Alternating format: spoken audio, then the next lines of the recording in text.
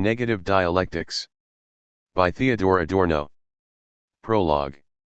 The formulation negative dialectics transgresses against tradition. Already in Plato, dialectics intended to establish something positive through the thought means of the negation, the figure of a negation of the negation named this precisely. The book would like to emancipate dialectics from these types of affirmative essence, without relinquishing anything in terms of determinacy. The development of its paradoxical title is one of its intentions. What in accordance with the conception of philosophy would be the foundation, the author develops only after a great deal of explication of what that conception presumes would be raised on a foundation. This implies the critique of the concept of the foundation, as well as of the primacy of substantive thought. Its self-consciousness achieves its movement solely in its consummation. It requires what, according to the ground rules of the spirit which always remain in effect, is secondary. What is given herein is not solely a methodology of material labor of the author. According to the theory of negative dialectics, no continuum exists between the former and the latter. However, such a discontinuity, and what instructions may be read out of it for thinking, will indeed be dealt with. The procedure is not grounded, but justified. The author lays, so far as he can, his cards on the table. This is by no means the same thing as the game. When Benjamin in 1937 read the part of the Metacritique of Epistemology which the author had finished at that time, the last chapter of the published work, he commented, "One had to journey through the icy wasteland of abstraction in order to definitively arrive at concrete philosophizing." Negative dialectics now indicates such a path, retrospectively. Concretion was for the most part smuggled into contemporary philosophy. By contrast, the largely abstract text wishes to vouch for its authenticity no less than for the explanation of the author's concrete mode of procedure. If one speaks in the newest aesthetic debates of anti-drama and anti-heroes, then negative dialectics, which holds itself distant from all aesthetic themes, could be called an anti-system. With logically consistent means, it attempts to put, in place of the principle of unity and of the hegemony of the supraordinated concept, that which would be outside of the bane of such unity. Since the author has trusted himself to follow his own intellectual impulses, he felt it to be his task to break through the delusion of constitutive subjectivity by means of the power of the subject. He no longer wished to put off this task. To reach stringently across the official division of pure philosophy and what is relevant to the matter Sachhaltism or what is formally scientific, was one of the determining motives therein. The introduction expounds the concept of philosophical experience. The first section starts out from the state of the ontology which dominates today in Germany. It is not judged from above, but is comprehended out of its need, which is no less problematic for its part, and criticized imminently. The second section proceeds from the results to the idea of a negative dialectics and its position in relation to several categories, which it preserves as well as qualitatively transforms. The third section then carries out models of negative dialectics.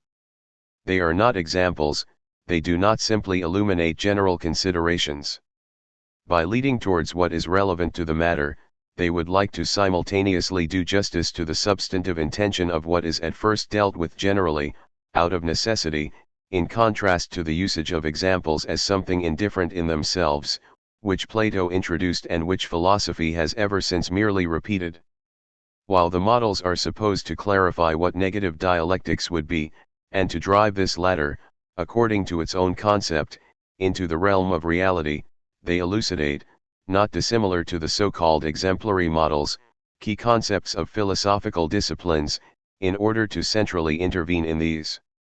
A dialectics of freedom will do this for the philosophy of ethics, world spirit and natural history for that of history. The last chapter circles, feeling its way, around metaphysical questions, in the sense of the axial revolution of the Copernican turn, by means of critical self-reflection.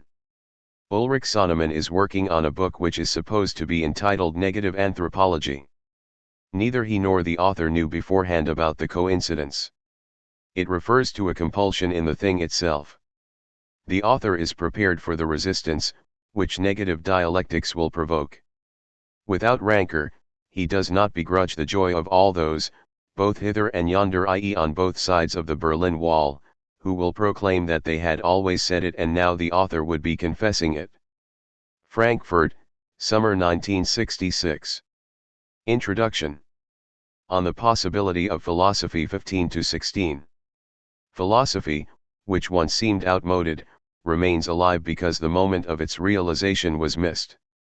The summary judgment that it had merely interpreted the world is itself crippled by resignation before reality, and becomes a defeatism of reason after the transformation of the world failed.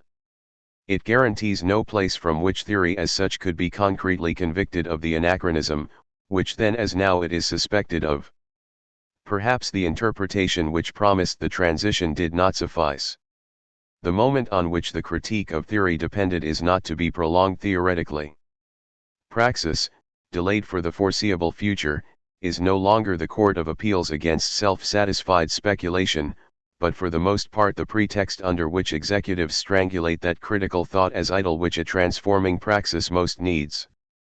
After philosophy broke with the promise that it would be one with reality, or at least struck just before the hour of its production, it has been compelled to ruthlessly criticize itself. What once, against the appearance shine of the senses and every outwards-oriented experience, felt itself to be that which is purely unnaive, has for its part become as naive as those miserable candidates Goethe received 150 years ago, who nourished themselves on speculation. The introverted thought architect lives behind the moon which extroverted technicians have confiscated. In the face of an immeasurably expanded society and the progress of positive cognition of nature, the conceptual structures in which, according to philosophic mores, the totality is supposed to be housed, resemble remnants of simple commodity society amidst industrial late capitalism. The meanwhile completely mismatched relationship, since degraded to a mere topos, between each spirit and power, strikes the attempt to comprehend this hegemony by those inspired with their own concept of the spirit with futility. The very will to do so betokens a power claim which countermands what is to be understood. The retrogression of philosophy to a narrow scientific field, rendered necessary by the rise of specific scientific fields, is the single most eye-opening expression of its historical fate. Had Kant, in his words, freed himself from the scholastic concept of philosophy into its world concept one, then this has regressed under compulsion to its scholastic concept. Where it confuses this latter with the world concept, its pretensions degenerate into sheer ludicrousness. Hegel knew this, in spite of the teaching of the absolute spirit to which he assigned philosophy, as a mere moment of reality, as an activity in the division of labor, and thereby restricted it. Since then, its own narrowness and discrepancy to reality has emerged out of this, and all the more so, the more thoroughly it forgot this delimitation and expunged it from itself as something alien, in order to justify its own position in a totality which it monopolizes as its object, instead of recognizing how very much its immanent truth depends on such, down to its innermost composition. Only the philosophy which dispenses with such naivete is the slightest bit worth thinking further. Its critical self-reflection may not stop, however, before the highest achievements of its history. It needs to be asked if and whether, following the collapse of the Hegelian one, it would even be possible anymore, just as Kant investigated the possibility of metaphysics after the critique of rationalism. If the Hegelian doctrine of the dialectic represented the impossible goal of showing, with philosophical concepts, that it was equal to the task of what was ultimately heterogeneous to such, an account is long overdue of its relationship to dialectics, and why precisely his attempt failed. Dialectics not a standpoint 16-18. No theory escapes the market anymore, each one is offered as a possibility among competing opinions, all are made available, all snapped up. Thought need no more put blinders on itself, in the self-justifying conviction that one's own theory is exempt from this fate, which degenerates into narcissistic self-promotion, then dialectics need fall silent before such a reproach, and the one linked to it, concerning its superfluity and randomness as a slapdash method. Its name says to begin with nothing more than that objects do not vanish into their concept, that these end up in contradiction with the received norm of the adequatio. The contradiction is not what Hegel's absolute idealism unavoidably transfigured it into, no Heraclitan essence. It is the index of the untruth of identity, of the vanishing of the conceptual into the concept. The appearance shine of identity dwells however in thinking itself as a pure form from within. To think means to identify. Conceptual schemata self-contentedly push aside what thinking wants to comprehend. Its appearance shine and its truth delimit themselves. The former is not to be summarily removed, for example by vouchsafing some existent in itself outside of the totality of thought determinations. There is a moment in Kant, and this was mobilized against him by Hegel, which secretly regards the in itself beyond the concept as something wholly interminable, as null and void. To the consciousness of the phenomenal appearance Scheinhaftigkeit of the conceptual totality there remains nothing left but to break through the appearance shine of total identity, in keeping with its own measure. Since however this totality is formed according to logic, whose core is constructed from the proposition of the excluded third, everything which does not conform to such, everything qualitatively divergent assumes the signature of the contradiction. The contradiction is the non-identical under the aspect of identity. The primacy of the principle of contradiction in dialectics measures what is heterogeneous in unitary thinking. By colliding against its own borders, it reaches beyond itself. Dialectics is the consistent consciousness of non-identity. It is not related in advance to a standpoint. Thought is driven, out of its unavoidable insufficiency, its guilt for what it thinks, towards it. If one objected, as has been repeated ever since by the Aristotelian critics of Hegel too, that dialectics for its part grinds everything indiscriminately in its mill down into the mere logical form of the contradiction, overlooking, even Croce argued this 3, the true polyvalence of that which is not contradictory, of the simply different, one is only displacing the blame for the thing onto the method. That which is differentiated appears as divergent, dissonant, negative, so long as consciousness must push towards unity according to its own formation, so long as it measures that which is not identical with itself, with its claim to the totality. This is what dialectics holds up to the consciousness as the contradiction.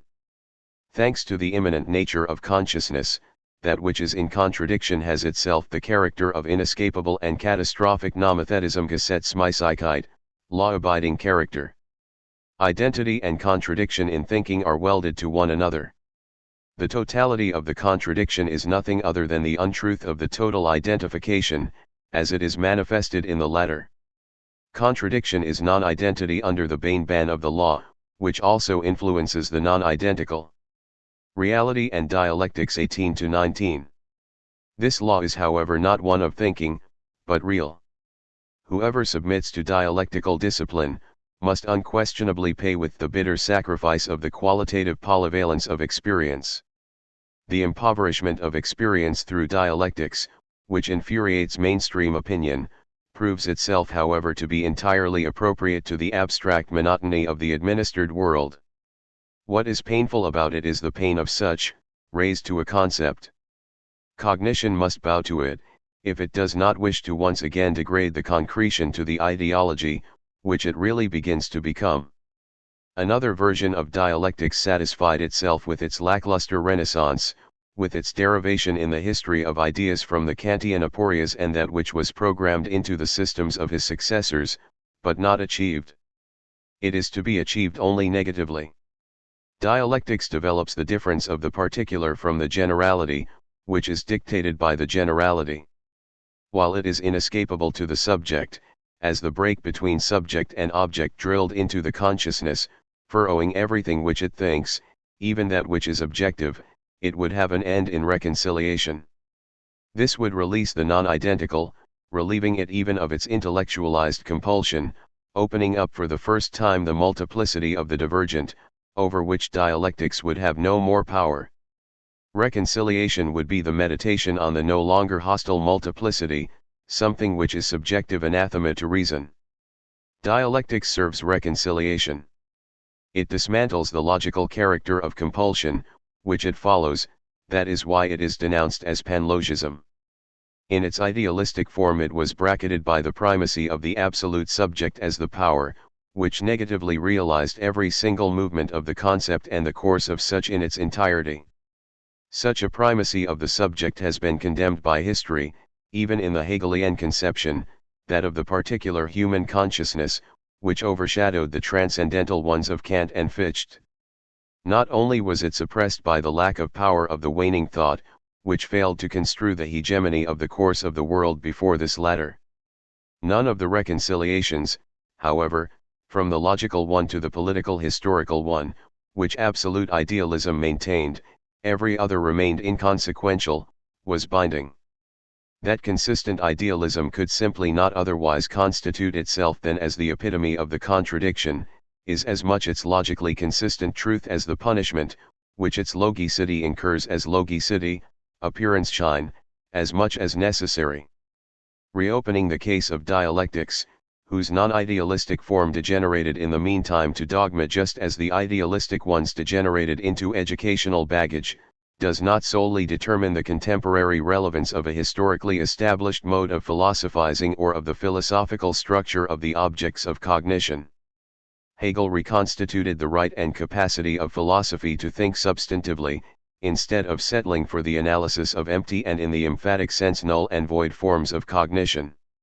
Its contemporary version falls back, wherever anything at all substantive is dealt with, either into whatever mundane worldview is handy or into that formalism, that indifference, against which Hegel rebelled. The development of phenomenology, which was once animated by the need for content, into one which dismissed any sort of content as polluting the invocation of being, is historical evidence for this. Hegel's substantive philosophizing had as its fundament and result the primacy of the subject or, in the famous formulation from the introduction to the Logic, the identity of identity and non-identity. 4 To him, the determinate particular was determinable by the spirit, because its immanent determination was supposed to be nothing other than the spirit. Without this supposition, philosophy would, according to Hegel, be incapable of cognizing that which is substantive and essential. If the idealistically achieved concept of dialectics did not hide experiences which, contrary to Hegel's own emphasis, are independent from the idealistic apparatus, then nothing would remain of philosophy than the unavoidable renunciation which rejects the substantive insight, restricts itself to the methodology of science, declares this latter to be philosophy and thereby virtually cancels itself out. Interest of philosophy 19-21. Philosophy has, at this historical moment, its true interest in what Hegel, in accordance with tradition, proclaimed his disinterest, in the non-conceptual, the individual and the particular, in what, ever since Plato, has been dismissed as transient and inconsequential and which Hegel stamped with the label of lazy existence. Its theme would be the qualities which it has degraded to the merely contingent, to quantite negligible French, negligible quantity. What is urgent for the concept is what it does not encompass, what its abstraction mechanism eliminates, what is not already an exemplar of the concept. Bergson as well as Husserl, the standard-bearers of philosophical modernity, innervat this, but shrank away from it back into traditional metaphysics. Bergson created, by fiat, a different type of cognition for the sake of the non-conceptual. The dialectical salt was washed away in the undifferentiated flow of life, that which was materially solidified was dismissed as subaltern, instead of being understood along with its subalternity. Hatred of the rigid general concept produced a cult of irrational immediacy, of sovereign freedom amidst unfreedom. He designed both of his cognitive modes as dualistically against one another as the doctrines of Descartes and Kant, which he repudiated, had ever been. The causal mechanical one remained, as pragmatic knowledge, as little illuminated by the intuitive one as the bourgeois establishment from the relaxed, easygoing attitude of those who owe their privileges to that establishment. The celebrated intuitions themselves appear as something rather abstract in Bergson's philosophy, hardly moving beyond the phenomenal consciousness of time, which already underwrote Kant's chronological physical one, in Bergson's insight, spatialized time. In fact, the intuitive mode of conduct of the spirit, although somewhat difficult to develop, does continue to exist as the archaic rudiments of mimetic reactions. What transpired before its past promises something beyond the hardened present. Intuitions succeed, however, only desultorily. Every cognition, even Bergson's own, requires the rationality which he so despised, precisely if they are ever to be concretized. Duration raised to an absolute, pure becoming, the actus purus Latin, pure act, recoils into the same timelessness which Bergson chastises in metaphysics since Plato and Aristoteles. It did not occur to him that what he gropes for, if it is not to remain a fata morgana, could only be viewed through the instrumentarium of cognition, through the reflection upon its own means, and degenerates into sheer caprice in a procedure which is, from the very beginning, unmediated to that of the cognition. The logician Husserl, on the other hand, sharply contrasted the mode by which one becomes aware of the essence against the generalizing abstraction. He had a specific intellectual experience in mind, which was supposed to be able to descry the essence in the particular. The essence, however, to which this referred, did not differentiate itself in the slightest from that of the then current general concept. A crass discrepancy reigns between the functional organization of the apperception Wesensschau and its terminus ad quem Latin, end point. Neither breakout attempt succeeded in moving beyond idealism. Bergson oriented himself, just like his positivistic arch-enemies, towards the Duns immediate de la conscience French, immediate facts of the consciousness, Husserl likewise towards the phenomena of the stream of consciousness. The former as well as the latter remained frozen in the domain of subjective immanence. 5 What is to be insisted on against both is what each tries to conjure up in vain, pace Wittgenstein, to say what cannot be said. The simple contradiction of this demand is that of philosophy itself. It qualifies the latter as dialectics, before it embroils itself in its specific contradictions. The work of philosophical self-reflection consists of working out this paradox. Everything else is signification, post-construction, today as in Hegel's time pre-philosophical. A faith, as always subject to question, that philosophy would still be possible, that the concept could leapfrog the concept, the preparatory stages and the final touches, and thereby reach the non-conceptual, is indispensable to philosophy, and therein lies something of the naivete, which ails it. Otherwise it would have to capitulate, and with it everything to do with the spirit. Not even the simplest operation could be thought through, there would be no truth, everything would be emphatically nothing. Whatever of the truth can be gleaned through concepts beyond their abstract circumference, can have no other staging grounds than that which is suppressed, disparaged, and thrown away by concepts. The utopia of cognition would be to open up the non-conceptual with concepts, without making it the same as them. The antagonistic whole 21-22. Such a concept of dialectics casts doubt on its possibility. The anticipation of universal movement in contradiction seems, however varied, to teach the totality of the spirit, precisely the identity thesis just nullified. The spirit, which would unceasingly reflect on the contradiction in things, ought to be this itself, if it is to be organized according to the form of the contradiction. The truth, which in the idealistic dialectic drives past every particularity as something false in its one-sidedness, would be that of the whole. If it were not already thought out, then the dialectical steps would lose their motivation and direction. Against this one must counter that the object of intellectual experience would itself be the antagonistic system, something utterly real, and not just by virtue of its mediation to the cognizing subject which rediscovers itself therein. The compulsory constitution of reality which idealism projected into the regions of the subject and spirit is to be retranslated back out of these. What remains of idealism is that society, the objective determinant of the spirit, is just as much the epitome of subjects as their negation. In it they are unknowable and disempowered. That is why it is so desperately objective and a concept, which idealism mistakes as something positive. The system is not that of the absolute spirit, but of the most conditioned of those who have it at their disposal, and cannot even know how much it is their own. The subjective preformation of the material social production process, entirely separate from its theoretical constitution, is that which is unresolved, irreconcilable to subjects. their own reason which produces identity through exchange, as unconsciously as the transcendental subject, remains incommensurable to the subjects which it reduces to the same common denominator, the subject as the enemy of the subject. The preceding generality is true so much as untrue, true, because it forms that ether, which Hegel called the spirit, untrue, because its reason is nothing of the sort, its generality the product of particular interests. That is why the philosophical critique of identity steps beyond philosophy. That it requires, nonetheless, what is not subsumed under identity, in Marxian terminology, use value, so that life can continue to exist even under the ruling relations of production, is what is ineffable in utopia. It reaches deep into that which secretly forswears its realization. In view of the concrete possibility of utopia, dialectics is the ontology of the false condition. A true one would be emancipated from it, as little system as contradiction. Disenchantment of the concept 23-24. Philosophy, Hegel's included, invites the general objection that insofar as it would have compulsory concepts as its material, it already characterizes itself in advance as idealistic.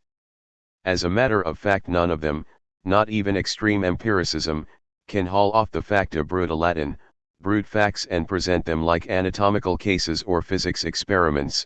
None, as so many paintings tempt one to believe, glue specific things onto the text. But the argument in its formal generality grasps the concept as fetishistically as the manner in which it naively explicates itself within its domain, as a self-sufficient totality, which philosophical thinking cannot do anything about. In truth, all concepts, even philosophical ones, move towards what is non-conceptual, because they are for their part moments of the reality, which necessitated, primarily for the purpose of controlling nature, their formation. That which appears as the conceptual mediation from the inside, the preeminence of its sphere, without which nothing could be known, may not be confused with what it is in itself. Such an appearance shine of the existent in itself lends it the movement which exempts it from the reality, within which it is for its part harnessed. The requirement that philosophy must operate with concepts is no more to be made into a virtue of this priority than, conversely, the critique of this virtue is to be the summary verdict over philosophy. Meanwhile, the insight that its conceptual essence would not be its absolute in spite of its inseparability is again mediated through the constitution of the concept. It is no dogmatic or even naively realistic thesis. Concepts such as that of being in the beginning of Hegel's logic indicate first of all that which is emphatically non-conceptual. They signify, as per Lask's expression, beyond themselves. It is in their nature not to be satisfied by their own conceptuality, although to the extent that they include the non-conceptual in their meaning, they tend to make this identical to itself and thereby remain entangled in themselves. Their content is as immanent in the intellectual sense as transcendent in the ontical sense to such. By means of the self-consciousness of this they have the capacity of discarding their fetishism. Philosophical self-reflection assures itself of the non-conceptual in the concept. Otherwise this latter would be, after Kant's dictum, null, ultimately no longer the concept of something and thereby void. The philosophy which recognizes this, which cancels out the autarky of the concept, strikes the blinders from the eyes. That the concept is a concept even when it deals with the existent, hardly changes the fact that it is for its part enmeshed in a non-conceptual whole against which it seals itself off solely through its reification, which indeed created it as a concept. The concept is a moment like any other in dialectical logic. Its mediated nature through the non-conceptual survives in it by means of its significance, which for its part founds its conceptual nature. It is characterized as much by its relation to the non-conceptual, as in keeping with traditional epistemology, where every definition of concepts ultimately requires non-conceptual, deictic moments, as the contrary, that the abstract unity of the onta subsumed under it are to be separated from the ontical. To change this direction of conceptuality, to turn it towards the non-identical, is the hinge of negative dialectics. Before the insight into the constitutive character of the non-conceptual in the concept, the compulsion of identity, which carries along the concept without the delay of such a reflection, dissolves. Its self-determination leads away from the appearance shine of the concept's being in itself as a unity of meaning, out towards its own meaning. Infinity 24-27. The disenchantment of the concept is the antidote of philosophy. It prevents its overgrowth, that of becoming the absolute itself. An idea is to be refunctioned which was bequeathed by idealism and, more than any other, corrupted by it, that of the infinite. It is not for philosophy to reduce the phenomenon to a minimum set of axioms, exhausting things according to scientific usage. Hegel's polemic against Fichte, that the latter started out from a dictum, registers this. On the contrary, it wishes to literally immerse itself into that which is heterogeneous to it, without reducing it to prefabricated categories. It would like to adhere as closely to this as the program of phenomenology and of simile vainly wished for. It aims at undiminished realization, Antiacerung, realization, relinquishment. Philosophical content is to be grasped solely where philosophy does not mandate it. The illusion that it could captivate the essence in the finitude of its determinations must be given up. Perhaps the word infinite dropped so quickly from the tongues of the idealistic philosophers because they wished to hush up gnawing doubts about the threadbare finitude of their conceptual apparatus, even Hegel's, in spite of his intent. Traditional philosophy believes it possesses its object infinitely, and thereby becomes as philosophy finite, conclusive. A different one ought to cashier that claim, no longer trying to convince itself and others that it has the infinite at its disposal. Instead of this it would become, put delicately, infinite to the extent that it refuses to define itself as a corpus of innumerable theorems. It would have its content in the polyvalence of objects not organized into a scheme, which impinge on it or which it seeks out. It would truly deliver itself over to them, would not employ them as a mirror, out of which it rereads itself, confusing its mirror image with the concretion. It would be nothing other than the full, unreduced experience in the medium of conceptual reflection. Even the science of the experience of consciousness would degrade the content of such experiences to examples of categories.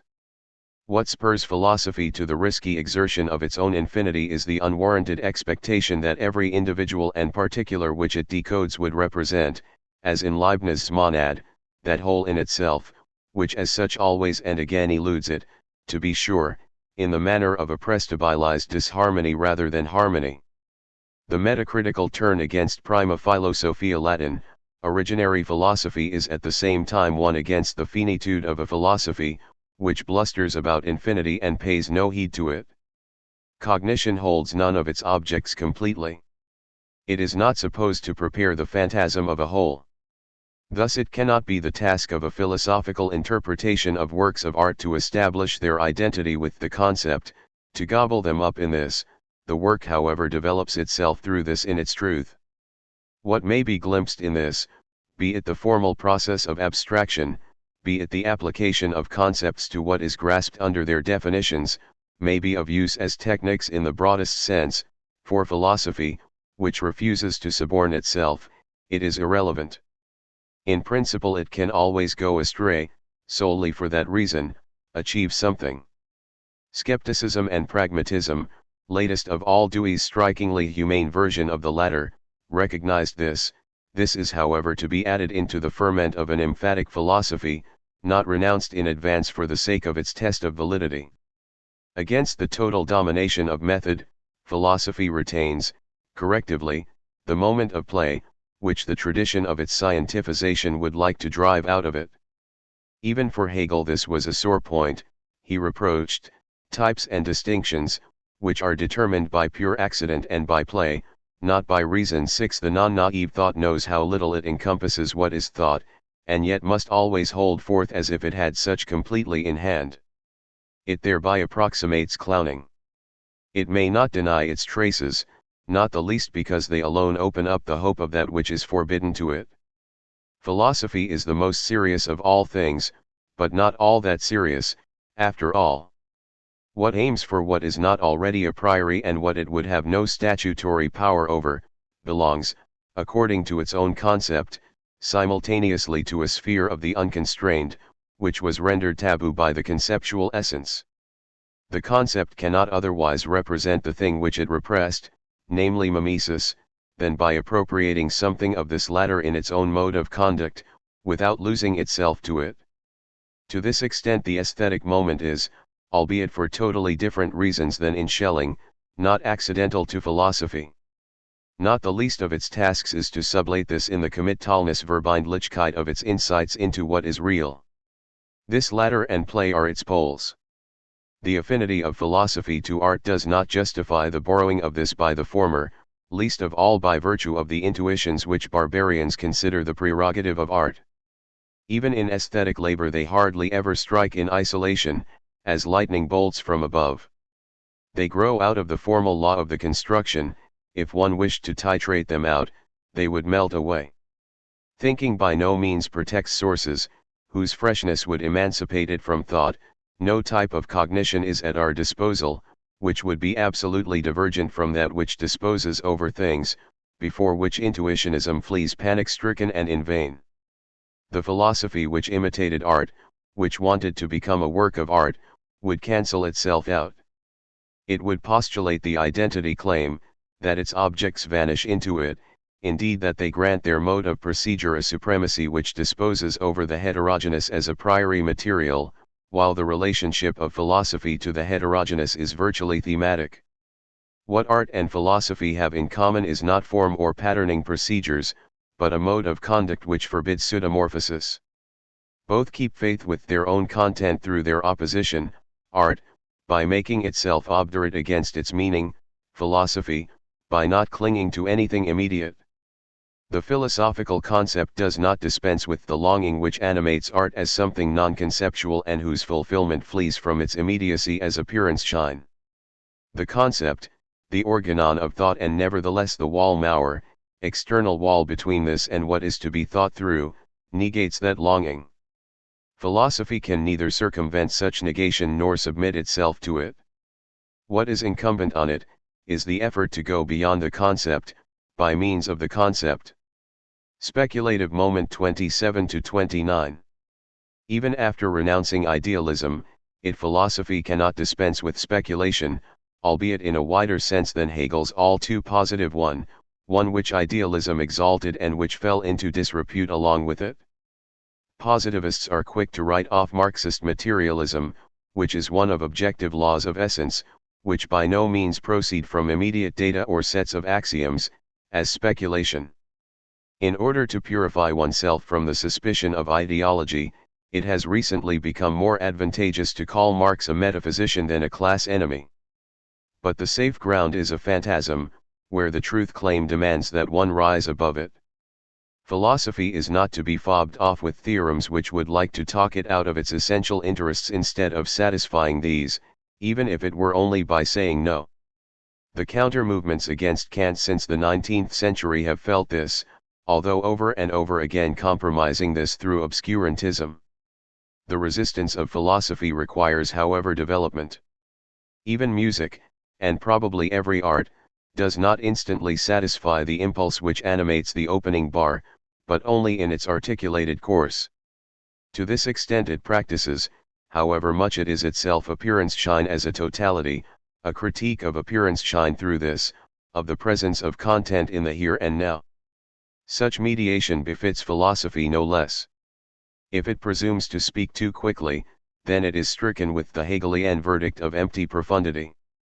Whoever recites profundities, is no more profound than a novel is metaphysical, just because it reports on the metaphysical views of its characters. To demand of philosophy that it direct itself to the question of existence or other keynote themes of Western metaphysics is a crude fetishism of the materials. Though it is not to be separated from the objective dignity of those themes, there is however no guarantee that its treatment would correspond to the great objects in question. It has so much to fear from the well-worn paths of philosophical reflection, that its emphatic interest seeks refuge in ephemeral objects, not yet overdetermined by intentions. The traditional philosophical problematic is certainly to be negated, fettered as this is to such questions. The world which is objectively knotted into a totality does not release the consciousness. It unceasingly pins the latter down, from whence it wishes to escape. The thinking, however, which starts happy-go-lucky from the beginning, unencumbered by the historical form of its problems, falls prey to these that much more. Philosophy partakes of the idea of profundity only by virtue of its thinking breadth. The model for this is, in modern times, the Kantian deduction of the pure concept of understanding, whose author, with abysmally apologetic irony, described as somewhat profoundly put.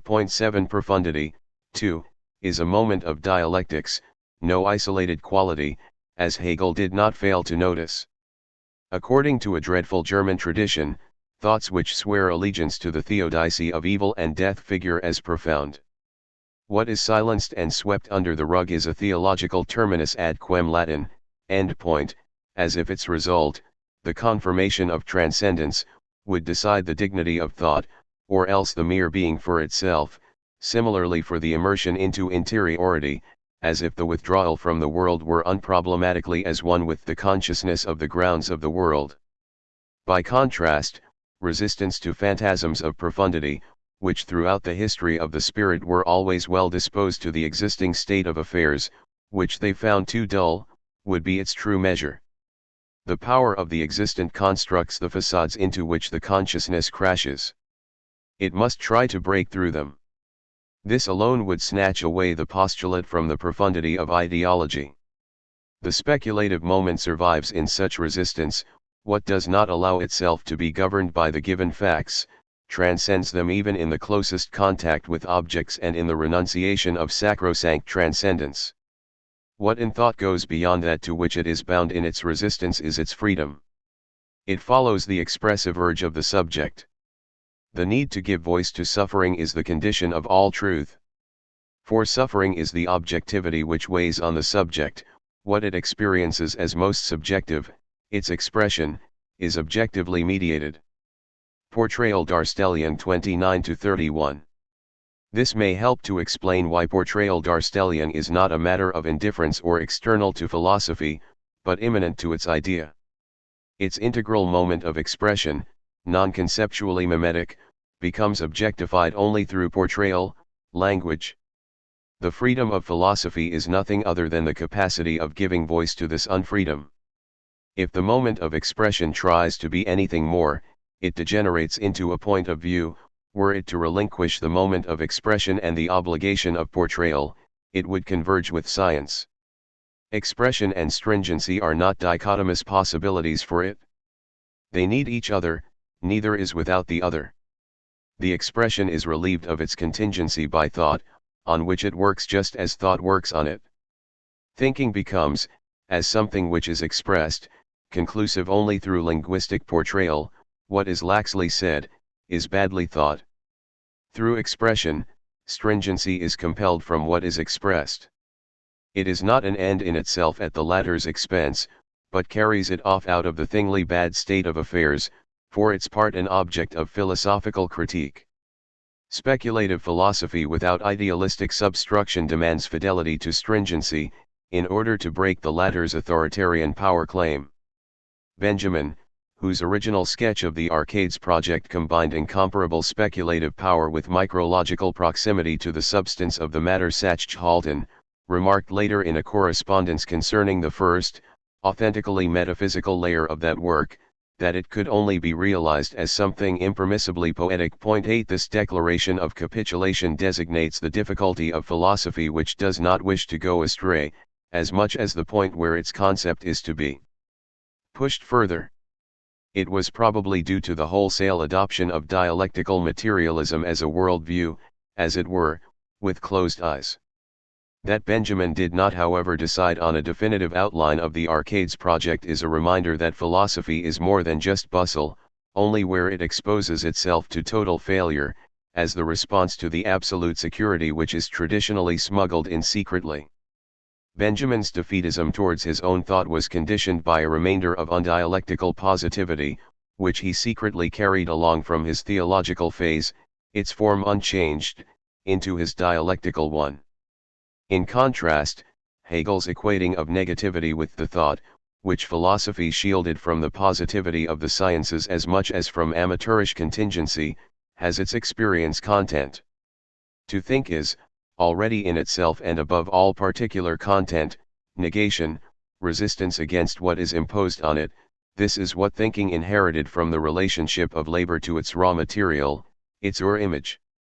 If ideology encourages thought more than ever to wax in positivity, then it slyly registers the fact that precisely this would be contrary to thinking and that it requires the friendly word of advice from social authority, in order to accustom it to positivity.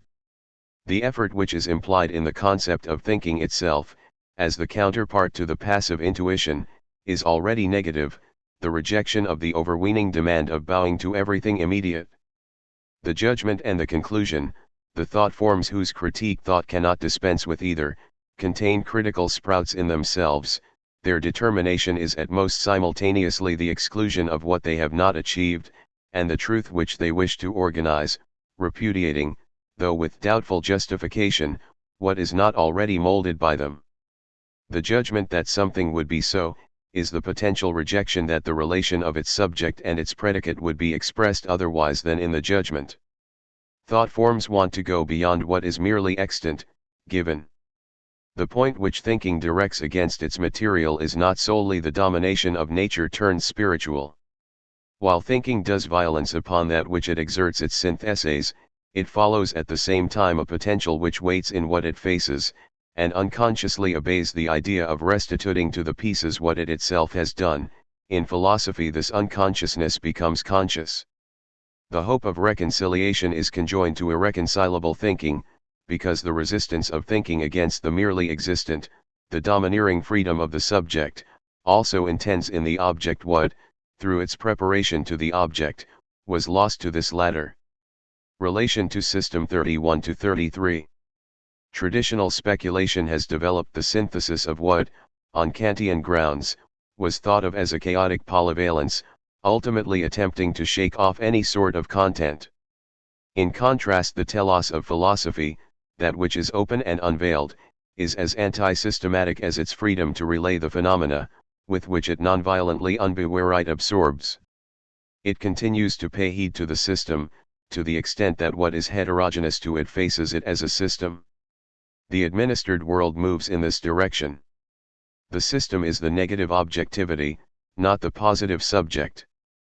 In a historical phase where the systems, insofar as they take content seriously, have been relegated to the ominous realm of thought poetry and have left only the pale outline of organizational schematas behind, it is difficult to really imagine what once drove the philosophical spirit towards the system. The virtue of partisanship ought not to hinder the consideration of the history of philosophy from recognizing how superior this latter was to its opponents. For over 200 years, rationalistic or idealistic, they appear, in comparison, trivial. The systems carry it out, interpret the world, the others actually insist only, that won't do, they resign, refraining veragen, to refrain, to fail in both senses of the term. If they had had more truth in the end, this would have bespoken the transience of philosophy. It is incumbent on it, in any case, to wrest such truth from subalternity and to use it to combat those philosophies which not only puff themselves up as something higher, even materialism bears the marks, to this day, that it was invented in Abdera. According to Nietzsche's critique, the system documents only the narrow-mindedness of the educated, who compensated for their political powerlessness by means of the conceptual construction of an administrative right of domain, as it were, over the existent.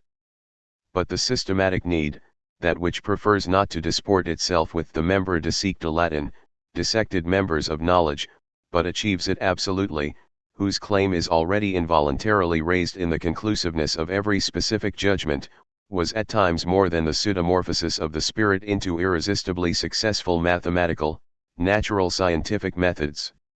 In the history of philosophy, the systems of the 17th century had an especially compensatory purpose.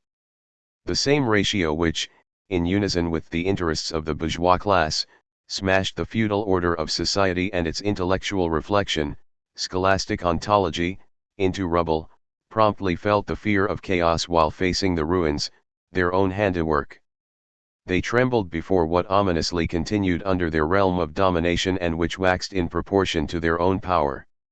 This fear shaped the earliest beginnings of the mode of conduct entirely constitutive of bourgeois thought, of hurriedly neutralizing every step towards emancipation through the strengthening of the social order. In the shadows of the incompletion of its emancipation, the bourgeois consciousness had to fear being cashiered by a more progressive class. It suspected that because it was not the entire freedom, it only produced the travesty of such. That is why it expanded its autonomy theoretically into the system, which at the same time took on the likeness of its compulsory mechanisms.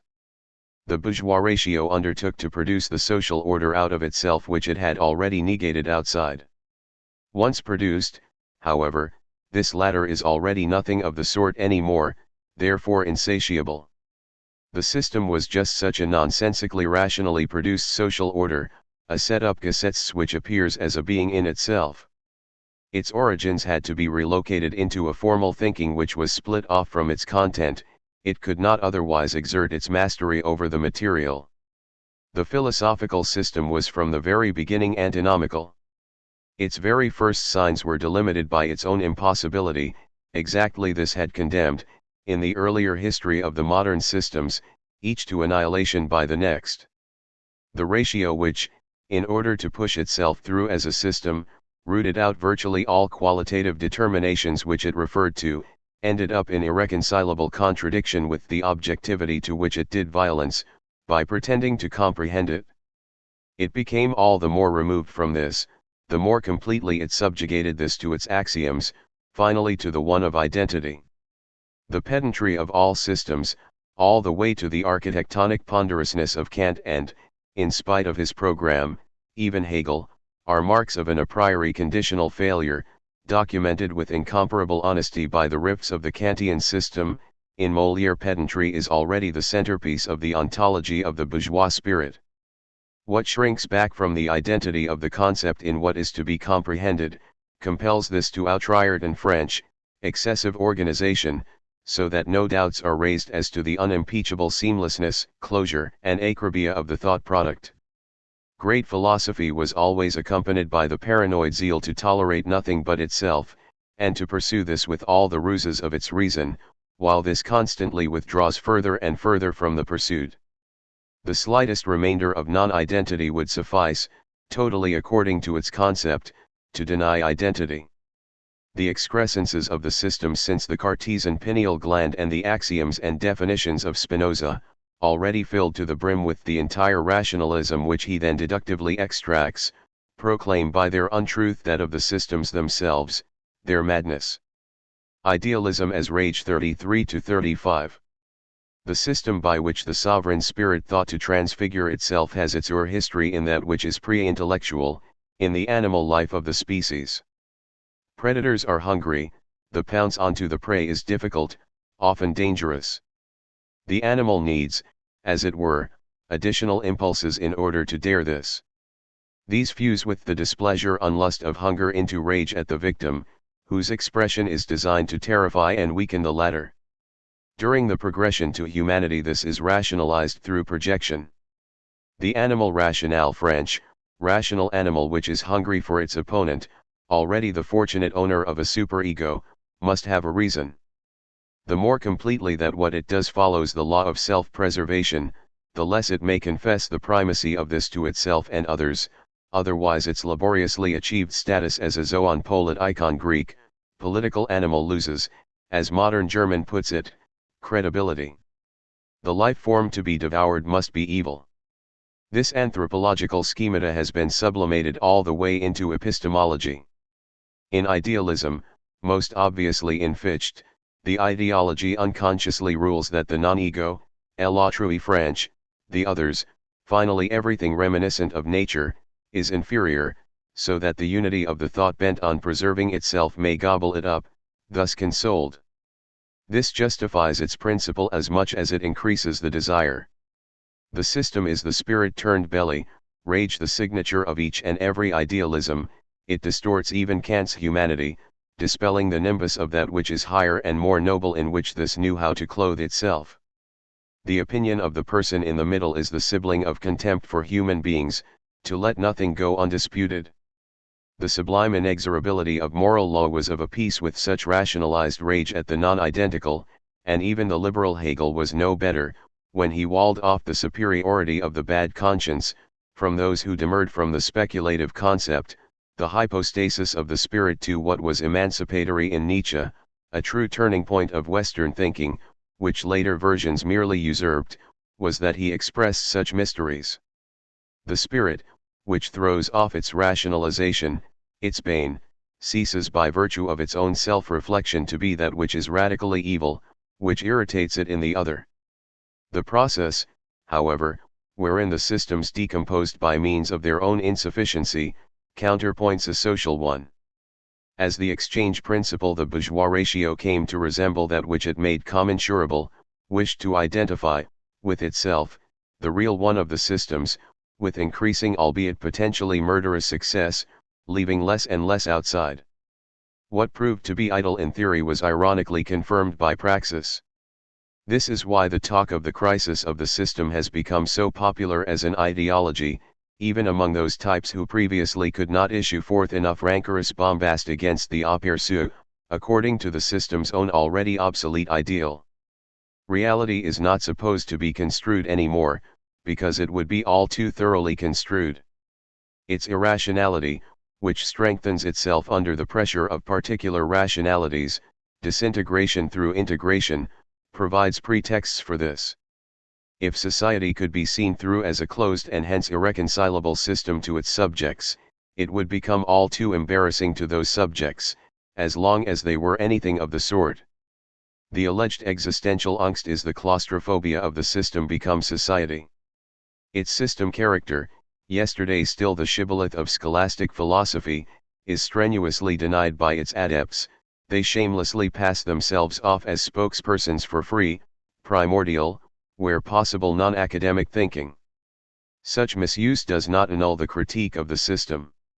All emphatic philosophy had, in contrast to the skeptical kind, which renounced emphasis, one thing in common, that it would be possible only as a system. This has crippled philosophy scarcely less than its empirical currents. Whatever it might be able to appropriately judge is postulated before it arises. System, the form of portrayal of a totality in which nothing remains external, sets the thought in absolute opposition to each of its contents and dissolves the content in thought, idealistically, before any argumentation for idealism. Double character of the system 35-36. Critique does not simply liquidate the system.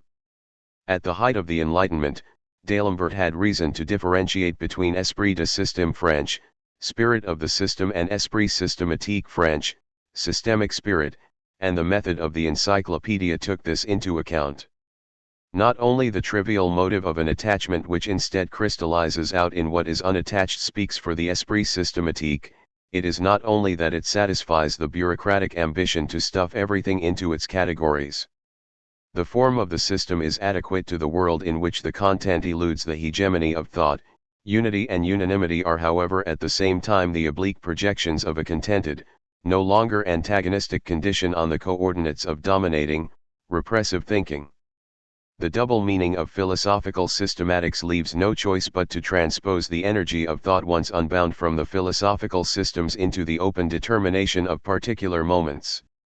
This was not exactly foreign to Hegelian logic. The microanalysis of the individual categories, appearing simultaneously as their objective self-reflection, was supposed to allow each and every concept to pass over into others, regardless of anything laid out from above. The totality of this movement meant the system to him. Between this concept, as the one which concludes and thereby brings to a halt, and the one of the dynamic, which creates out of the subject by pure autarkic production, which constitutes all philosophic systematics, prevails contradiction as well as affinity. Hegel could balance the tension between the static and the dynamic only by means of the construction of the principle of unity, that of the spirit, as something at the same time existent in itself and pure becoming, under the recuperation of the Aristotelian scholastic actus purus Latin, pure act. The inadequacy of this construction, subjective production and ontology, nominalism and realism, syncopated to the Archimedean point, also hinders system-immanently the dissolution of that tension. Nevertheless, such a philosophical system concept towers over the merely scientific systematic, which demands ordered and well-organized representations from thought, the consistent construction of disciplinary fields, without however strictly insisting on the inner unity of the moments, from the object's point of view. As prejudiced as this postulate is in the presupposition of the identity of everything existent with the cognizing principle, so too does that postulate, once burdened as in the manner of the idealistic speculation, legitimately recall the affinity of objects to each another, which is rendered taboo by the scientific need for order in order to yield to the surrogate of its schemata. What the objects communicate instead of each being the atom to which classificatory logic reduces it, is the trace of the determination of objects in themselves, which Kant denied and which Hegel wished to re-establish against Kant through the subject. To comprehend a thing itself, not to merely fit it in, to register it in a system of relationships, is nothing other than to become aware of the particular moment in its immanent context with others. Such anti-subjectivism stirs beneath the crackling shell of absolute idealism, in the impulse to open up the thing in question, by recourse to how they became.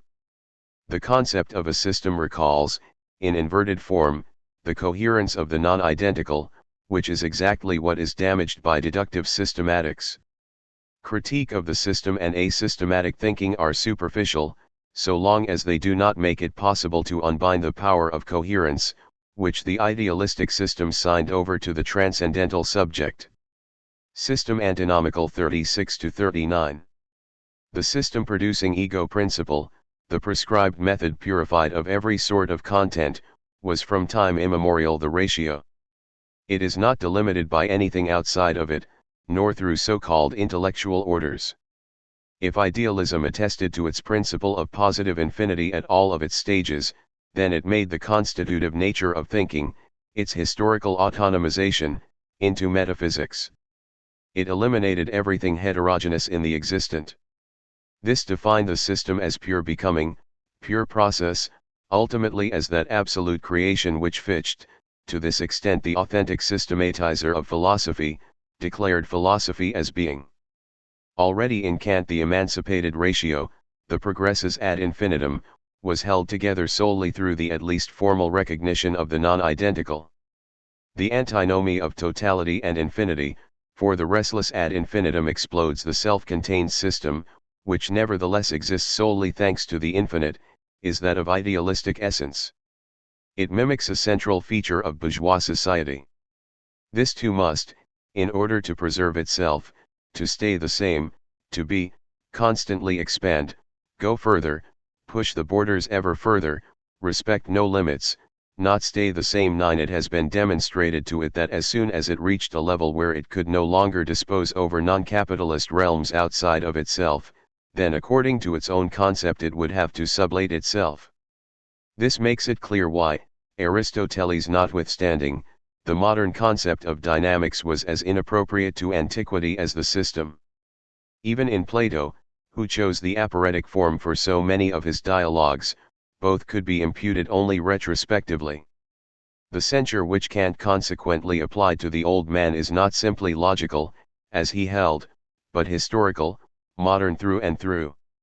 On the other hand, systematics is so ingrown into the modern consciousness that even the anti-systematic efforts of Husserl, which took the field under the name of ontology, and from which fundamental ontology later branched off, irresistibly reverted back into the system, at the price of its formalization. Thus delimited by each other, the static and dynamic essence of the system are always in conflict. If the system really was in fact closed, and tolerated nothing outside of its magic circle, then it becomes, be it ever so dynamically conceived, finite as a positive infinity, static. That it sustains itself as such, as Hegel praised his own for doing, brings it to a halt. Closed systems have to be, put crudely, done. The drolleries for which Hegel is always taken to task, that world history was consummated in the Prussian state, are neither mere aberrations for ideological purposes nor irrelevant in regards to the whole. In their necessary absurdity, the emphatic unity of system and dynamic falls apart. This latter, by negating the concept of the limit and assuring itself, in the realm of theory, that something would always still be outside, also has the tendency to disavow the system, its product. It would not be unfruitful to examine the history of recent philosophy under this aspect, namely how it managed to deal with the antagonism between the static and dynamic in the system. The Hegelian one was not truly in itself one of becoming, but was already implicitly preconceived in each particular determination. Such assurance condemned it to untruth. Consciousness must immerse itself unconsciously, as it were, into the phenomena on which it takes a position. Therein indeed dialectics transforms itself qualitatively. Systematic unanimity would fall apart. The phenomenon would no longer remain what it nevertheless remains in Hegel, in spite of all declarations to the contrary, namely an example of its concept. The thought would be burdened with more labor and effort than in Hegel's definition, because to him thought always only extracted out of its objects what was already thought. In spite of the program of realization Antiacerung, it satisfies itself in itself, whirring right along as often as it demands the contrary. If the thought truly realized itself Antiacern in the thing, if this counted for something and not its category, then the object itself would begin to speak under the thought's leisurely glance. Hegel had objected to epistemology, that one becomes a smith only by smithying, in the consummation of the cognition of what resists this, the atheoretical, as it were. In this he is to be taken at his word. This alone would return to philosophy what Hegel called the freedom towards the object Freiheit zum Objekt, which this latter lost under the bane of the concept of freedom, the sense-positing autonomy of the subject. However, the speculative power to blast open that which is irresolvable is that of the negation. Solely in it does the systematic movement live on. The categories of the critique of the system are at the same time those which comprehend the particular. What has once legitimately stepped beyond the particularity in the system has its place outside of the system. The gaze which becomes aware, by interpreting the phenomenon, of more than what it merely is, and solely thereby, what it is, secularizes metaphysics. Only a philosophy in fragment form would give the illusionary monad sketched by idealism what is their due. They would be representations Vorstellungen of the totality, which is inconceivable as such, in the particular. Argument and Experience 39-42. The thought which may positively hypostasize nothing outside of the dialectical consummation overshoots the object with which it no longer has the illusion of being one with, it becomes more independent than in the conception of its absoluteness, in which the sovereign and the provisional shade into one another, each dependent on the other. Perhaps the Kantian exemption of the intelligible sphere from every immanence aimed for this. Immersion into the particular, dialectical immanence raised to an extreme, requires as one of its moments the freedom to also step out of the object, the freedom which the claim of identity cuts off. Hegel would have abjured this, he relied upon the complete mediation in objects. In the praxis of cognition, the resolution of the irresolvable, the moment of such transcendence of thought comes to light in that solely as a micrology does it employ macrological means. The demand for Verbeindlichkeit without system is that for thought models. These are not of a merely monadological sort. The model strikes the specific and more than the specific, without dissolving it into its more general master concept. To think philosophically is so much as to think in models. Negative dialectics is an ensemble of model analyses. Philosophy debases itself into apologetic affirmation the moment it deceives itself and others over the fact that whatever sets its objects into motion must also influence these from outside. What awaits within these, requires a foothold in order to speak, with the perspective that the forces mobilized from outside, and in the end every theory applied to the phenomena, would come to rest in those. To this extent, too, philosophical theory means its own end, through its realization. There is no lack of related intentions throughout history. The French Enlightenment was endowed by its highest concept, that of reason, with something systematic under the formal aspect. However, the constitutive entanglement of its idea of reason with that of an objectively reasonable arrangement of society deprives the system of the pathos, which it only regained when reason renounced the idea of its realization and absolutized itself into the spirit. Thinking akin to the encyclopedia, as something rationally organized and nevertheless discontinuous, unsystematic, and spontaneous, expressed the self-critical spirit of reason. It represented what was erased from philosophy, as much through its increasing distance from praxis as through its incorporation into the academic bustle, worldly experience, that eye for reality, whose moment is also that of thought. The freedom of the spirit is nothing else. Thought can no more do without the element of the homme de lettres French, person of education which the petit bourgeois scientific ethos maligns, than without what the scientific philosophies misuse, the meditative drawing together, the argument, which earns so much skepticism. Whenever philosophy was truly substantial, both moments appeared together. From a distance, dialectics could be characterized as the effort raised to self-consciousness of letting itself be permeated by such. Otherwise the specialized argument degenerates into the techniques of non-conceptual experts in the midst of the concept, just as nowadays so-called analytic philosophy, memorizable and copyable by robots, is disseminated academically. What is imminently argumentative is legitimate where it registers the integrated reality becomes system, in order to oppose it with its own strength. What is on the other hand free in thought represents the authority which is already aware of what is emphatically untrue of that context. Without this knowledge it would not have come to the breakout, without the appropriation of the power of the system it would have failed. That both moments do not seamlessly meld into one another is due to the real power of the system, which includes that which also potentially surpasses it. However, the untruth of the context of immanence discloses itself in the overwhelming experience that the world, which is as systematically organized as if it were truly that realized reason Hegel so glorified, simultaneously perpetuates the powerlessness of the spirit, apparently so all-powerful, in its old unreason. The immanent critique of idealism defends idealism, to the extent it shows how far it is defrauded by itself, how much that which is first, which is according to such always the spirit, stands in complicity with the blind primacy of the merely existent scenes. The doctrine of the absolute spirit immediately promotes this latter. The scientific consensus would probably concede that even experience would imply theory. It is however a standpoint, at best hypothetical. Conciliatory representatives of scientificism demand what they call proper or clean science, which is supposed to account for these sorts of presuppositions. Exactly this demand is incompatible with intellectual experience. If a standpoint is demanded of the latter, then it would be that of the diner to the roast. It lives by ingesting such, only when the latter disappears into the former, would there be philosophy. Until this point theory embodies that discipline in intellectual experience which already embarrassed Goethe in relation to Kant. If experience relied solely on its dynamic and good fortune, there would be no stopping. Ideology lurks in the spirit which, dazzled with itself like Nietzsche's Zarathustra, irresistibly becomes well-nigh absolute. Theory prevents this. It corrects the naivete of its self-confidence, without forcing it to sacrifice the spontaneity which theory for its part wishes to get at.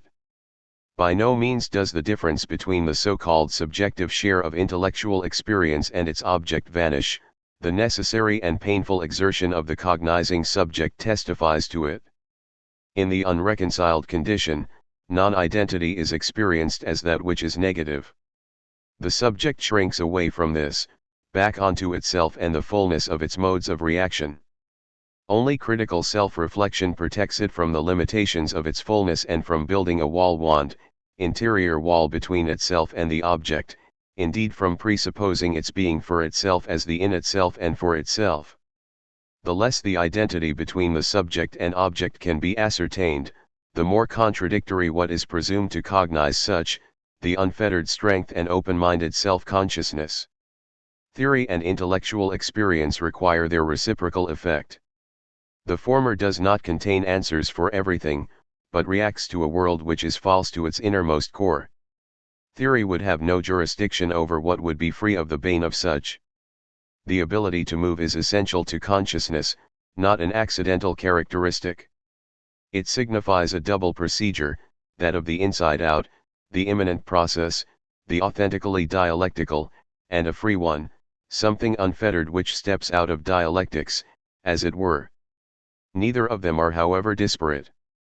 The unregimented thought has an elective affinity to dialectics, which as critique of the system recalls to mind what would be outside of the system, and the energy which dialectical movement in cognition unleashes is that which rebels against the system.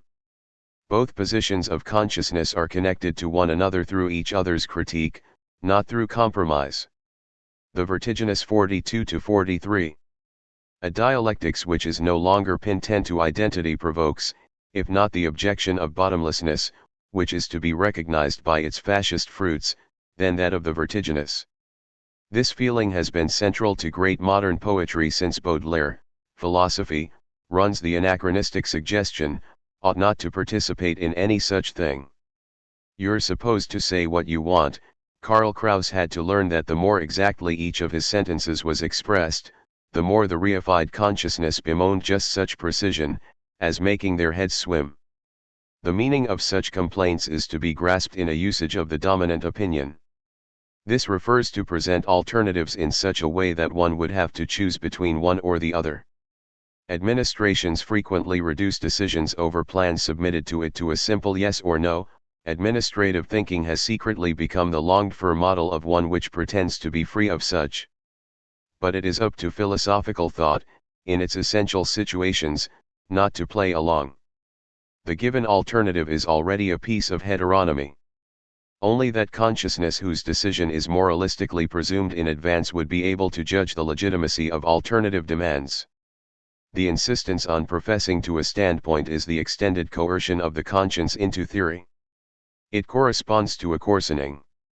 Not even the truth of the great theorems can survive the uprooting of their scaffolding. Marx and Engels, for example, objected mightily to the dilution of their dynamic class theory and its sharpened economic expression by the simpler opposition of rich and poor. The essence is falsified by the resume of that which is essential. A philosophy which reduces itself to what Hegel already mocked, accommodating its readers by declarations, of what one would now have to think, conjoins itself to the onrushing regression, without even keeping pace with such. Behind the anxiety of where things need to be taken on stands, for the most part, only aggression, the desire to take things on, just as the schools historically devoured each another. The equivalent of guilt and penance has transposed itself onto the sequence of thought. Exactly this assimilation of the spirit into the dominating principle is what philosophical reflection must see through. Traditional thinking and the platitudes of the sound human understanding which it left behind, after perishing philosophically, demand a coordinate system, a frame of reference in English, in which everything finds its place.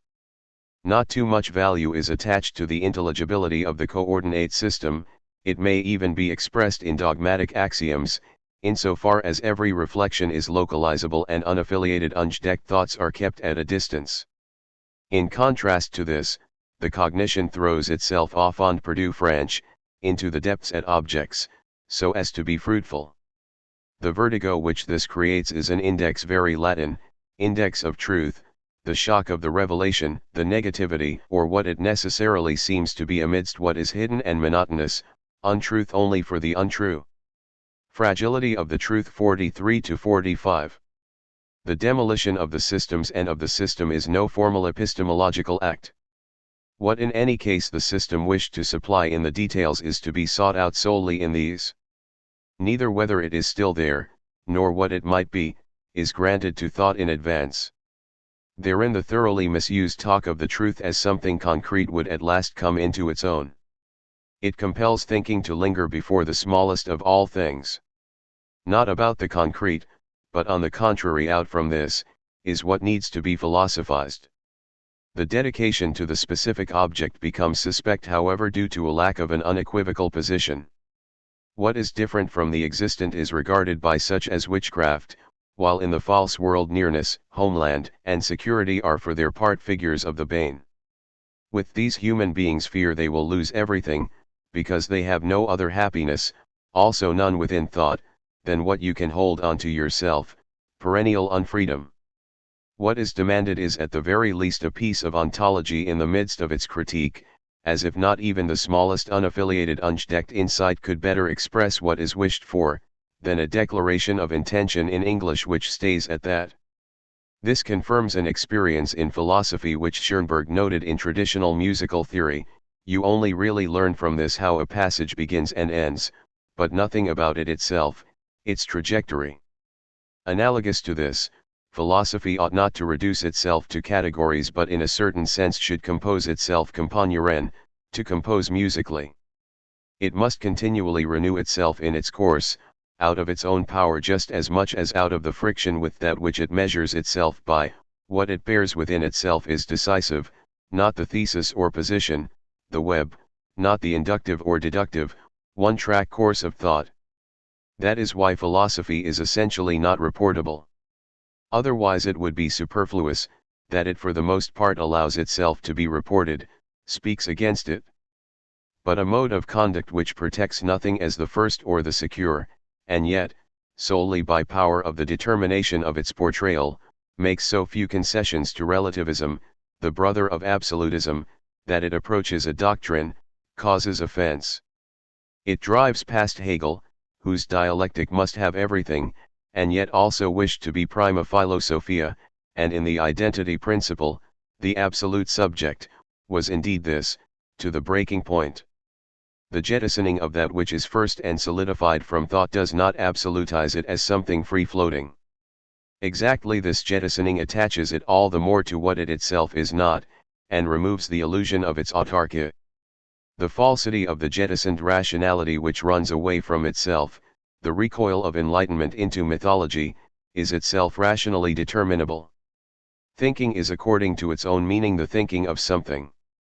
Even in the logical abstraction form of the something, as something which is meant or judged, which for its part does not claim to constitute anything existent, indelibly survives that which thinking would like to cancel out, whose non-identity is that which is not thinking. The ratio becomes irrational where it forgets this, hypostasizing its own creations, the abstractions, contrary to the meaning of thinking.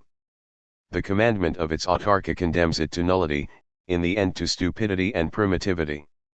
The objection of bottomlessness needs to be turned against the intellectual principle which preserves itself as the sphere of absolute origins. There, however, where ontology, Heidegger first and foremost, hits bottomlessness, is the place of truth. It sways gently, fragile due to its temporal content. Benjamin penetratingly criticized Gottfried Keller's bourgeois maxim that the truth cannot run away from us. Philosophy must dispense with the consolation that the truth cannot be lost. One which cannot fall into the abyss, of which the fundamentalists of metaphysics prattle, it is not that of agile sophistics but that of insanity, turns, under the commandment of its principle of security, analytical, potentially into tautology. Only those thoughts which go to extremes can face up to the all-powerful powerlessness of certain agreement. Only mental acrobatics relate to the thing, which according to the fable convenu franche, agreed upon fiction it holds in contempt for the sake of its self-satisfaction. No unreflective banality can, as the imprint of the false life, still be true. Every attempt today to hold back thought, for the sake of its utility, by talk of its smug overwroughtness and non-committal aspect Unverbindlichkeit, is reactionary. The argument can be summarized in its vulgar form: if you want, I can give you any number of such analyses. Therein each becomes devalued by every other. Peter Altenberg gave the answer to someone who in a similar fashion was suspicious of his compressed forms, but I don't want to. The open thought is unprotected against the risk of going astray into what is popular. Nothing notifies it that it has adequately satisfied itself in the thing, in order to withstand that risk. The consistency of its execution, however, the density of the web, enables it to hit what it should. The function of the concept of certainty in philosophy has utterly recoiled. What once wished to overtake dogma and tutelage through self-certainty became the social insurance policy of a cognition which does allow anything to happen. Nothing in fact happens to anything which is completely unobjectionable. Against Relativism 45-48. In the history of philosophy, epistemological categories have repeatedly been transformed into moral ones. Fichte's interpretation of Kant is the most striking example, though far from the only one. Something similar occurred with logical phenomenological absolutism. For fundamental ontologists, the offense of bottomless thought is relativism. Dialectics opposes this as sharply as it does absolutism, not by seeking a middle position between the two, but through the extremes, which convict them of untruth according to their own ideas.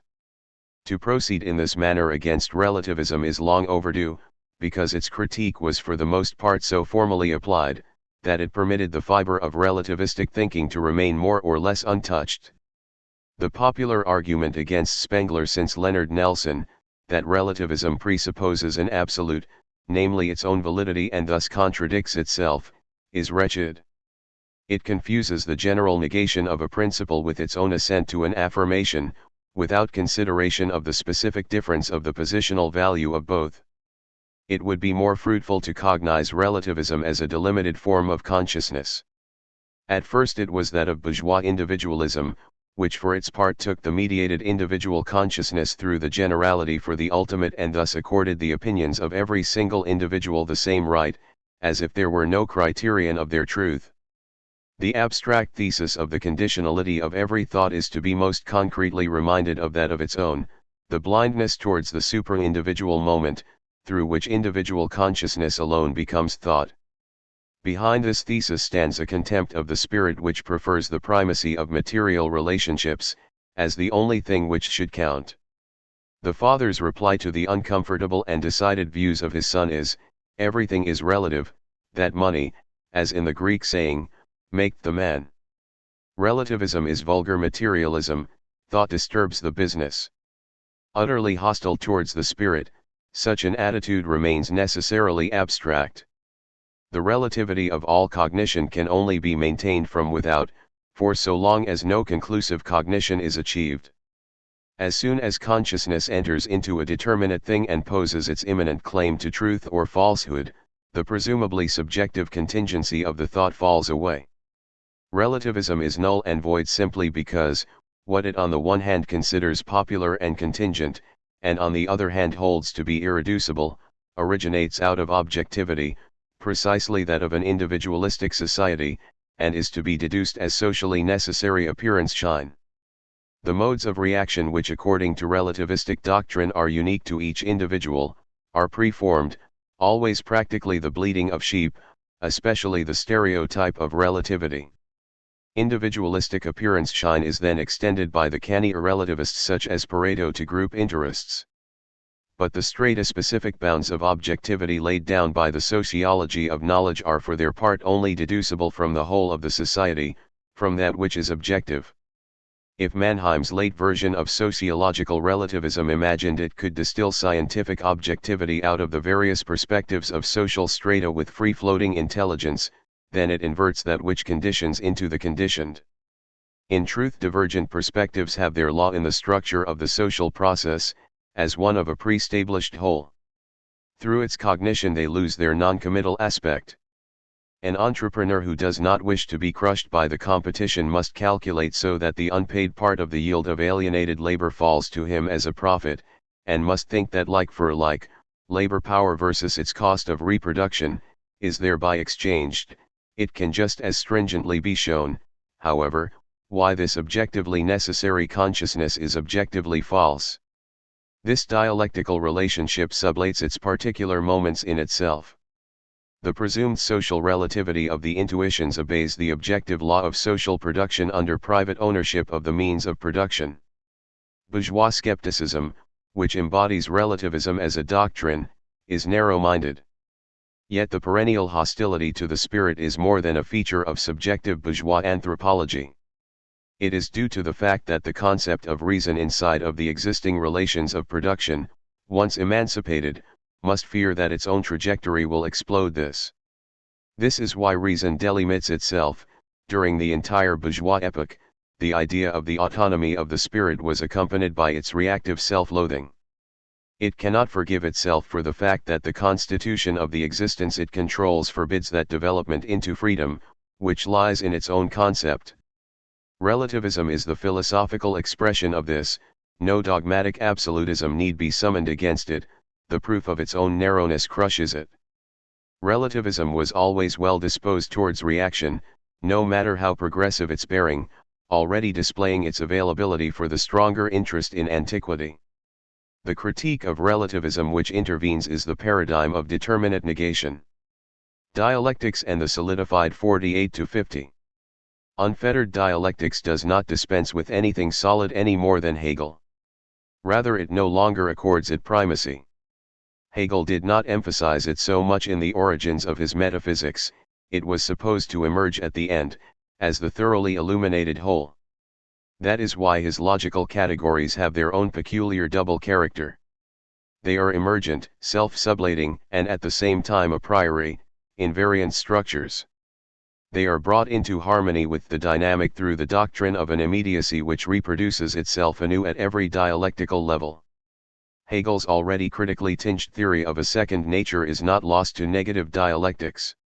It takes the unmediated immediacy, the formations, which society and its development present to thought, tel quel French, as such, in order to reveal their mediations through analysis, according to the measure of the immanent difference of the phenomena to what they claim, for their own part, to be. That which holds itself together as solid, the positive of the young Hegel, is the negative of such analyses, just like his thought, archenemy of that positivity, is still characterized as the negative principle in the preface to the Phenomenology 3. Even the simplest reflection leads to this: what does not think, but yields itself to the intuition, tends towards the bad positive by virtue of that passive constitution, which in the Critique of Reason indicated the sensory source of the right of knowledge. To perceive something so, simply as it offers itself, while renouncing reflection, is always potentially tantamount to recognizing it, as it is. By contrast, virtually every thought causes a negative movement. In Hegel, to be sure, the primacy of the subject over the object remains, despite all assertions to the contrary, undisputed. It is merely hidden in the semi-theological word Spiritgeist, mind, spirit, in which the memory of individual subjectivity cannot be erased. The Hegelian logic foots the bill for this in its thoroughly formal character. While it must according to its own concept be substantive, it excises, in its effort to be everything at the same time, metaphysics and a doctrine of categories, the determinate existent out of itself, in which its beginnings could have legitimated itself, therein not so far away from Kant and Fichte, who Hegel never tired of denouncing as the spokespersons for abstract subjectivity. The science of logic is for its part abstract in the simplest sense. The reduction of general concepts already uproots in advance the counter-force wider spiel to such, that which is concrete, which idealistic dialectics boasts of harboring in itself and developing. The spirit wins the battle against the non-existent enemy.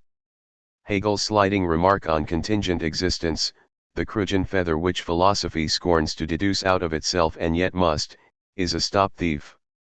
Since Hegelian logic always had to do with the medium of the concept and only generally reflected on the relationship of the concept to its content, the non-conceptual, it is already assured in advance of the absoluteness of the concept, which it was bent on proving. The more the autonomy of subjectivity is seen through critically, the more it becomes aware of itself as something mediated for its part, the more conclusive the obligation of thought to take up what solidity has brought to it, which it does not have in itself. Otherwise there could not even be that dynamic, by which dialectics moved the burden of that which is solid. Not every experience which appears to be primary is to be denied point blank. If the experience of consciousness wholly lacked what Kierkegaard defended as naivete, then thinking would do that which is expected of it by what is established, would go astray in itself, and would become quite naive. Even to many such as experience, compromised through phenomenology and neo-ontology, designate something true, while they haughtily damage it. If they did not spontaneously create resistance against the facade, heedless of their own dependencies, then thought and activity would only be dim copies. What in the object goes beyond the determinations laid upon it by thinking, returns firstly to the subject as something immediate, where the subject feels itself to be quite certain of itself, in the primary experience, it is once again least of all a subject. That which is most subjective of all, the immediately given, eludes its grasp. Yet such immediate consciousness is neither continuously held fast nor positive, pure and simple. For consciousness is at the same time the universal mediation and cannot leap, even in the Duns immediate French, given facts which are its own, over its shadow. They are not the truth. The confidence that the whole seamlessly emerges out of that which is immediate, solid, and simply primary, is idealistic appearance shine. To dialectics, immediacy does not remain what it immediately expresses. It becomes a moment instead of the grounds. At the opposite pole, the same thing happens to the invariance of pure thought. Solely a childlike relativism would dispute the validity of formal logic or mathematics and denounce them, because they have come to be, as ephemeral. However, the invariants whose own invariance is something produced are not to be peeled out of what varies, as if one had all truth in one's hands. This grew together with that which is substantive to the matter Sachhaltigen, which changes, and its immutability is the deception of prima philosophia Latin, originary philosophy. While invariants do not melt away into the historical dynamic in quite the same way as in consciousness, they are moments in it, they pass over into ideology, as soon as they are solidified as transcendence. Explicitly idealistic philosophy is by no means always ideology. It hides in the substruction of something primary, almost indifferent as to which content, in the implicit identity of concept and thing, which the world then justifies, even when the dependence of consciousness on being is summarily taught. Privilege of experience 50-53. In sharp contrast to the usual scientific ideal, the objectivity of dialectical cognition needs more subject, not less. Otherwise philosophical experience shrivels. But the positivistic spirit of the epoch is allergic to this. Not everyone is supposed to be capable of such experience. It is held to be the prerogative of individuals, determined through their natural talents and life history, to demand this as the condition of cognition, so runs the argument, would be elitist and undemocratic. It is to be conceded that not everyone in fact is capable of the same sort of philosophical experiences, in the way that all human beings of comparable intelligence ought to be able to reproduce experiments in the natural sciences or mathematical proofs, although according to current opinion quite specific talents are necessary for this. In any case, the subjective quotient of philosophy, compared with the virtually subjectless rationality of a scientific ideal which posits the substitutability of everyone with everyone else, retains an irrational adjunct. It is no natural quality. While the argument pretends to be democratic, it ignores what the administered world makes of its compulsory members. Only those who are not completely modeled after it can intellectually undertake something against it. The critique of privilege becomes a privilege, so dialectical is the course of the world. It would be fictitious to presume that everyone could understand or even be aware of all things, under historical conditions, especially those of education, which bind, spoon-feed and cripple the intellectual forces of production many times over, under the prevailing image poverty, and under those pathological processes of early childhood diagnosed but by no means changed by psychoanalysis. If this was expected, then one would arrange cognition according to the pathic features of a humanity, for whom the possibility of experience is driven out through the law of monotony, insofar as they possessed it in the first place. The construction of the truth according to the analogy of the volonté tout franche, popular will, the most extreme consequence of the subjective concept of reason, would betray everyone of everything which they need, in everyone's name. To those who have had the undeserved good fortune to not be completely adjusted in their inner intellectual composition to the prevailing norms, a stroke of luck, which they often enough have to pay for in terms of their relationship to the immediate environment, it is incumbent to make the moralistic and, as it were, representative effort to express what the majority, for whom they say it, are not capable of seeing or, to do justice to reality, will not allow themselves to see. The criterion of truth is not its immediate communicability to everyone. The almost universal compulsion to confuse the communication of that which is cognized with this former, all too often ranking the latter as higher, is to be resisted, while at present, every step towards communication sells truth out and falsifies it. In the meantime, everything to do with language labors under this paradox. Truth is objective and not plausible. So little as it immediately falls into anyone's lap, and so much as it requires subjective mediation, what counts for its imbrication is what Spinoza all too enthusiastically proclaimed for the specific truth, that it would be the index of itself. It loses its privileged character, which rancor holds against it, by not allowing itself to be talked out of the experiences to which it owes itself, but rather allows itself to enter into configurations and explanatory contexts which help make it evident or convicted of its inadequacies. Elitist arrogance has not the least place in philosophical experience. It must give an account of how much, according to its own possibility in the existent, it is contaminated with the existent, with the class relationship. In it, the chances which the universal desultorily affords to individuals turn against that universal, which sabotages the universality of such experience. If this universality were established, the experience of all particulars would thus be transformed and would cast aside much of the contingency which distorted them until that point, even where it continues to stir. Hegel's doctrine, that the object would reflect itself in itself, survives its idealistic version, because in a changed dialectics the subject, disrobed of its sovereignty, virtually becomes thereby the reflection form of objectivity. The less that theory comes across as something definitive and all-encompassing, the less it concretizes itself, even with regard to thinking. It permits the dissolution of the systemic compulsion, relying more frankly on its own consciousness and its own experience, than the pathetic conception of a subjectivity which pays for its abstract triumph with the renunciation of its specific content would permit. This is congruent with that emancipation of individuality born out of the period between the great idealisms and the present, and whose achievements, in spite of and because of the contemporary pressure of collective regression, are so little to be remanded in theory as the impulses of the dialectic in 1800. The individualism of the 19th century no doubt weakened the objectifying power of the spirit, that of the insight into objectivity and into its construction, but also endowed it with a sophistication, which strengthens the experience of the object. Qualitative moment of rationality 53-54. To yield to the object is so much as to do justice to its qualitative moments. The scientific objectification tends, in unity with the quantifying tendency of all science since Descartes, to flatten out qualities, to transform them into measurable determinations.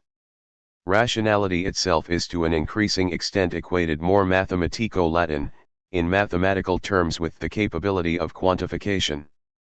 As much as this took into account the primacy of the triumphant natural sciences, so little does it lie in the concept of the ratio in itself.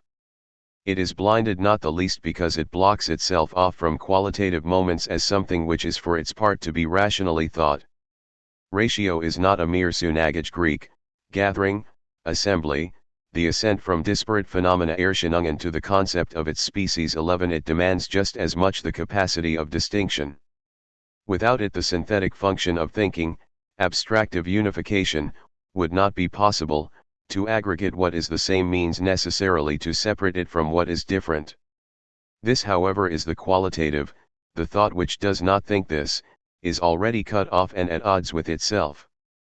Plato, the first to inaugurate mathematics as a methodological model, still gave powerful expression to the qualitative moment of the ratio at the beginning of the European philosophy of reason, by endowing Synagog Greek, gathering, assembly next to Dialectics Greek, a dividing with equal rights.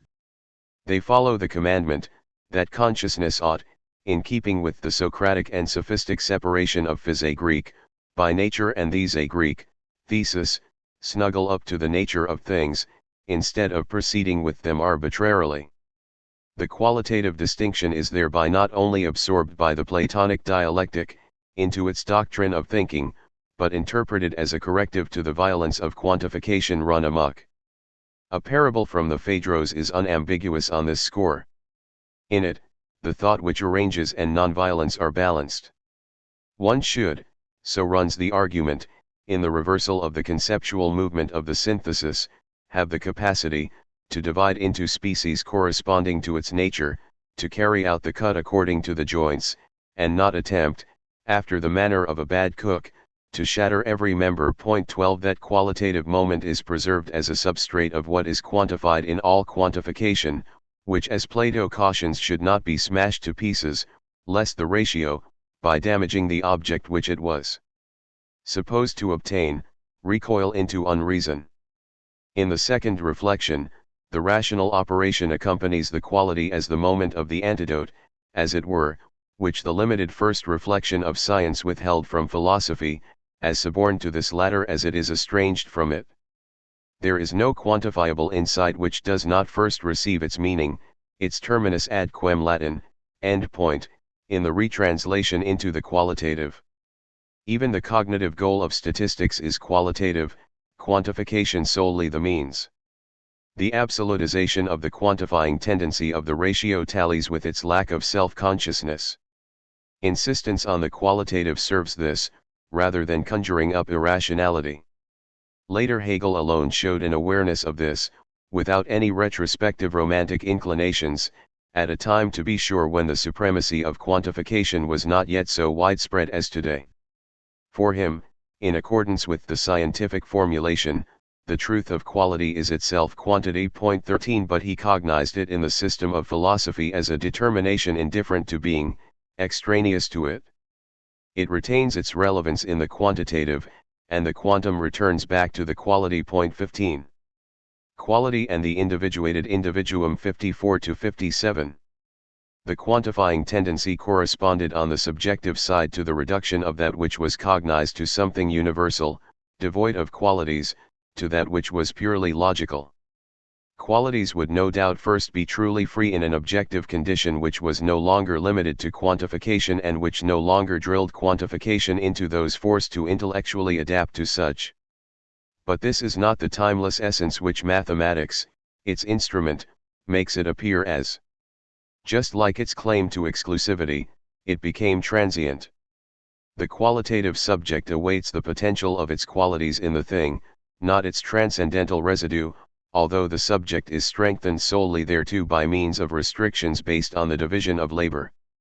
The more meanwhile its own reactions are denounced as presumably merely subjective, the more the qualitative determinations in things escape cognition.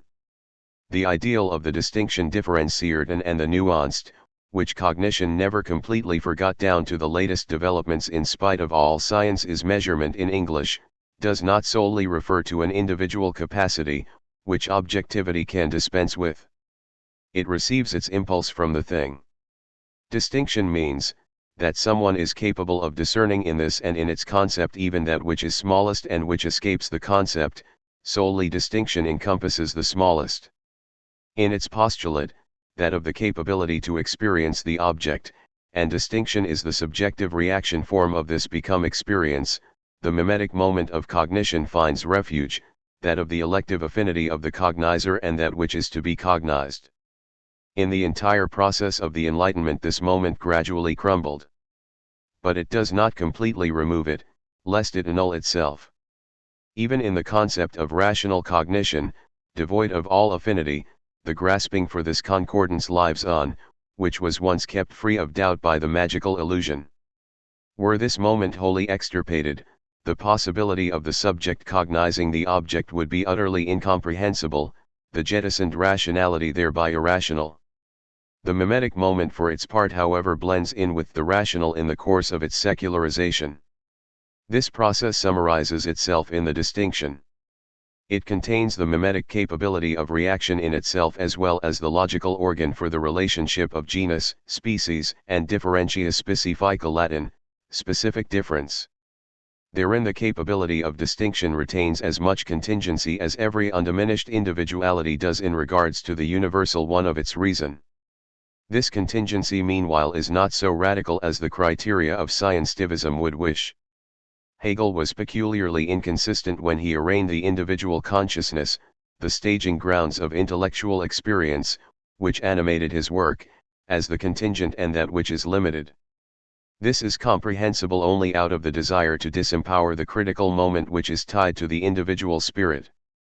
In its particularization he felt the contradictions between the concept and the particular. Individual consciousness is always, and with reason, the unhappy one. Hegel's aversion towards this denies the very state of affairs Sachverhalt which he underlined, where it suited him, how much the universal dwells within that which is individual. According to strategic necessity he denounces the individuated as if it were the immediate, whose appearance shine he himself is destroying. With this however the absolute contingency of individual experience disappears, too. It would have no continuity without concepts. Through its participation in the discursive medium it is, according to its own determination, always at the same time more than only individual. The individuated becomes the subject, insofar as it objectifies itself by means of its individual consciousness, in the unity of itself as well as in its own experiences. Animals are presumably bereft of both. Because it is universal in itself, and as far as it is, individual experience also reaches into that which is universal. Even in epistemological reflection the logical generality and the unity of individual consciousness reciprocally condition one another. This affects however not only the subjective formal side of individuality. Every content of the individual consciousness is brought to it by its bearer, for the sake of its self-preservation, and reproduces itself with the latter. Through self-awareness it is possible for the individual consciousness to emancipate itself, to expand itself. What drives it to this is the misery, that this universality tends to exert its hegemony in individual experience. As a reality check, experience does not simply mirror the impulses and wishes of the individual, but also negates them, so that it would survive. That which is general in the subject is simply not to be grasped any other way than in the movement of particular human consciousness. If the individuated were simply abolished by fiat, no higher subject purified of the dross of contingency would emerge, but solely one which unconsciously follows orders. In the East the theoretical short circuit in the view of the individuated has served as the pretext for collective repression. The party is supposed to have a cognitive power a priori superior to that of every individual solely due to the number of its members, even if it is terrorized or blinded. The isolated individuum however, unencumbered by the ukase, may at times perceive the objectivity more clearly than a collective, which in any case is only the ideology of its committees. Brecht's sentence, "The party has 1,000 eyes, the individual only 2, is as false as any bromide. The exact imagination of a dissenter can see more than 1,000 eyes wearing the same red-tinted glasses, who then mistake what they see with the universality of the truth and regress. The individuation of cognition resists this.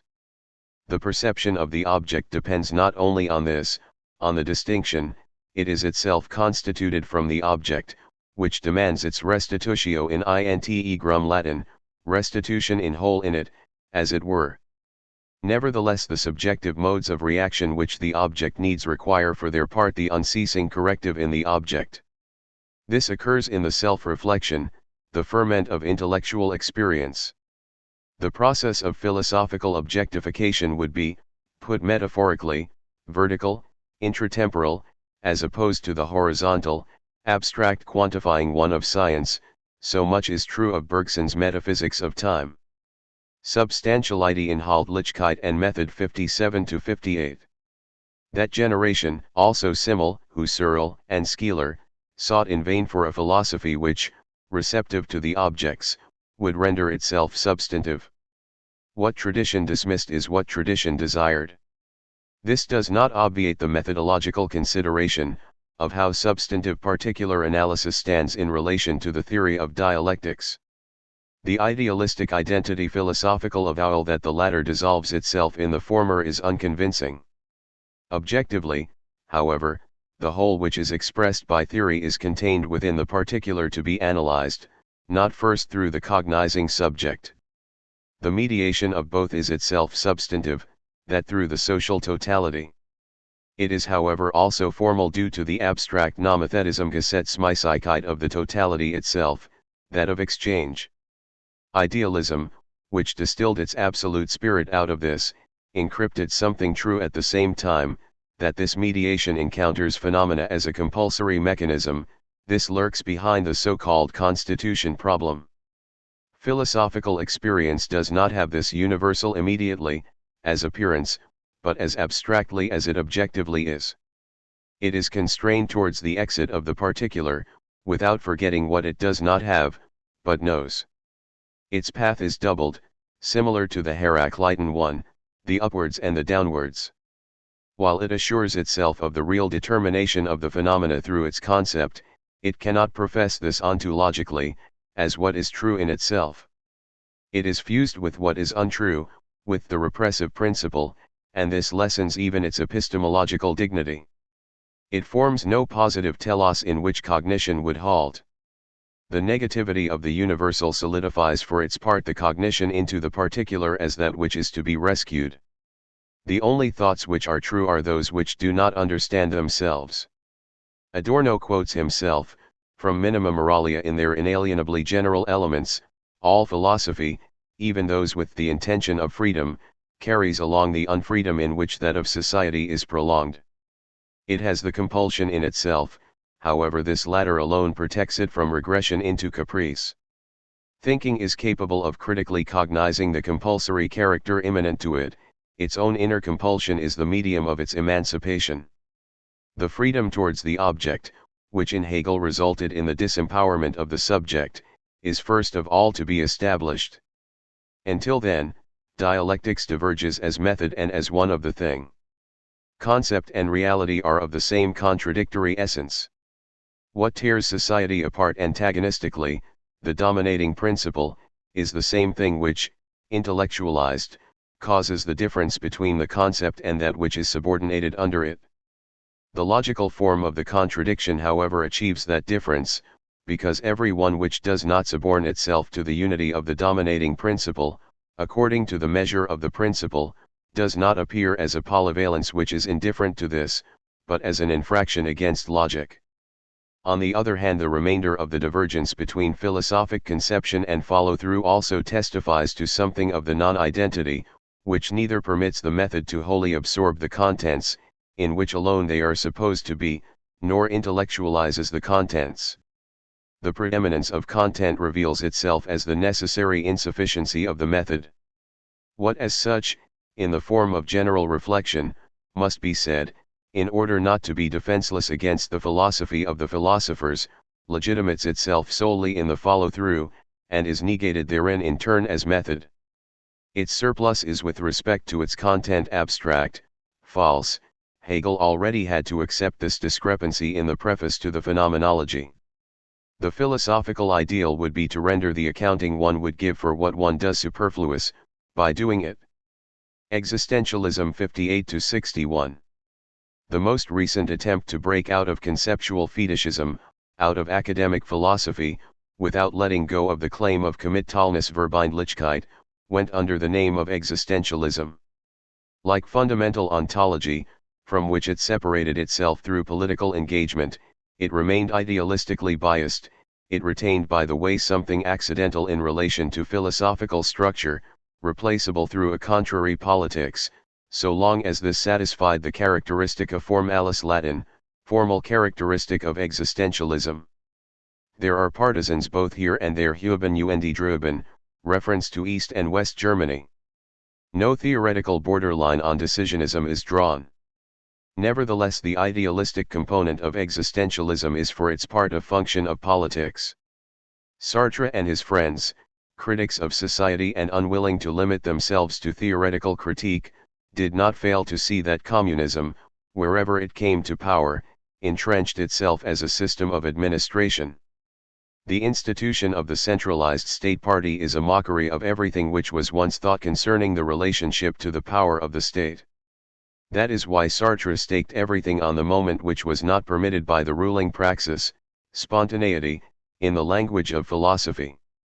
The less that social power distribution gave it an objective chance, the more exclusively did he extol the Kierkegaardian category of the decision.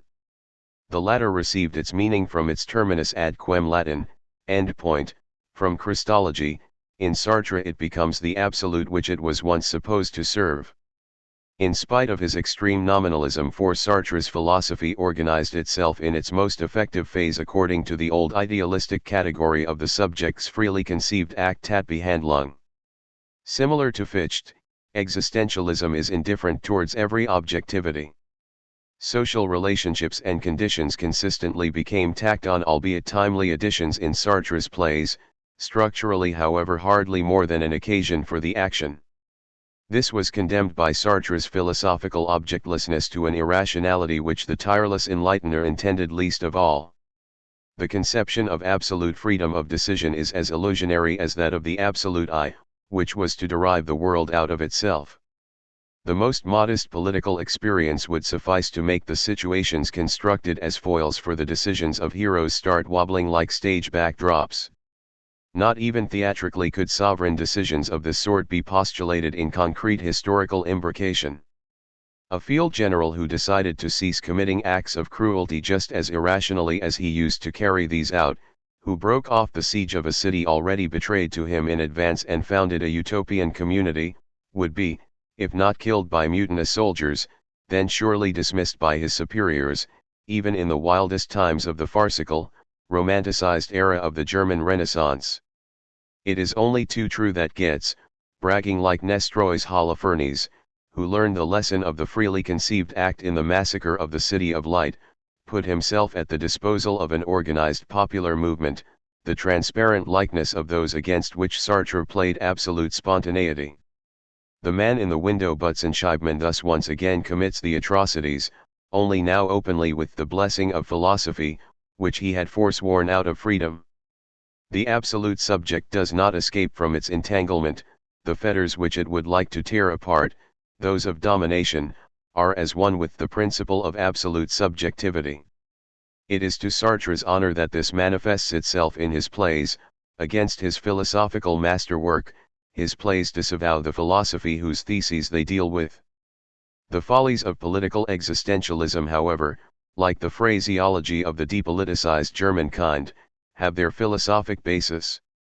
Existentialism raised that which was unavoidable, the mere existence of human beings, to a way of thinking which the individual is supposed to choose without determinable reasons for the choice, and also without having any other sort of choice.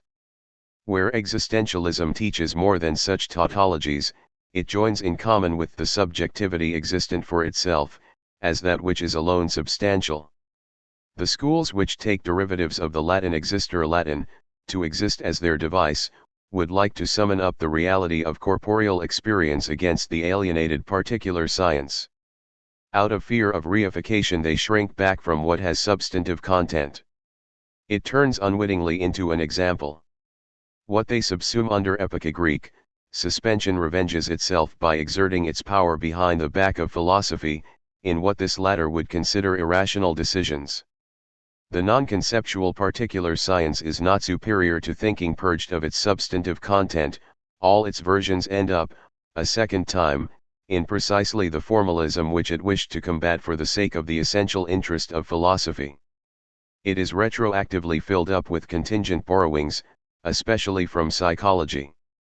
The intention of existentialism, at least in its radical French form, would not be realizable at a distance from substantive content, but in its threatening nearness to this.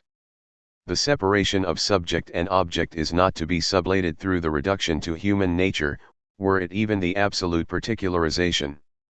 The currently popular question of humanity, all the way into the Marxism of Lukascian provenance, is ideological because it dictates the pure form of the invariant as the only possible answer, and were this latter historicity itself. What human beings are supposed to be, is always only what they were. They are chained to the cliff of their past. They are not only what they were and are, but just as much what they could be. No determination reaches far enough to anticipate that. How little the schools grouped around existence, even the extreme nominalistic ones, are capable of that realization Antiacerung, which they long for in the recourse to the particular human existence, is confessed by the fact that they universally conceptually philosophize that which does not vanish into its concept, that which is contrary to it, instead of thinking it through. They illustrate existence in the existing existierenden. Thing, language, History 61-63. How to think otherwise than this has its distant and shadowy or model in languages, in the names which do not categorically overreach the thing, admittedly at the price of their cognitive function. Undiminished cognition wishes that which one has been already drilled to renounce, and what the names which are too close to such obscure, resignation and deception complete one another ideologically. Idiosyncratic exactness in the choice of words, as if they should name the thing, is not the least of the reasons that portrayal Darstellian is essential to philosophy. The cognitive grounds for such insistence of expression before Greek, individual thing, this here is its own dialectic, its conceptual mediation in itself, it is the point of attack for comprehending what is non-conceptual in it. For the mediation in the midst of what is non-conceptual is no remainder of a complete subtraction, nor is it something which would refer to the bad infinity of such procedures.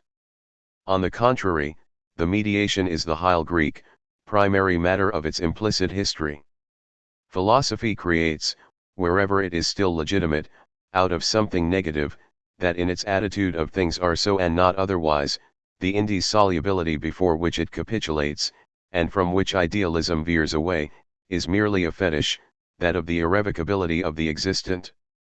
This dissolves before the insight that things are not simply so and not otherwise, but came to be under conditions. This becoming disappears and dwells in the thing, and is no more to be brought to a halt in its concept than to be split off from its result and forgotten. Temporal experience resembles it. In the reading of the existent as a text of its becoming, idealistic and materialistic dialectics touch. However, while idealism justifies the inner history of immediacy as a stage of the concept, it becomes materialistically the measure not only of the untruth of concepts, but also that of the existing immediacy. What negative dialectics drives through its hardened objects is the possibility which their reality has betrayed, and yet which gleams from each one of these. Yet even in the most extreme efforts to express the history congealed in the things in language, the words used for this remain concepts. Their precision is a surrogate of the selfness of the thing, never wholly present, a gap yawns between it and what it wants to conjure. Thus the dregs of caprice and relativity in the choice of words as well as in portrayal Darstellian generally. Even in Benjamin concepts have a tendency of hiding their conceptuality in an authoritarian manner. Only concepts can fulfill what the concept hinders. Cognition is a trisazia Greek, wounded healing. The determinate failure of all concepts necessitates the citation of others, therein originate those constellations, into which alone something of the hope of the name has passed. The language of philosophy approaches this latter through its negation. What it criticizes in words, its claim to immediate truth, is almost always the ideology of the positive, existing identity of the word and the thing. Even the insistence on the specific word and concept, as the iron gate to be unlocked, is solely a moment of such, though an indispensable one. In order to be cognized, that which is internalized, which the cognition clings to in the expression, always needs something external to it. Tradition and Cognition 63-65.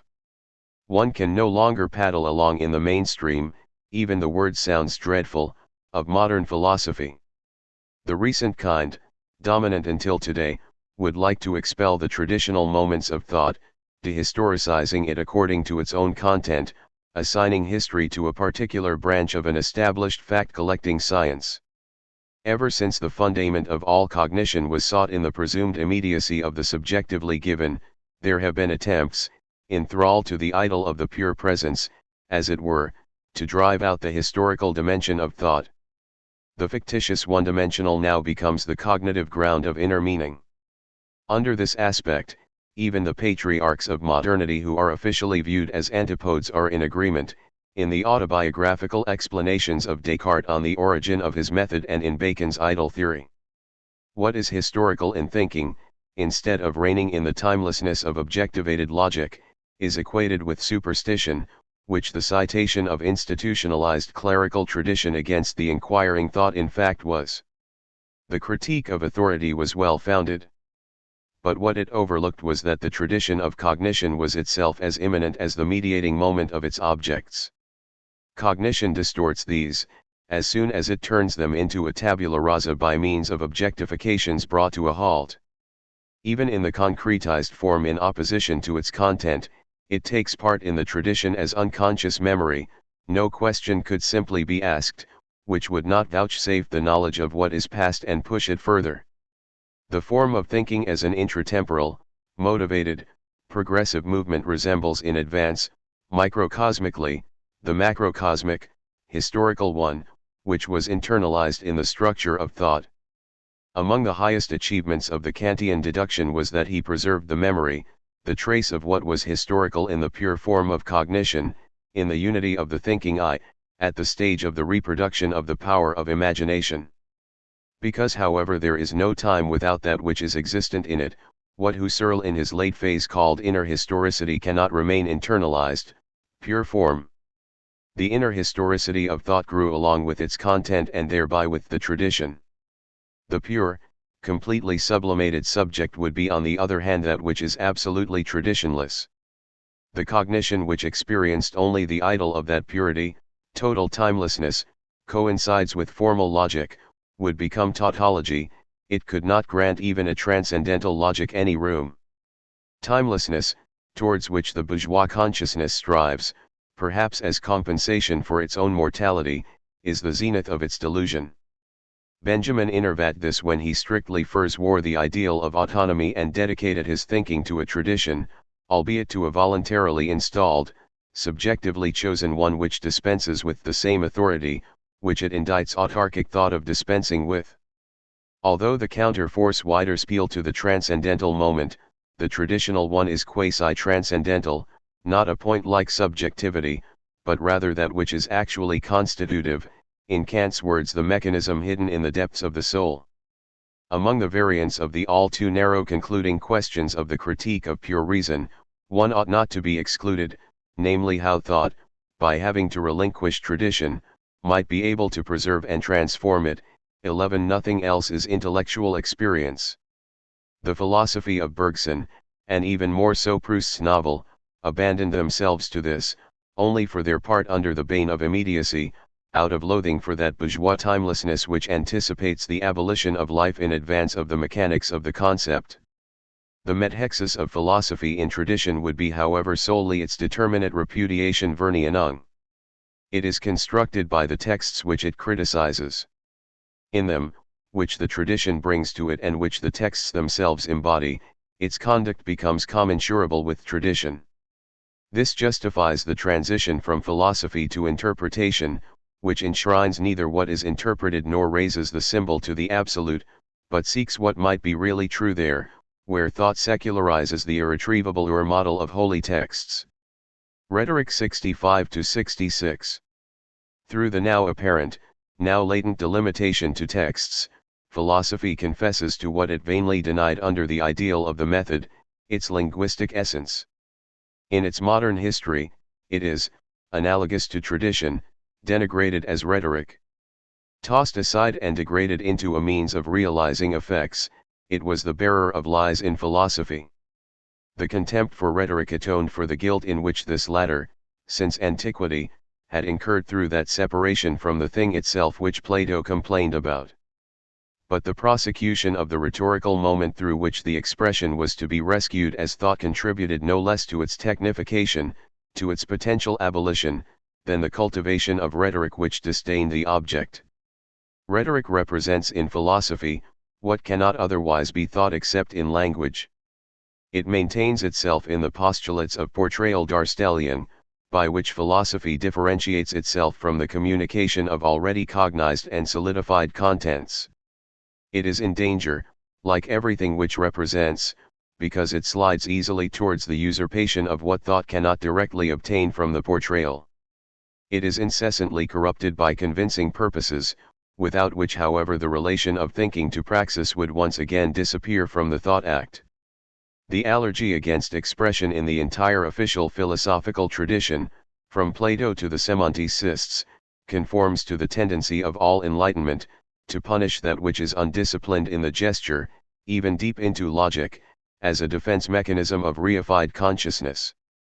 if the alliance of philosophy with science tends towards the virtual abolition of language, and therein of philosophy itself, then it cannot survive without its linguistic effort. Instead of splashing about in linguistic falls, it reflects on such. There is a reason why linguistic sloppiness, scientifically put, the inexact, is wont to ally itself with the scientific mean of incorruptibility through language.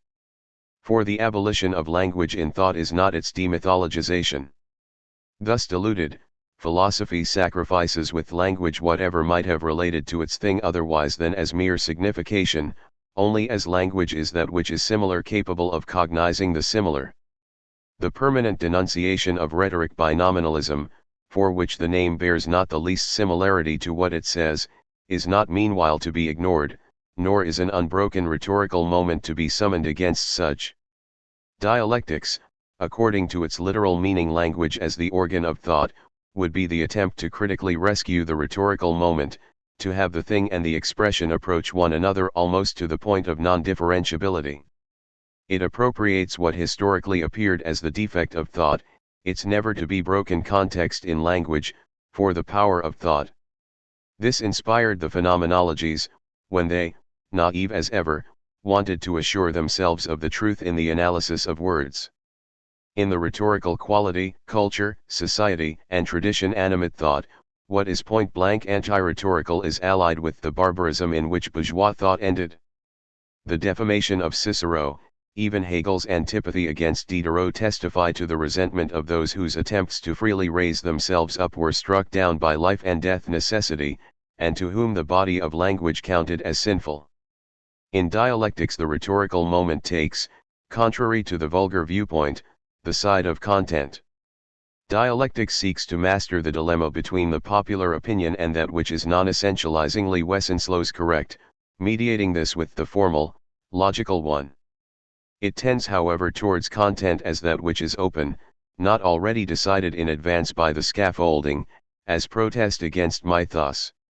That which is monotonous is mythic, ultimately diluted into the formal juridicality of thinking Denkgesetzlichkeit. The cognition which wishes for content, wishes for utopia. This, the consciousness of the possibility, clings to the concrete as what is undistorted. It is what is possible, never the immediately realized, which obstructs utopia, that is why in the middle of the existent it appears abstract. The inextinguishable color comes from the not existent. Thinking serves it as a piece of existence, as that which, as always negatively, reaches out to the not existent. Solely the most extreme distance would be the nearness. Philosophy is the prism, in which its colors are caught. Part I, Relationship to Ontology. I. The ontological need. Question and answer 69-73. The ontologies in Germany, particularly the Heideggerian one, remain influential to this day, without the traces of the political past giving anyone pause. Ontology is tacitly understood as the readiness to sanction a heteronymous social order, exempted from the justification of consciousness. That such considerations are denied a higher place, as misunderstanding, a falling astray into the ontic, and a lack of radicalism in the question, only reinforces the dignity of the appeal. Ontology seems all the more numinous, the less it solidifies into a definite content, which the impertinent understanding would be permitted to get a hold of. Intangibility turns into unassailability.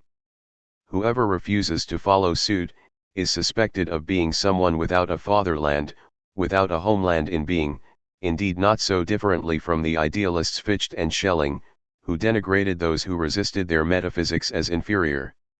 In all of its mutually combative schools, which denounce each other as false, ontology is apologetic. Its influence could not be understood, however, if it did not meet an emphatic need, the index of something omitted, the longing that the Kantian verdict on the knowledge of the absolute ought not to rest there. When in the early days of the neo-ontological movements the resurrection of metaphysics was spoken of with theological sympathy, this was still crudely but openly evident.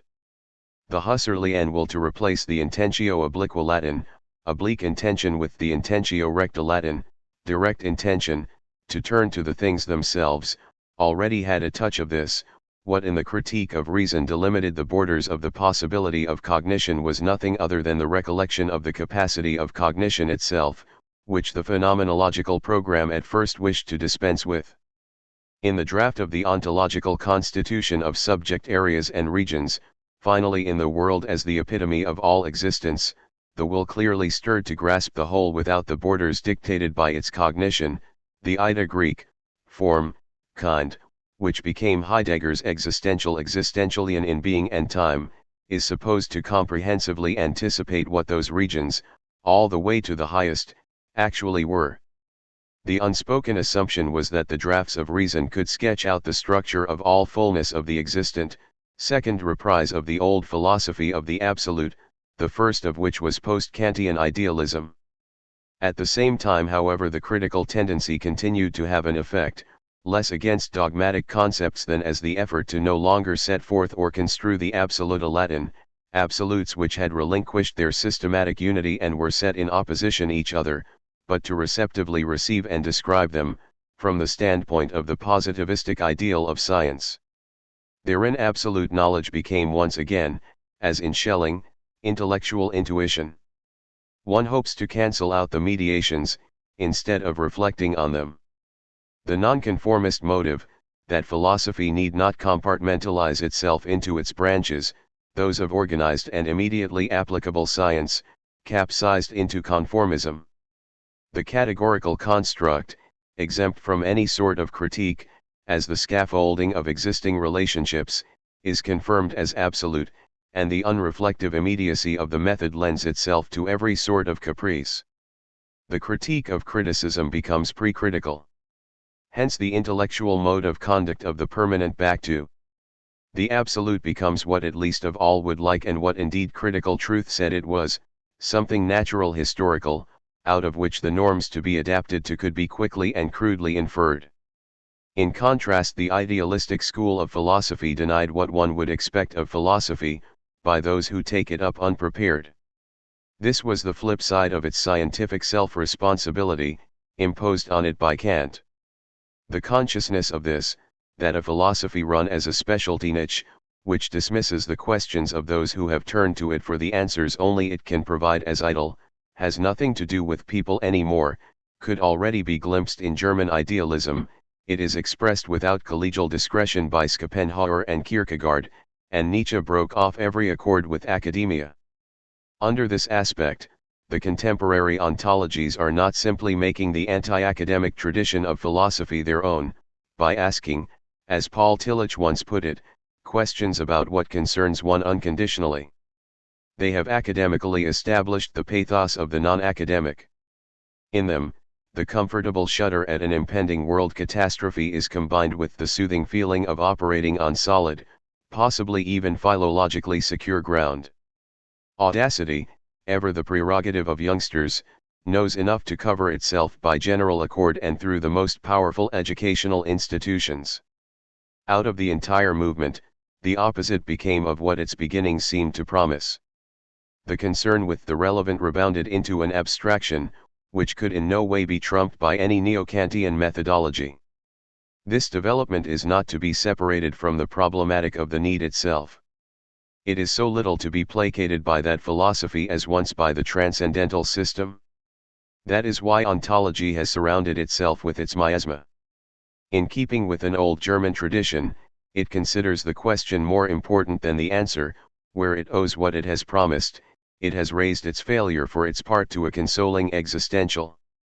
In fact, questions have a different weight in philosophy than in the particular sciences, where they are abolished through their solution, while their rhythm in the history of philosophy would be more akin to duration and forgetting.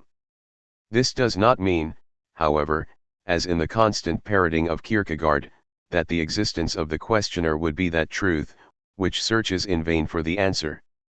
Rather, in philosophy the authentic question almost always includes in a certain manner its answer.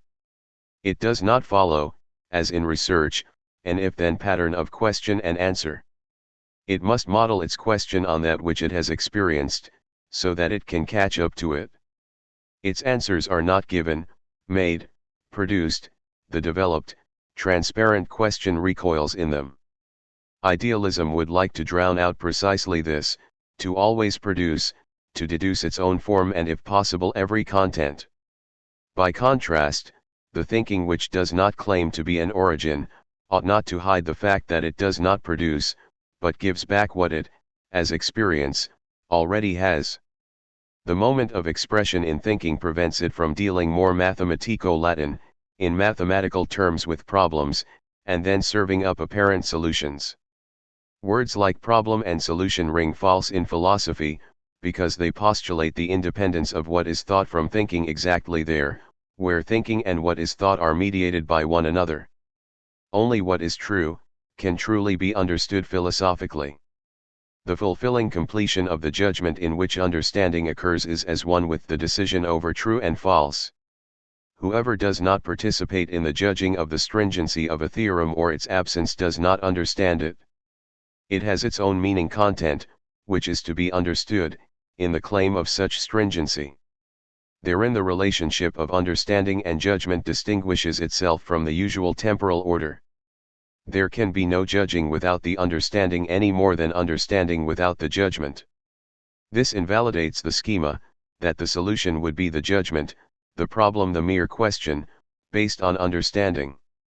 The fiber of the so-called philosophical proof is itself mediated, in contrast to the mathematical model, but without this simply disappearing. For the stringency of the philosophical thought bids its manner of procedure to measure itself by its conclusive forms. Proofs in philosophy are the effort, to procure a committalness Verbindlichkeit to what is expressed, in that the latter becomes commensurable to the means of discursive thinking. It however does not purely follow from these. The critical reflection of such productivity of thought is itself a content of philosophy. Although in Hegel the claim to the derivation of the non-identical out of identity is raised to an extreme, the thought structure of the great logic implies the solutions in the way that the problems are posed, instead of presenting the results after settling all accounts. While he sharpened the critique of analytical judgment to the thesis of its falsehood, everything is an analytical judgment for him, the turning to and fro of the thought without the citation of anything extraneous to it. That the new and the different would be the old and familiar, is a moment of dialectics. So evident its context with the identity thesis, so little is it circumscribed by this. The more the philosophical thought yields itself to its experience, the closer it approaches, paradoxically, the analytic judgment. To become aware of a desiderata of cognition is mostly this cognition itself, the counterpart of the idealistic principle of perpetual production. In renunciation of the traditional apparatus of the proof, by stressing the knowledge which is already known, philosophy establishes that it is by no means the absolute. Affirmative character 73-74.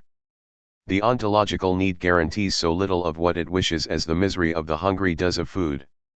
However, no doubt of such a guarantee plagued a philosophical movement, which could not have foreseen this. Therein was not the least reason it ended up in the untrue affirmative. The dimming of the world never achieves the light of being one in those categories to which fundamental ontology owes its resonance and which they for that reason either deny or so sublimate, that they can no longer give rise to unwelcome confrontations, is to be read how much they are the imprints of something missing and not produced, however much they are its complementary ideology. However, the cult of being, or at least the attraction which the word exerts as something superior, lives from this, that functional concepts really have come more and more to repress substantive concepts, as once in epistemology. Society has become the total functional context which liberalism once thought it was. What is relative to what is other, irrelevant in itself. The horror of this, the dawning consciousness that the subject is losing its substantiality, prepares it to listen to the assertion that being, covertly equated with that substantiality, survives as something which cannot be lost in the functional context. What ontological philosophizing attempts to awaken, to conjure, as it were, is however hollowed out by real processes, the production and reproduction of social life. The effort to theoretically vindicate humanity and being and time as phenomena does not halt the destiny of the resurrected ideas. Concepts, whose substrate is historically passed by, were thoroughly and penetratingly criticized even in the specifically philosophical area as dogmatic hypostases, as with Kant's transcendence of the empirical soul, the aura of the word being their Dasein existence, in the paralogism chapter, the immediate recourse to being in the one on the amphiboly of the concept of reflection.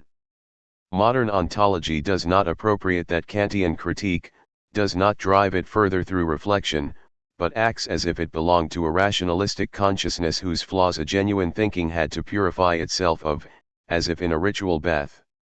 Despite this, in order to rope in critical philosophy, an immediate ontological content is imputed to this latter. Heidegger's reading of the anti-subjectivistic and transcending moment in Kant is not without legitimation. The latter raises the objective character of his mode of questioning programmatically in the preface to the Critique of Pure Reason and left no doubt of it in carrying out the deduction of the pure concept of understanding. It does not vanish, in what the conventional history of philosophy terms the Copernican turn. The objective interest retains primacy over the subjectively directed, happenstance cognition, in a dismembering of the consciousness in empirical style. By no means, however, is the subjective interest to be equated with a hidden ontology. Against this speaks not only the critique of the rationalistic one in Kant, which granted room for the concept of a different one if need be, but that of the train of thought of the critique of reason itself. This has the consequence that objectivity, that of cognition and that of the incarnation of everything cognized, is mediated subjectively. It indeed tolerates the assumption of an in itself beyond the subject-object polarity, but leaves it quite intentionally so indeterminate, that no sort of interpretation however cobbled together could possibly spell an ontology out of it. If Kant wished to rescue that cosmos noetikos Greek, cosmos of the intellect which the turn to the subject attacked, if his work bears to this extent an ontological moment in itself, it nonetheless remains a moment and not the central one. His philosophy would like to achieve that rescue with the power of that which threatens what is to be rescued. Disempowerment of the subject 74-76. Ontology's return to life due to objectivistic intention was supported by what admittedly least of all suited its concept, the fact that the subject became to a large extent ideology, which concealed the objective functional context of society and assuaged the suffering of the subjects under it. To this extent, and not just today, the not I is drastically suborned to the I. Heidegger's philosophy omits this, but registers it, in his hands that historical primacy becomes the ontological preeminence of being of pure and simple, above everything ontic, everything real. He also prudently refrained from turning back the Copernican turn, that to the idea, before everyone's gaze.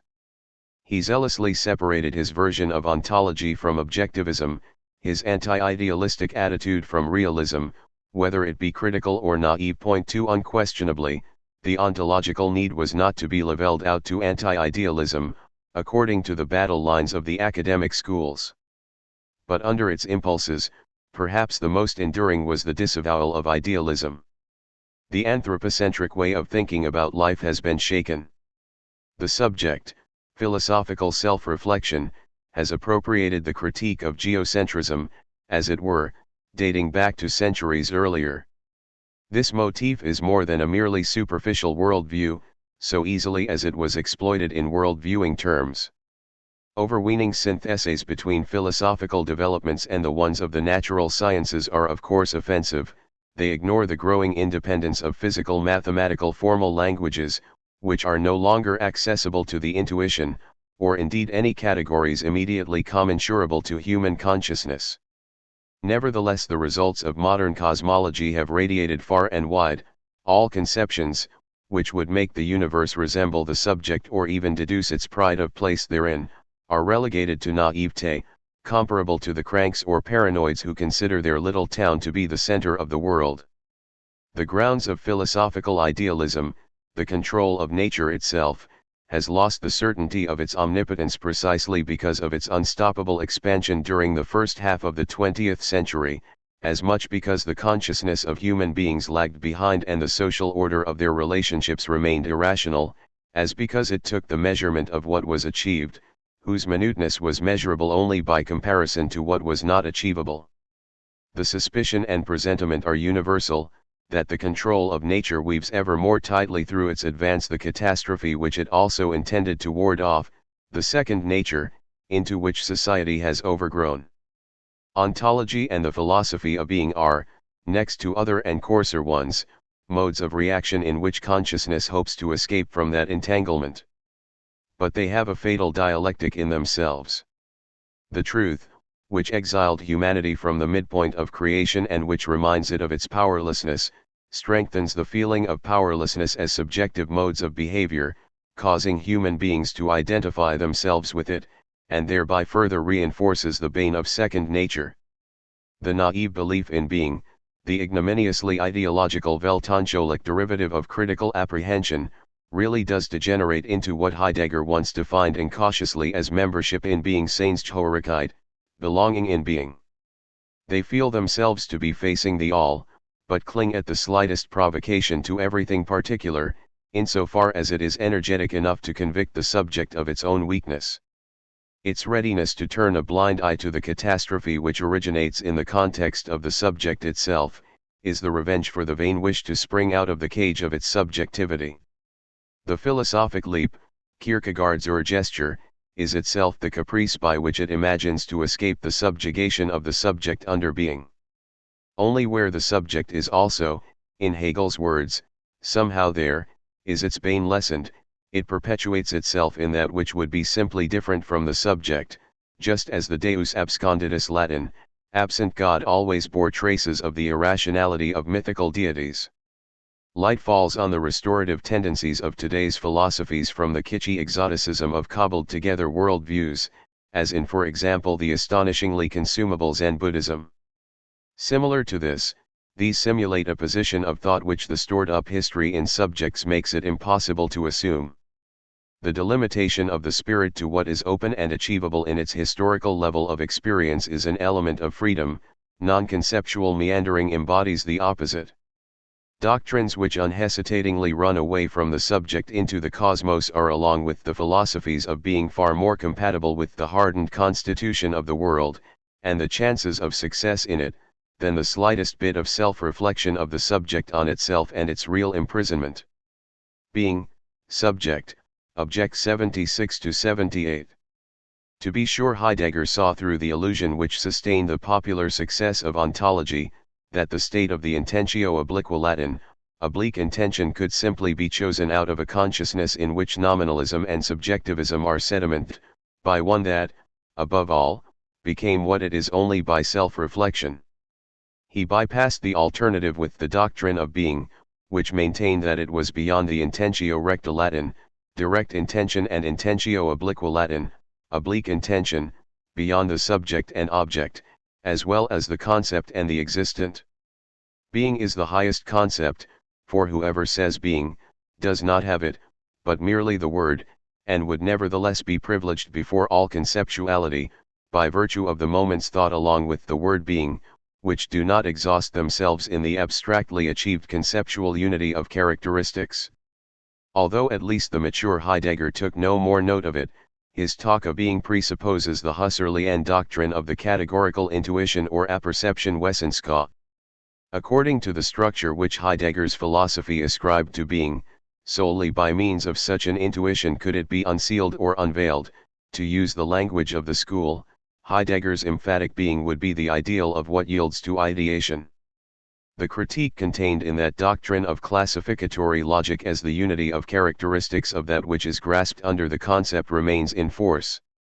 But Husserl, whose philosophy held itself within the boundaries of the division of labor and left, despite all so-called foundational questions, the concept of strict science unexamined until its late phase, sought, via the latter's ground rules, to bring whatever had its own meaning in the critique of such into immediate agreement.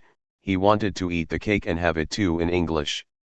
His method, expressly stated as such, would like to imbue the classificatory concepts through the mode in which the cognition assures itself, with what it cannot have as something classificatory, as the mere preparation of the given, but would have solely through the comprehension of the thing itself, which in Husserl oscillates between something intramental and something opposed to such in the immanence of consciousness. Husserl is not, as was customary in his lifetime, to be reproached as irrationalistic, due to the non-scientificity of the categorical intuition. His oeuvre as a whole opposes irrationalism, but rather its contamination with science. Heidegger noted this and took the step which Husserl hesitated to take. He thereby cast off the rational moment which Husserl guarded, and, in this respect quite similar to Bergson, tacitly undertook a procedure which sacrificed the relation to the discursive concept, an inalienable moment of thought. Therein he covered over the weakness of Bergson, who juxtaposed two disparate modes of cognition, each unmediated by the other, in that by mobilizing the allegedly higher dignity, which was bestowed on the categorical intuition, he removed the epistemological one as pre-ontological, along with the question concerning its legitimation.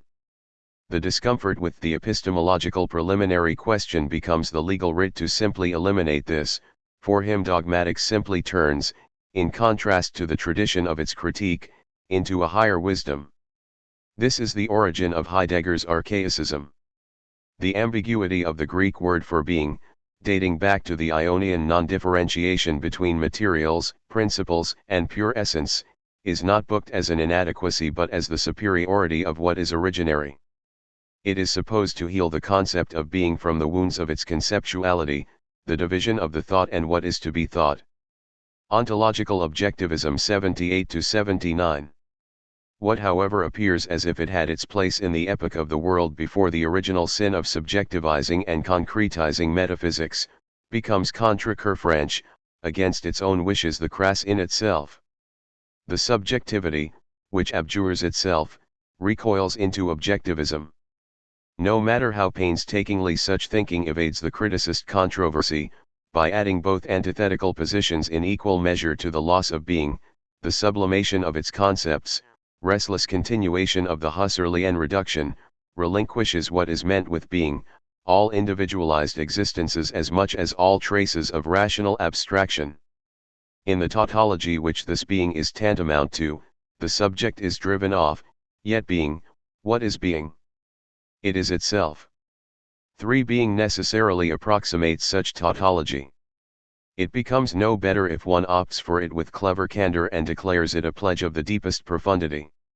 Every judgment, even the analytical kind as Hegel showed, bears the claim in itself, whether it wishes or no, of predicating something which is not simply identical with the mere subject concept. If the judgment ignores this, then it breaks the contract, which it signed in advance through its form.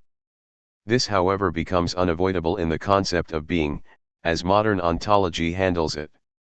It ends up in caprice, being, which precisely in its purity is meaningful only in the exact opposite of pure immediacy, namely as something mediated through and through, foisting this off as the immediate pure and simple point. For being must be determined only through itself, because it cannot be touched with concepts, would neither be mediated, nor allows itself to be immediately demonstrated according to the model of the sensible conscience. In lieu of any critical authority for being, there is only the repetition of the pure name. The residuum, the presumably undis tort essence 5 comes to be similar to an Archie-Greek, beginning, origin similar to the type which the motivated movement of the thought had to dismiss. That a philosophy denies being metaphysics, does not decide, as Heidegger once registered against Sartre 6 as to whether it is or not, but does justify the suspicion that something untrue is hiding in the refusal to admit to its metaphysical content. The new beginning from a presumed 0 point is the mask of strenuous forgetting. Sympathy with barbarism is not extraneous to it. That the older ontologies decayed, the scholastic ones just as much as their rationalist successors, was no contingent change of worldview or thought style. This is what the same historical relativism, against which the ontological need once rose up, believed. No sympathy with Plato's enthusiasm in regards to the resi naturae, particular scientific characteristics of Aristoteles diffuses the objection against the doctrine of ideas as the duplication of the world of things. No plea for the blessings of order clears away the difficulties which the relationship between ti Greek, individual thing, this here and protosia Greek, primary substance causes in Aristotelian metaphysics. They are derived rather from the unmediated nature of the determinations of being and the existent, which modern ontology resolutely and naively restored. Just as little could the demand for objective reason alone, be it ever so legitimate, think the Kantian critique of the ontological proof of God out of existence. The Eleatic transition to the concept of being glorified today was, in regard to hylozoism, already Enlightenment, something glossed over by Heidegger. However, the intention to wipe all this away by regressing to the holy dawn of time prior to the reflection of critical thought, would like solely to circumvent the philosophical compulsion which, once grasped, would prevent the neutralization still lung of the ontological need. The will not to be spoon-fed, to experience something essential from philosophy, is deformed through answers which are tailored according to the need, in the shadows between the legitimate obligation, to provide bread, not stones, and the illegitimate conviction that bread has to exist, because it must. Disappointed Need 80-83. That the philosophy oriented towards the primacy of the method remains satisfied with such preliminary questions, and for that reason possibly also feels as a basic science on safe ground, only creates the illusion that the preliminary questions, and philosophy itself, scarcely have consequences any more for cognition. The reflections on the instrument have long since ceased to touch upon what is scientifically cognized, but solely upon what would be cognizable at all, the validity of scientific judgments. That which is definitely cognized is something subaltern to such a reflection, a mere constitutum Latin, what is constituted, while deriving its claim from this, in whose general constitution it immerses itself, it leaves it indifferent. The first formula in which this was expressed was the famous Kantian one: the transcendental idealist is an empirical realist. 7 The admiration of the critique of pure reason's attempt to ground experience was deaf to the declaration of bankruptcy, that the immeasurable tension of that critique would itself be adiaphoro Greek, indifferent with respect to the content of the experience. It encouraged only the normal functioning of the understanding and the corresponding view of reality. Incidentally, Heidegger still opts for the normally thinking person. 8 Few of the inner-worldly intuitions and judgments of common sense in English are taken out of circulation. Kant wished to prove, in a manner which would offend all the world, that all the world was right. That was the secret joke of this soul. He wrote against the learned in favor of the popular prejudices of the people, but for the learned and not for the people. 9 Defeatism hamstrings the specifically philosophical impulse to explode something true out from behind the idols of the conventional consciousness. The scorn of the Amphibole chapter against the presumptuousness which wished to cognize what is innermost to things, the self-satisfied manly resignation by which philosophy settles down in the mundus sensibilis Latin, sensible world as something external, is not merely the enlightening negative reply to that metaphysics which confused the concept with its own reality, but also the obscurantistic one to those which do not capitulate to the facade. Something of the recollection of this best of all moments, which critical philosophy did not so much forget, as zealously excise in honor of the science which it wished to found, survives in the ontological need, the will not to allow the thought to be robbed of that, for whose sake it has been thought. Since the irrevocable sundering of the sciences from idealistic philosophy, the successful ones seek no more legitimation than the statement of their methods. Their self-exegesis turns science into a causa sui Latin, cause in itself, accepting itself as a given and also sanctioning thereby its existing form in the division of labor, whose insufficiency nevertheless cannot remain hidden forever. The intellectual sciences in particular fall prey to irrelevancy and non-conceptuality in countless specific investigations, due to the borrowed ideal of positivity. The partition between solitary disciplines such as sociology, economics, and history allows the interest of cognition to disappear in pedantically drawn and overblown trench battles. Ontology remembers this, but no longer wishes, having grown cautious, to breathe life into that which is essential by the speculative thought of the thing. Rather, it is supposed to spring forth as a given, as tribute to the ground rules of positivity, which the need wants to go beyond. Many adepts of science expect a decisive completion from ontology, without this needing to touch on scientific procedures. If Heideggerian philosophy claimed in its later phase to rise above the traditional distinction between essence and facts, It mirrors the well-founded irritation at the divergence of the essential and factual sciences, of the mathematical, logical and substantive disciplines, which blossom in scientific activity disconnectedly next to each other, although the cognitive ideal of one would be incompatible with the other. But the antagonism between the exclusive scientific criteria and the absolute claim of a doctrine of essence or later that of being will not vanish at the mere behest to do so. It opposes its adversary abstractly, afflicted with the same deficiencies of the consciousness within the division of labor, as the cure it passes itself off as. What it provides against science, is not its self-reflection, not even, as Walter Broker evidently thought, something imposed over such, with necessary movement, as what is qualitatively different. It comes, in the terms of the old Hegelian parable against Schelling, straight out of the pistol, an addition to science, which summarily finishes this latter off, without really changing anything.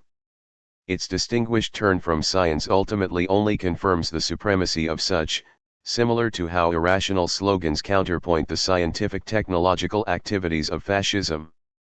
The transition from the critique of the sciences to that which is essential as to being disregards in turn whatever could have been essential in the sciences, and robs the need of what it seemed to grant. By distancing itself from everything substantive Sachhaltigen even more fearfully than Kant ever did, ontological philosophizing permits less unregimented insight than idealism in its Schellingisk and even Hegelian form. The social consciousness in particular, though philosophically inseparable to the antique ontologies, is denounced as heterodoxy, as the engagement with the merely existent and metabasis eis allogenos Greek, change into another genus.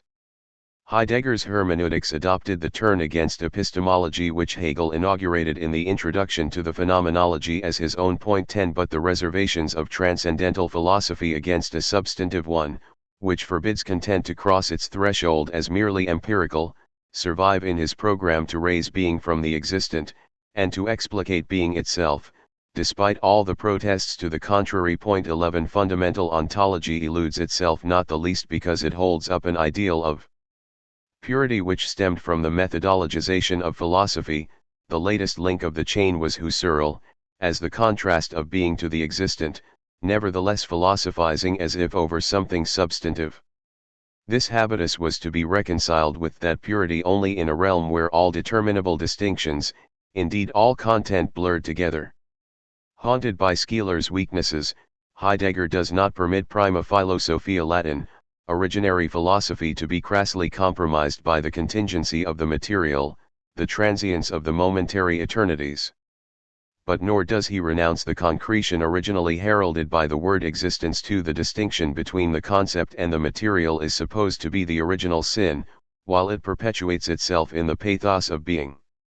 Among its other functions, such as emphasizing its higher dignity in relation to the existent, one should not underestimate the fact that it simultaneously carries the memory of the existent, from which it wished to be raised up, as one of something prior to differentiation and antagonism. Being tempts alluringly, eloquent as wind-blown leaves in bad poetry. But what it praises harmlessly slips out of its grasp, while it is insisted upon philosophically like something it owns, over which the thought, which thinks it, has no control. That dialectic which allows the pure particularization and the pure generality to pass into each other simultaneously, both similarly indeterminate, is silenced and exploited in the doctrine of being. Indeterminacy is rendered as a mythical Panzer, ancient sword, also WW2 German tank. Lack as gain 83-84. Heidegger's philosophy, amidst all aversion to what he calls man, in whose name anthropology is supposed to denounce the circulation sphere, resembled a highly developed credit system. One concept borrows from another. The state of suspense which results from this renders the pose of a philosophy ironic, which feels so close to the ground that it prefers the German thinking Denken to the foreign word philosophy Philosophie. As in a faded joke, where the debtor has the upper hand over the creditor because the latter is dependent on the ability of the former to repay, Heidegger squeezes a blessing from everything he owes. That being would be neither a factum nor a concept exempts it from critique. Whatever could be picked on is dismissed as a misunderstanding.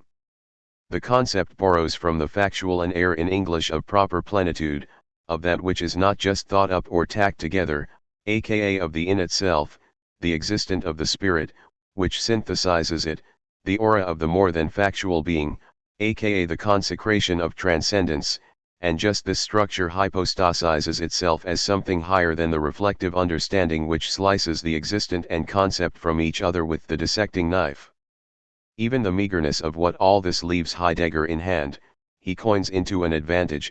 It is one of the pervasive invariants of his philosophy, although never named as such, to revalue every lack of content, every non-possession of a cognition into an index of profundity. Involuntary abstractness presents itself as voluntary vow. The thinking, so runs the tract on Plato's doctrine of the truth, is on the descent to the poverty of its provisional essence 12, as if the emptiness of the concept of being were the fruit of the monastic chastity of that which was original, unconditioned by the aporias of thought. Being, however, which is supposed to be no concept at all, or at least an entirely specific one, is the aporetic 113 pure and simple. It transforms what is more abstract into what is more concrete and hence more true. Heidegger confesses in his own language what this asceticism is all about, in formulations which criticize him far more cuttingly than any hostile critique. Thinking draws inconspicuous furrows into language with its sayings. They are even more inconspicuous than the furrows, which the slow-footed man of the land draws through the fields. 14. In spite of such affected humility, not even theological risks are undertaken. The attributes of being do indeed resemble, like the absolute idea of old, the ones transmitted by the deity. But the philosophy of being guards itself from the existence of such. So archaistic the whole, so little does it wish to reveal itself to be unmodern. Instead it participates in modernity as the alibi of the existent, of that to which being transcended and yet which is supposed to be sheltered therein. No Man's Land 85-86. Substantive philosophizing since Schelling was founded on the identity thesis. Only if the epitome of the existent, finally the existent itself, the moment of the spirit, is reducible to subjectivity, only if the thing and the concept are identical in the higher realm of the spirit, could one proceed according to Fichte's axiom, that the a priori is at the same time the a posteriori. However, Heidegger runs into the historical judgment on the identity thesis at the very conception. To his phenomenological maxim, that thought should bow to what it is given or in the end sent, as if the thought could not penetrate the conditions of such ascending, the possibility of construction is taboo, of the speculative concept which grew together with the identity thesis. Husserl's phenomenology already labored under the desire to break free from epistemology, under the slogan to the things themselves. Husserl expressly named his doctrine non-epistemological 3 just as Heidegger later called his non-metaphysical, but shuddered before the transition into substantiality more than any Marburg neo-Kantian, who might find the infinitesimal method of help in making such a transition. Like Husserl, Heidegger sacrifices empirics empiri, pushing aside everything which would not, in the words of the former, be eidetic phenomenology, onto the unphilosophical particular sciences. But he extends the bane even to the Husserlian ida Greek, form, kind, to the highest, fact-free, conceptual unity of the factual, in which traces of substantiality are intermixed. Being is the contraction of essences. Ontology ends up due to its own consistency in a no man's land. It must eliminate the a posterioris, nor is it supposed to even be logic. As a doctrine of thinking and a particular discipline, every thinking step would take it over the point, at which it hoped to satisfy itself alone. In the end it scarcely dares to predicate anything, even of being. Therein appears less any mystical meditation than the privation of a thought, which wishes to go to its other and can permit itself nothing, for fear of losing what it claims. Philosophy turns tendentially into a ritual pose.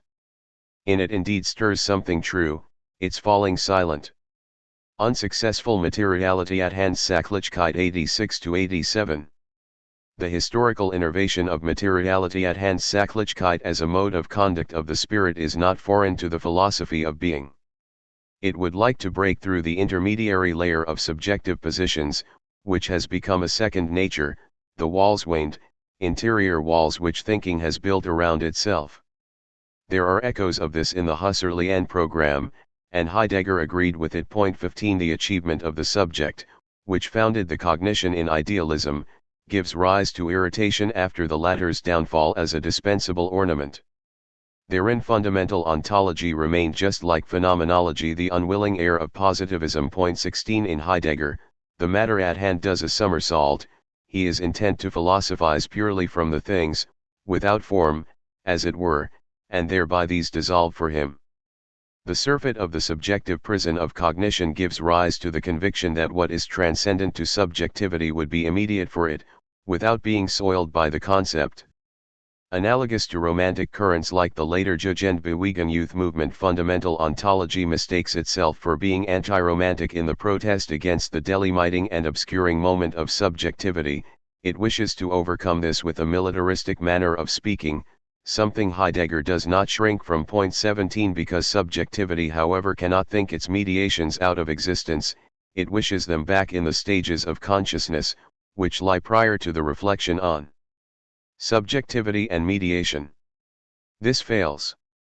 Where they thought to cling subjectlessly, as it were, to what the things themselves show, doing justice to what is material, originary, and new functionalist Neucyclich alike, they eliminate all determinations from what is thought, just as Kant once did from the transcendental thing in itself. They gave offense as the work of merely subjective reason as much as the descendants of the particular existent. Contradictory desiderata collide and reciprocally annihilate each other. Because neither speculative thinking, as whatever might be posited from thought, is allowed, nor, as in the reverse case, is an existent insisted on which, as a piece of the world, would compromise the precedence of being, the thought does not dare to think of anything other than something totally empty, far more of an X than the old transcendental subject ever was, which always carried along with it the memory of the existing consciousness, egoity, as the unit of consciousness. This X, the absolutely inexpressible, removed from all predicates, becomes an ens realissimum Latin, most real being under the name of being.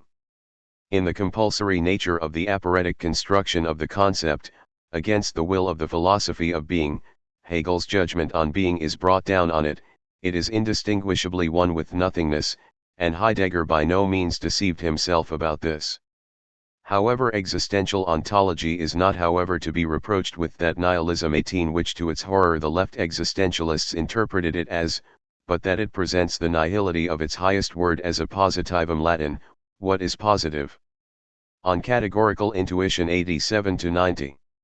However much being is compressed into a single dimensionless point, through permanent caution from either side, the procedure does have its fundamentum in Latin, fundamental basis. Categorical intuition, the innervation of the concept, is a reminder that the categorically constituted facts of the matter Sachverhalten, which traditional epistemology knew solely as syntheses, must always correspond to a moment beyond the sensory ida Greek, form, kind. To this extent they always have something immediate, reminiscent of what can be intuited Anschaulichkeit, conscientiousity, what can be concretely grasped. So little as a simple mathematical statement is valid without the synthesis of the figures, between which the equation is posed, so little would, Kant neglects this, the synthesis be possible, unless the relationship of the elements corresponded to the synthesis, regardless of the difficulties in which such a manner of speaking entangles itself according to current logic, unless, put drastically and at the risk of being misunderstood, both sides of the equation in fact equaled one another. This matching is no more to be spoken of outside of the thinking synthesis than a rational synthesis would be without that correspondence, a textbook case of mediation.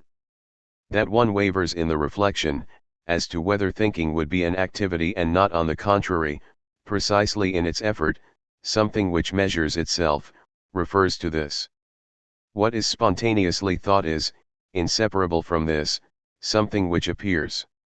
If Heidegger had emphasized the aspect of the appearance Erscheinens against its complete reduction to thought, that would be a salutary corrective on idealism. But he isolates therein the moment of the matter at hand Sachverhalt, gets hold of it, in Hegel's terminology, just as abstractly as idealism synthesized it. Hypostasized, it ceases to be a moment, and becomes in the end what ontology, in its protest against the division between the concept and the existent, least of all wished to be, reified. It is however according to its own character genetic.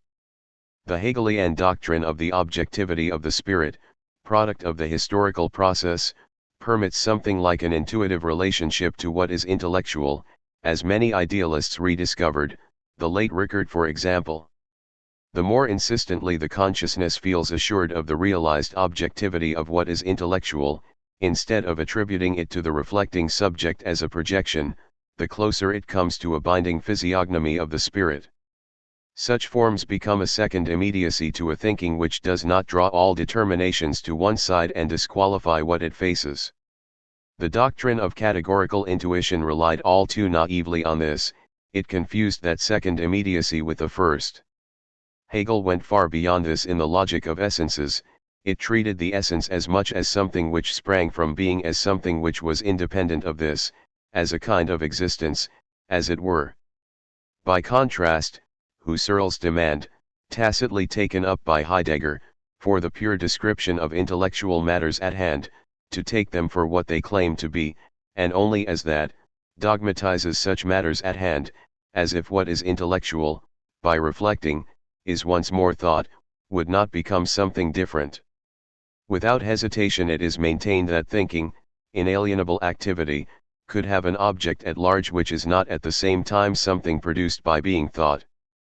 Idealism, already preserved in the concept of the pure intellectual matter at hand, is potentially reshaped into ontology. However, with the substruction of purely accepting thought, the claim of phenomenology to which the entire school owed its effect collapses, that it does not think up, but researches, describes, is not an epistemology, in short, does not bear the stigma of the reflecting intelligence. The arcanum of fundamental ontology, however, being, is the allegedly pure self-providing categorical matter at hand, raised to the highest formulation. Phenomenological analysis was for a long time aware of the fact that the synthesizing consciousness has something receptive about it. What belongs together in the judgment allows itself to be cognized in examples, not merely comparatively. The immediacy of the insight is not to be disputed in its own right, rather its hypostasis. The sharpest light falls on the species, when something primary emanates from a specific object, in it the tautology dissolves, which knows nothing else of the species, than how it is defined. Without the moment of immediate insight, Hegel's remark, that the particular is the general, would remain mere assertion. Phenomenology, since Husserl rescued it, albeit at the cost of its complement, of the reflecting element. Its apperception, however, the later Heidegger shied away from the slogan of the school, which produced him, involves contradictions which are not to be resolved for the sake of peace and quiet from the nominalistic or the realistic side. On the one hand, ideation has an elective affinity to ideology, the smuggling of immediacy through that which is mediated, which clothed it with the authority of the absolute, evident being in itself, unimpeachable by the subject. On the other hand, the apperception names the physiognomic gaze at intellectual matters at hand. It legitimates the fact that the intellectual is not constituted by means of the cognizing consciousness directed at this, but is objectively grounded in itself, far beyond the individual prime mover, in the collective life of the spirit and according to its immanent laws. That objectivity of the spirit is adequate to the moment of the immediate gaze. As something already preformed in itself, it can look at itself just like at sensory things.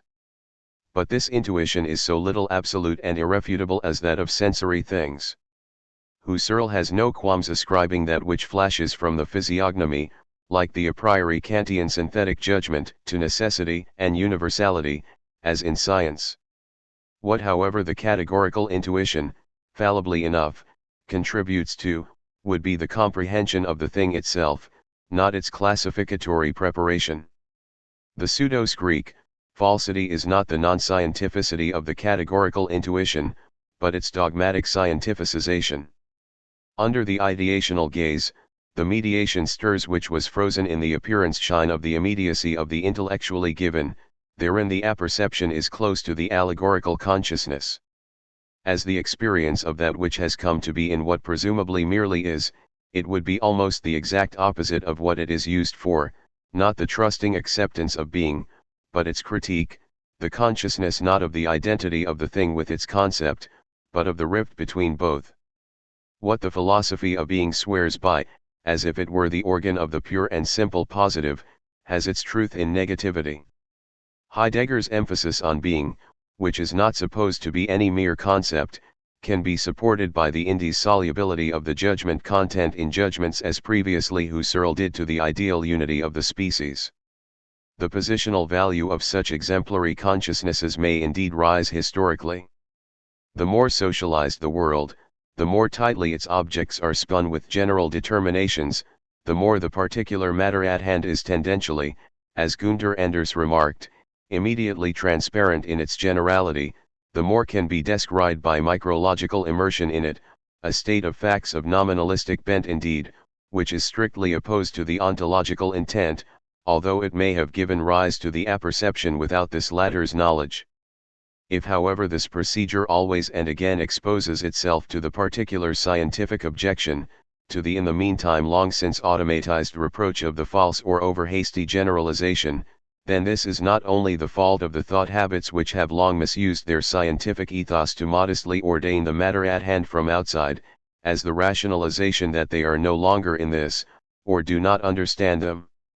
Insofar as empirical investigations concretely confront the anticipation of the concept, the medium of exemplary thought, with the fact that what is viewed out of something particular, quasi-immediate, possesses no generality as something categorical, Husserl's method just as much as Heidegger's is convicted of its failing, that it shrinks from that test and yet flirts with it with the language of research, making it sound as if it had submitted itself to the test.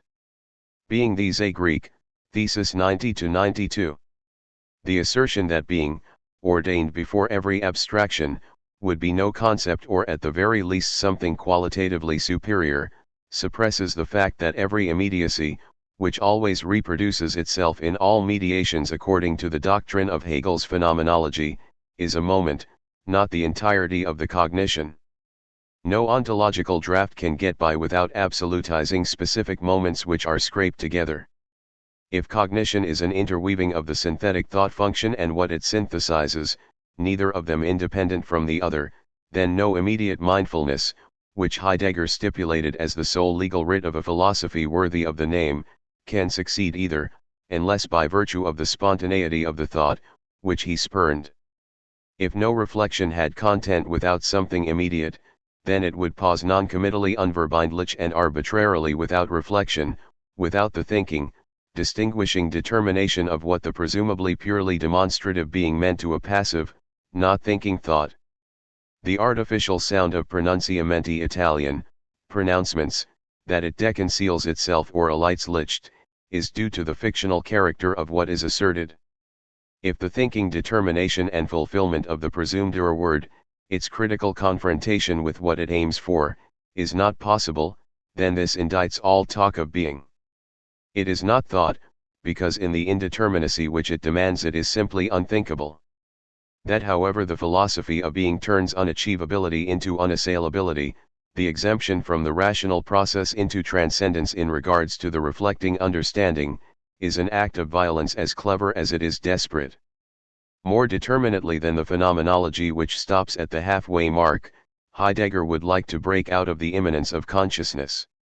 His breakout however is one into a mirror, blind towards the moment of the synthesis in the substrate.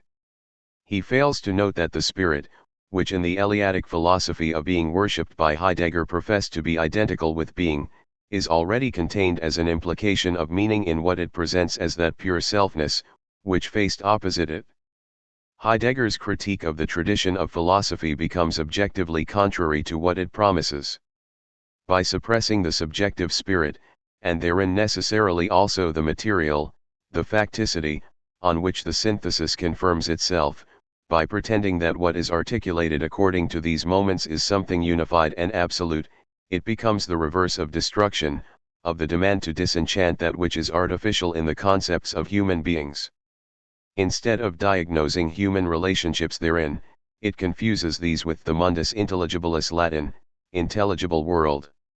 It repeatedly preserves what it rejects, the thought forms which, according to its own program, are supposed to be removed as coverings. On the pretext of bringing what lies beneath them to light, it imperceptibly turns once more into that in itself, into which it has anyway already become to the reified consciousness. What acts as if it is destroying the fetishes, is destroying only the conditions of seeing through them as fetishes.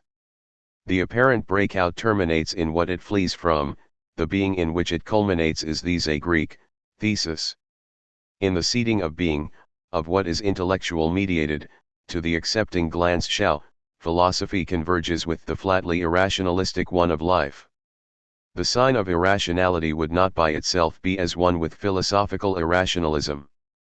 That is the mark which the insuperable non-identity of subject and object leaves on cognition, which postulates the predicative judgment of identity through its mere form, also the hope contrary to the hegemony of the subjective concept. But irrationality remains just like this the function of the ratio and the object of its self-critique. What slips through the net, is filtered by such. Even the philosophemes of irrationalism rely on concepts and thereby on a rational moment, which would be incompatible with them. Heidegger evades what needs to be done, according to one of the motives of dialectics, in that he usurps a standpoint beyond the difference of subject and object, in which the inadequacy of the ratio to what is thought is revealed. Such a leap however fails with the means of reason. Thought cannot conquer any position wherein the separation of subject and object which lies in every thought, in thinking itself, would immediately disappear. That is why Heidegger's moment of truth levels out into just another worldview of irrationalism. Philosophy demands today as in Kant's time the critique of reason through this, not its banishment or abolition. Meaning of being 93-94. Under the banning of thought, thinking sanctions what merely is. The genuinely critical need of thought, to awaken from the phantasmagoria of culture, is ensnared, canalized, steered into false consciousness. The culture in whose environs it grew stopped thought from asking, what's it all about, and what for, roughly put, that of its meaning, which becomes ever more urgent, the less such meaning is obvious to human beings, and the more completely the cultural bustle replaces it.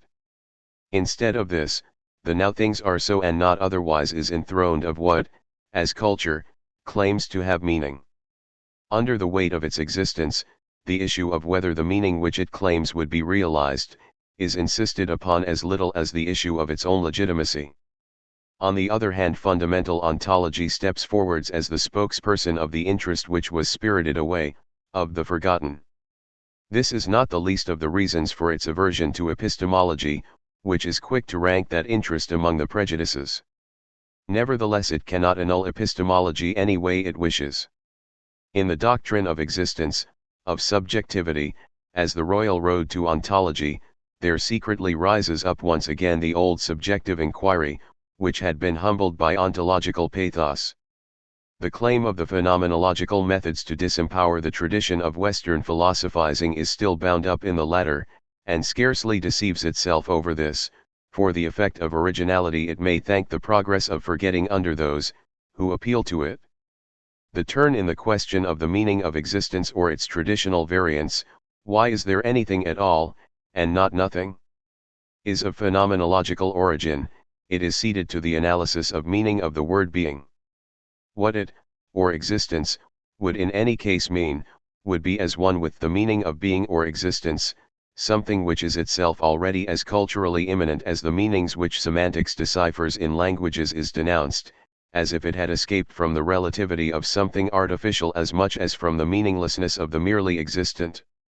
That is the function of Heidegger's version of the doctrine of the primacy of language. That the sense of the word being would immediately be the meaning of being is a bad equivocation. To be sure, equivocations are not merely imprecise expressions. Point 19. The consonance of words does indeed refer to a similarity. Both senses of meaning are interwoven. Concepts, instruments of human thought, cannot make sense, if sense is itself negated, if every memory of something objective, beyond the mechanisms of the formation of concepts, is driven out. Positivism, to which concepts are only exchangeable, accidental tokens, drew the consequences from this and extirpated the truth in honor of truth. Certainly the counterposition taken by the philosophy of being reproves the folly of its reason. But the unity of the equivocal becomes visible solely through its implicit differentiation. It is discarded in Heidegger's talk of meaning. He follows therein his inclination to hypostasis, he lends the appearance shine of unconditionality to findings from the sphere of what is conditioned by the mode of their expression. This becomes possible through the iridescent shimmer of the word being. If true being is conceived of as radically chorus Greek, separately from the existent, then it is identical with its meaning. One need only cite the meaning of what is essential Wesenheit to being and one has the meaning of being itself. According to this scheme, the breakout attempt out of idealism is imperceptibly revoked, the doctrine of being regresses into one of a thinking which removes everything from being, which would be different from pure thought. In order to make any sort of sense of being, which is perceived as absent, the compensatory offer is made of what is constituted in advance as the realm of meaning in the analytic judgment, the doctrine of interpretation. That concepts, in order to be anything of the sort, must mean something, serves as the vehicle for the fact that their hypokaimua Greek, underlying ground, substratum, being itself, must have meaning, because it would not otherwise be given then as a concept, as linguistic signification. That this concept is not supposed to be a concept but immediate, veils the semantic meaning in ontological dignity. The talk of being never understands these names in the sense of a species, under whose empty generality the historically conceived doctrine of the existent belongs as special cases. Being speaks ever and anon as sent and thereby permeated by tradition. 20 such philosophies derive their consolation from this.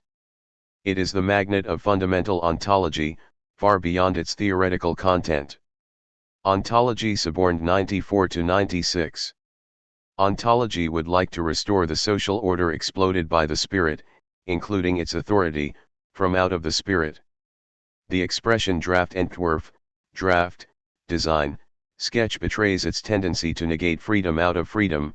Transsubjective Committalnisverbindlichkeit is delivered over to an act of constitutive subjectivity. This all too apparent absurdity could be expressed by the later Heidegger only dogmatically. The memory of subjectivity is uprooted from the concept of the draft. That which is thrown werfend in the Draftentwurf is not humanity, but being itself, which sends humanity into the everyday existence existence of the Existenstessen as its essence. To Heidegger's mythologization of being as the sphere of sending 22 is added the mythical hubris, which proclaims the decreed plan of the subject as one of the highest authority, passing itself off as the voice of being. The consciousness which does not experience this is disqualified as forgetfulness of being. 23 Such proscriptive claims of social order harmonize with the Heideggerian thought structure. Only as an act of violence against thought does it have a chance. For the loss which resonates in the kitschy expression forgetfulness of being was no stroke of destiny but motivated. What is mourned, the legacy of the early archaic Greek, ancient, old, melted away from the consciousness, which wrenched itself away from nature. Mythos itself becomes apparent as deception, the deception alone can concretize it, and the command. It is supposed to realize the self-stylization of being as a beyond of the critical concept and yet at the same time the legal title, which heteronomy requires, so long as something survives of enlightenment. The suffering under what Heidegger's philosophy registers as the loss of being is not only the untruth, he would scarcely have sought succor from Hölderlin otherwise. The society, according to whose own concept the relations of human beings are to be founded in freedom, without freedom being realized to this day, is as paralyzed as defective. In the universal exchange relationship all qualitative moments are flattened out, whose epitome could be something like a structure. The more overweening the power of institutional forms, the more chaotic the life which they hem in and deform in their own image. The production and reproduction of life, including everything which bears the name of the superstructure, are not transparent to that reason, whose reconciled realization would only be one with a social order worthy of human beings, one without violence. The old, naturally spawned orders have either passed away or outlived their own legitimation for ill. By no means is the course of society anywhere so anarchic, as it still seems in the constantly irrational contingency of the individual destiny. But its objectified juridicality Gesetzlichkeit is the adversary of a constitution of existence, in which one could live without fear. Even the ontological drafts feel this, projecting it onto the victims, the subjects, and frantically drowning out the apprehension of objective negativity by means of the tidings of order in itself, all the way to the most abstract one of all, the structure of being. Every place the world is preparing to pass over into the horror of social order, not into what the apologetic philosophies overtly or covertly lament as its opposite. That freedom remained largely an ideology, that human beings are powerless before the system and are not capable of determining their life and that of the whole through reason, indeed that they cannot even think the thought of such, without suffering even more, and sells their rebellion into its inverted form, they invidiously prefer the worse to the appearance shine of something better.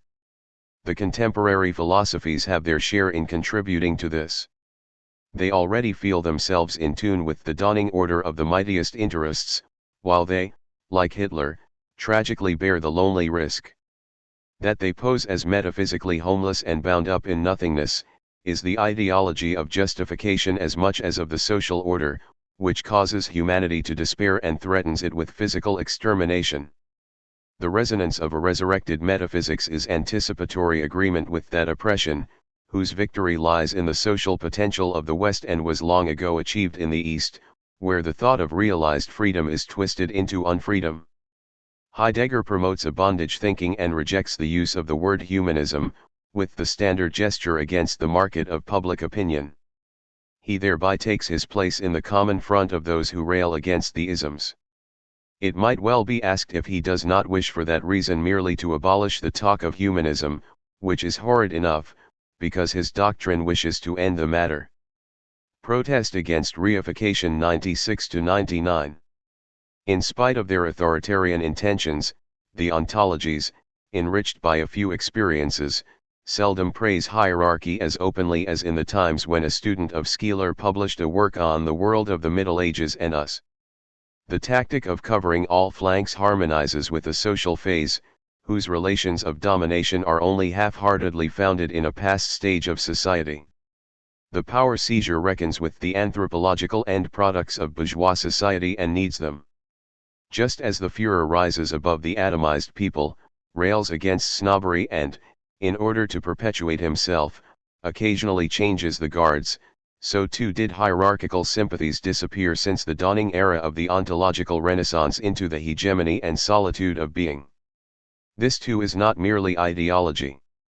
The anti-relativismus dating back to Husserl's text on the foundation of logical absolutism, the prolegomena to pure logic, is intermixed with an aversion against static, thingly dinghaft thinking, expressed in German idealism and Marx, but in the meantime at first neglected by the early Schiller and the earliest sprouts of modern ontology.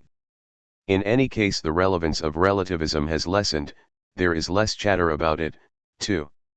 The philosophical need has passed over imperceptibly from one of substantive matter Sachgehalt and solidity into one of evading the reification of the spirit which was carried out by society and categorically dictated by its members, through a metaphysics which condemns such reification, delimiting it through the appeal to an original which cannot be lost, and thereby does so little harm to it as ontology does to the scientific bustle.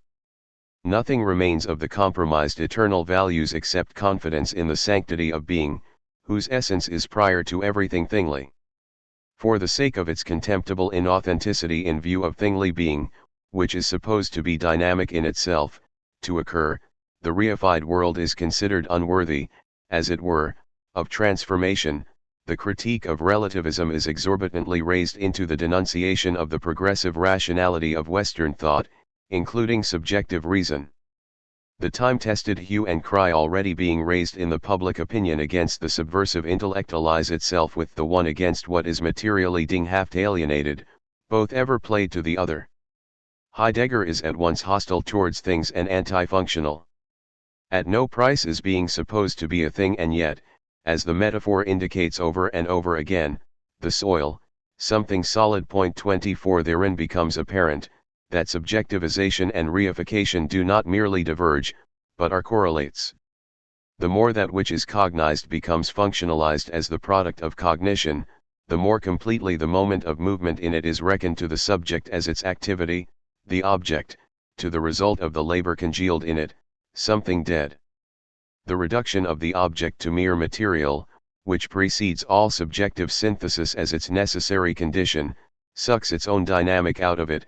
It is immobilized as something disqualified, robbed of whatever would allow movement to be predicated. It is not for nothing that Kant named a whole class of categories as dynamic. 25 The material, however, exclusive of dynamics, is no mere immediacy but, despite the appearance shine of its absolute concerity, mediated through abstraction, first pierced through, as it were.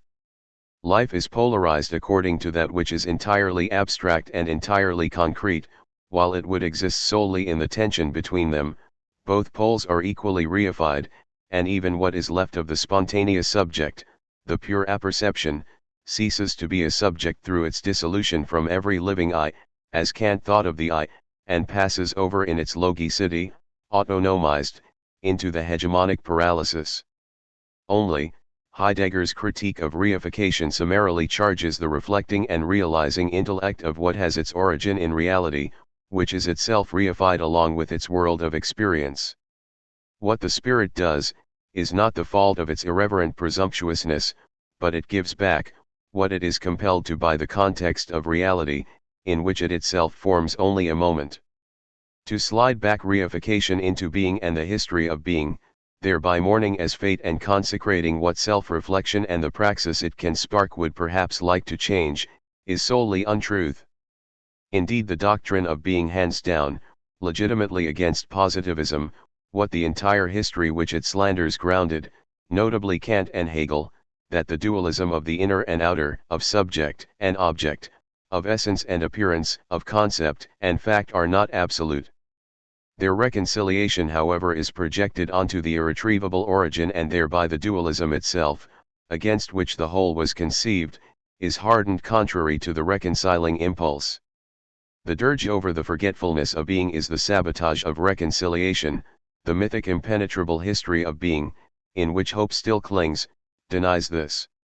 Its fatality is to be broken through as the context of deception. False Need 99-100. This context of deception extends, however, not only to the ontological drafts but just as much to the needs, to which they are bound and out of which they indistinctly read something like the surety of their theses. Need itself, the intellectual one not less than the material one, is open to critique, since even hard-boiled naivete can no longer be certain that social processes are still directed immediately towards supply and demand, and thereby towards needs.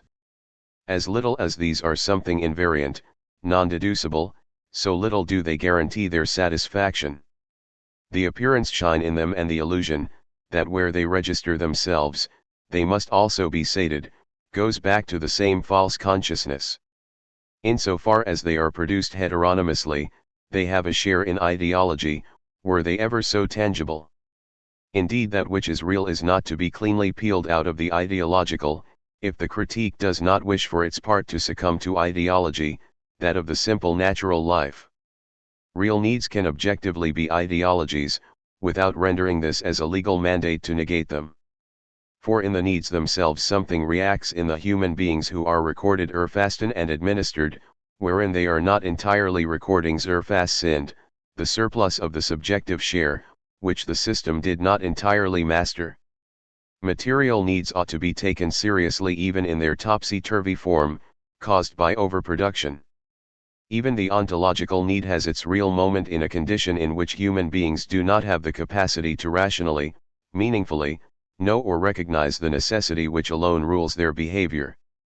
The false consciousness of needs aims at something which self-aware subjects would not need, and compromises thereby every possible fulfillment. To false consciousness can be added, that it passes off what is unattainable as attainable, complementarily to the possible attainment of needs, which it is forbidden. At the same time, these sorts of inverted needs intellectually demonstrate the suffering unaware of itself in material privation. It must push for its abolition, as much as the need by itself fails to do so. The thought without need, which wants nothing, would be nugatory, but thinking out of the need becomes confused, if the need is conceived merely subjectively. Needs are a conglomerate of the true and the false. The true thought would be the one, which wished for what is right.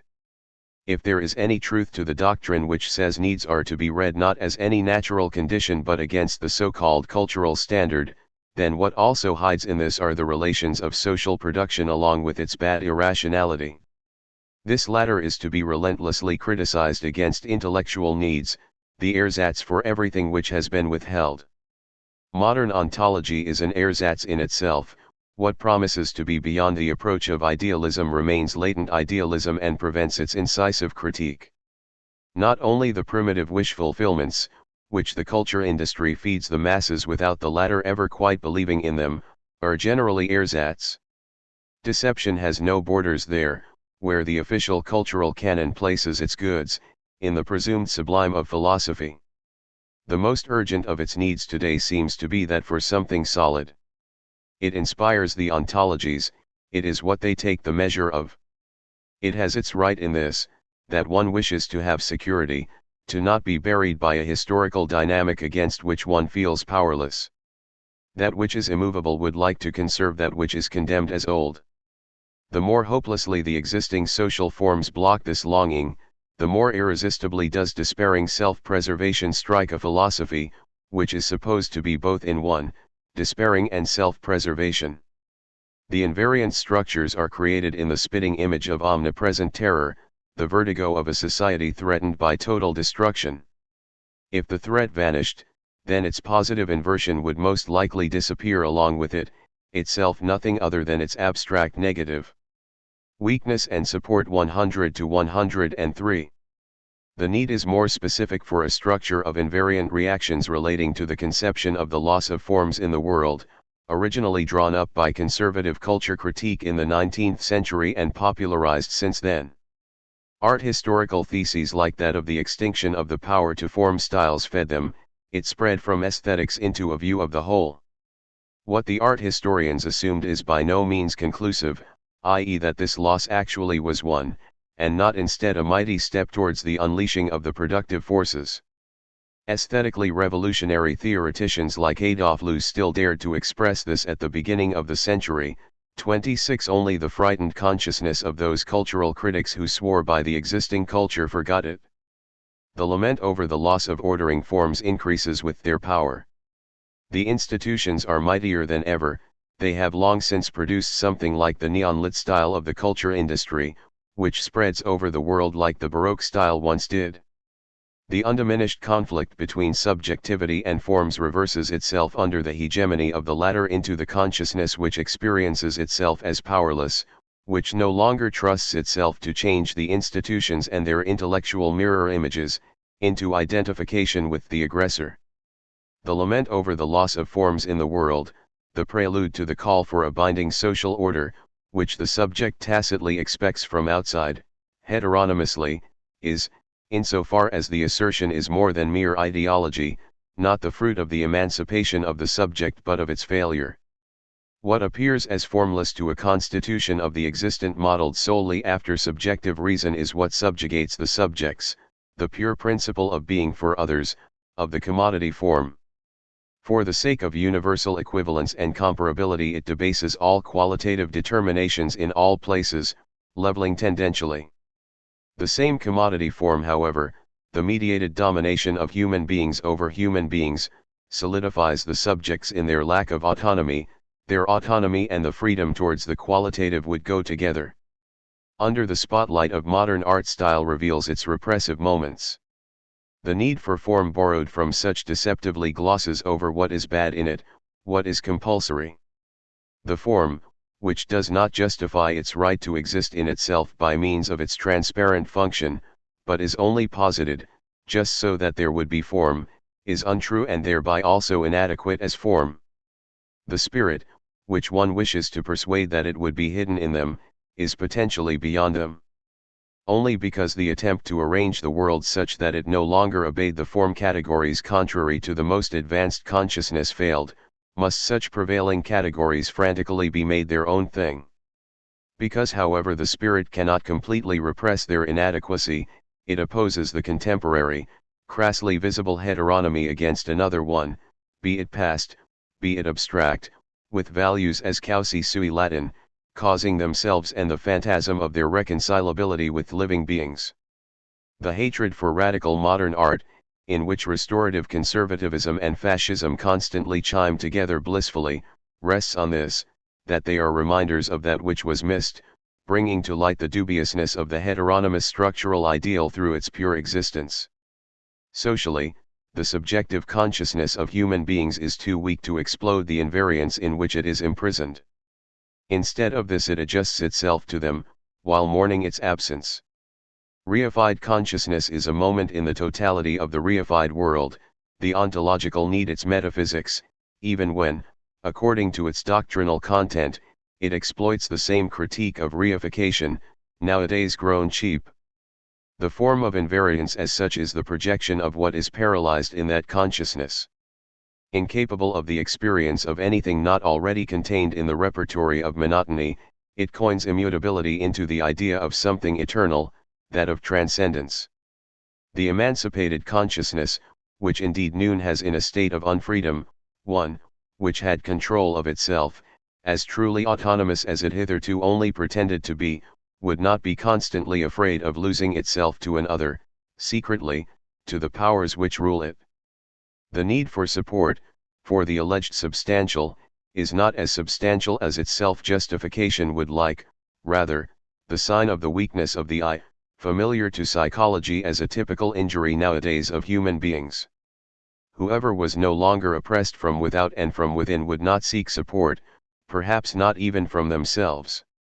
Subjects, who might rescue something of freedom even under heteronymous conditions, suffer less from the lack of support than the unfree ones, who charge this only too happily to freedom, as freedom's fault. If humanity no longer had to make themselves into the equivalents of things, they would need neither a thing-leading half-superstructure, nor would they have to designate themselves, following the model of Thinglehnigkeit, as invariant. The doctrine of invariance eternalizes how little has changed, its positivity as what is bad. To this extent the ontological need is false. Probably metaphysics would dawn on the horizon only after the fall of invariance. But the consolation is of little help. What would be right on time, has no time to spare, there is no waiting on what is decisive, whoever relies on this, encounters the separation of the temporal and the eternal. Because it is false and nevertheless the answers, which it requires, are blocked by the historical moment, all questions which have to do with consolation have an antinomical character. 2. Being and existence. Immanent critique of ontology 104-107. The critique of ontological need drives towards the immanent one of ontology. Nothing which attacks the philosophy of being generally, from outside, would have any power over it, instead of meeting it on its own turf, after Hegel's desiderata, turning its own power against itself. The motivations and results of Heidegger's thought movements permit their reconstruction in retrospect, even where they are not expressed. To be sure, hardly any one of his sentences lacks positional value in the functional context of the whole. To that extent he is the successor of the deductive systems. The latter's history already has a wealth of concepts realized from the course of thought, even when one cannot put a finger on the matter at hand Sachverhalt which would correspond to them.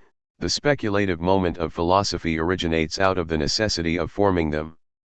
That which is petrified in the thought movement is to be rendered fluid once more, by repeatedly following up on its validity, as it were.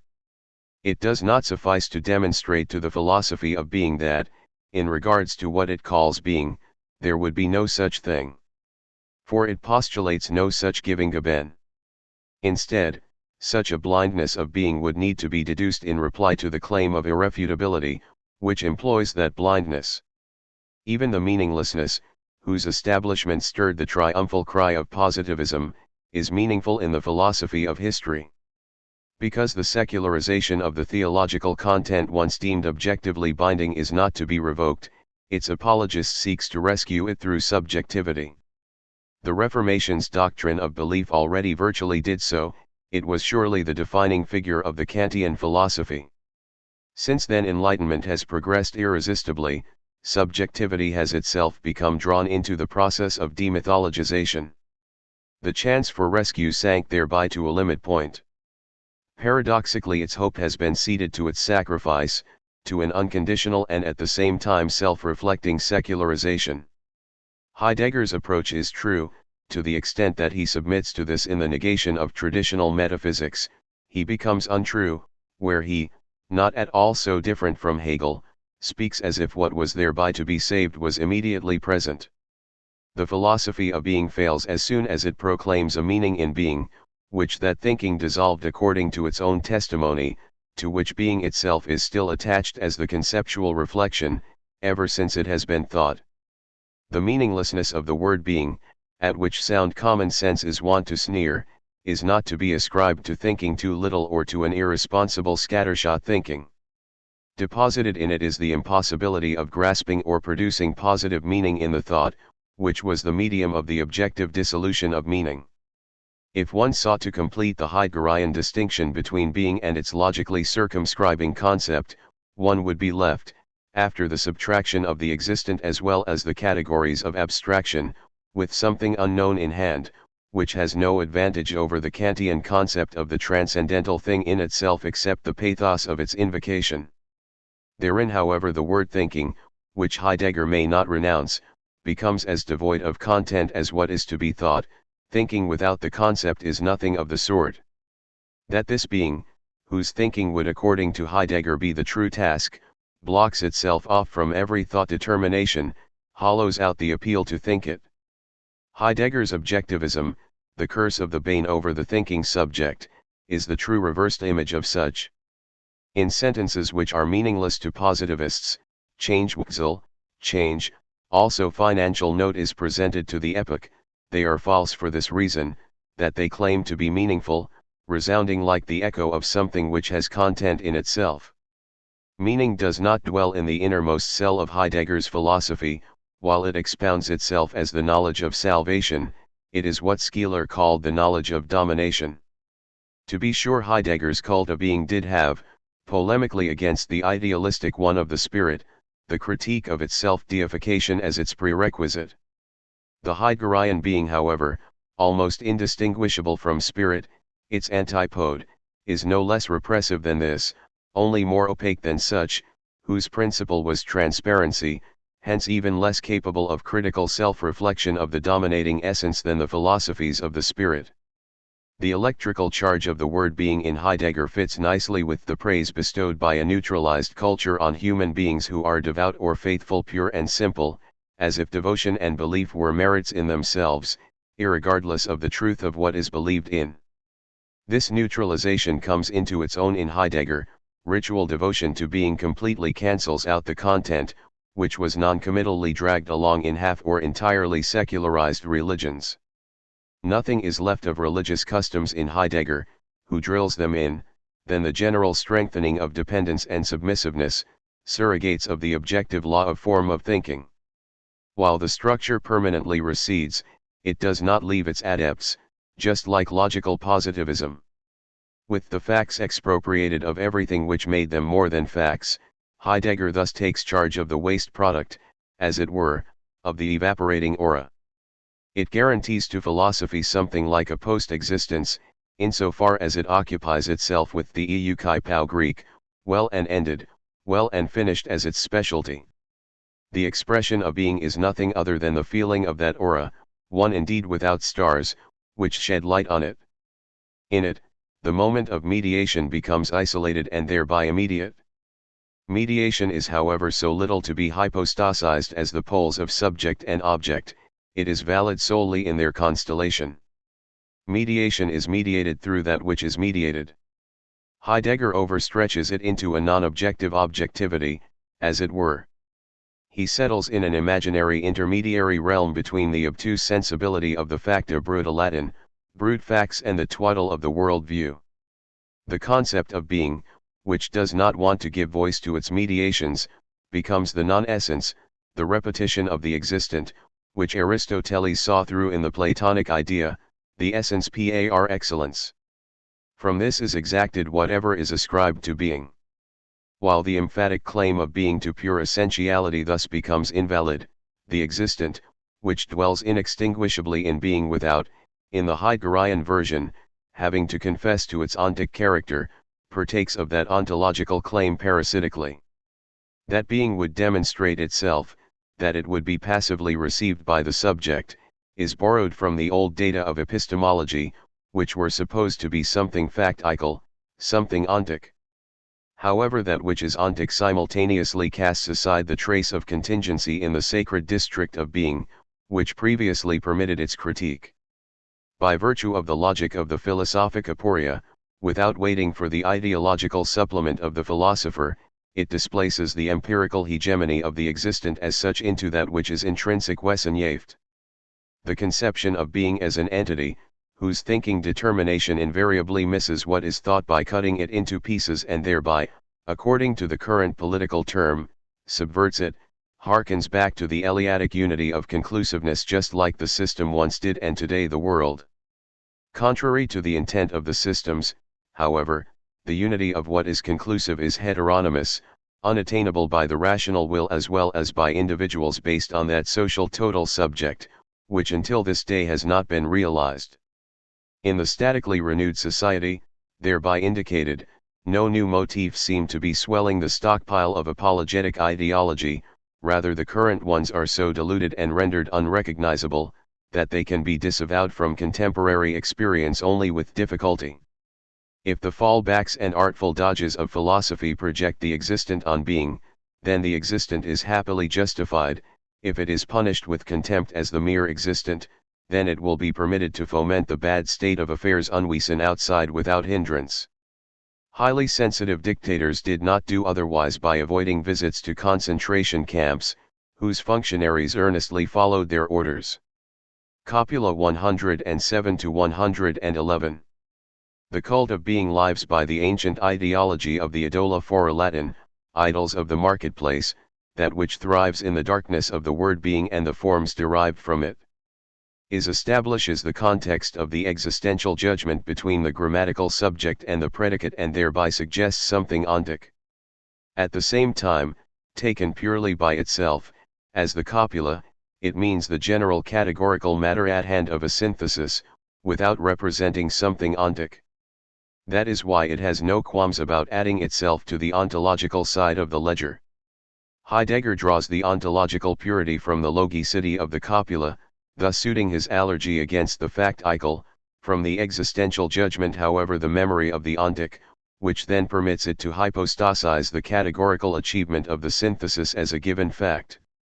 To the is there does indeed correspond a matter at hand. In every predicative judgment the is has its meaning just as much as the subject and the predicate. The matter at hand is however intentional, not ontic. The copula fulfills itself according to its own meaning solely in the relation between the subject and the predicate. It is not independent. By confusing it for something beyond that through which it alone becomes meaningful, Heidegger is overcome by that thing-leading half-thinking, against which he rebelled. In that he solidifies what is meant by the is into the absolute ideal in itself, exactly that of being, what is represented by the subject and predicate of the judgment, once torn loose from the copula, would have the same rights. Both would experience their synthesis through the copula merely superficially. The concept of being was thought up precisely against this. Subject, copula, predicate would once again, as in obsolete logic, be conclusive in themselves, finished particularities, according to the model of things. In truth however the predication is not added in, but by coupling both together, is also what they would be in themselves, if this would be could somehow be conceived without the synthesis of the is. This is what bars the extrapolation from the copula to a preordained essence of being, just as much as to a becoming, the pure synthesis. That extrapolation rests on an interpretive theoretical confusion, that the general meaning of the copula is, the constant grammatical token for the synthesis of the judgment, achieves the specific one, that of the is in every judgment. By no means do both coincide. To this extent the is could be compared to occasional expressions. Its generality is a promissory note on the particularity, the general form for the consummation of particular judgments.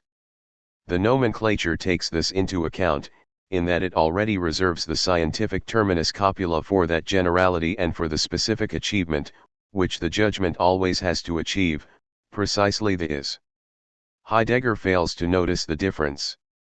Therein the specific achievement of the is becomes merely something like a mode of appearance of that generality. The distinction between the category and the content of the existential judgment melts away. The substitution of the general grammatical form for the apophantic content transforms the ontic achievement of the is into an ontological one, a mode of being of being.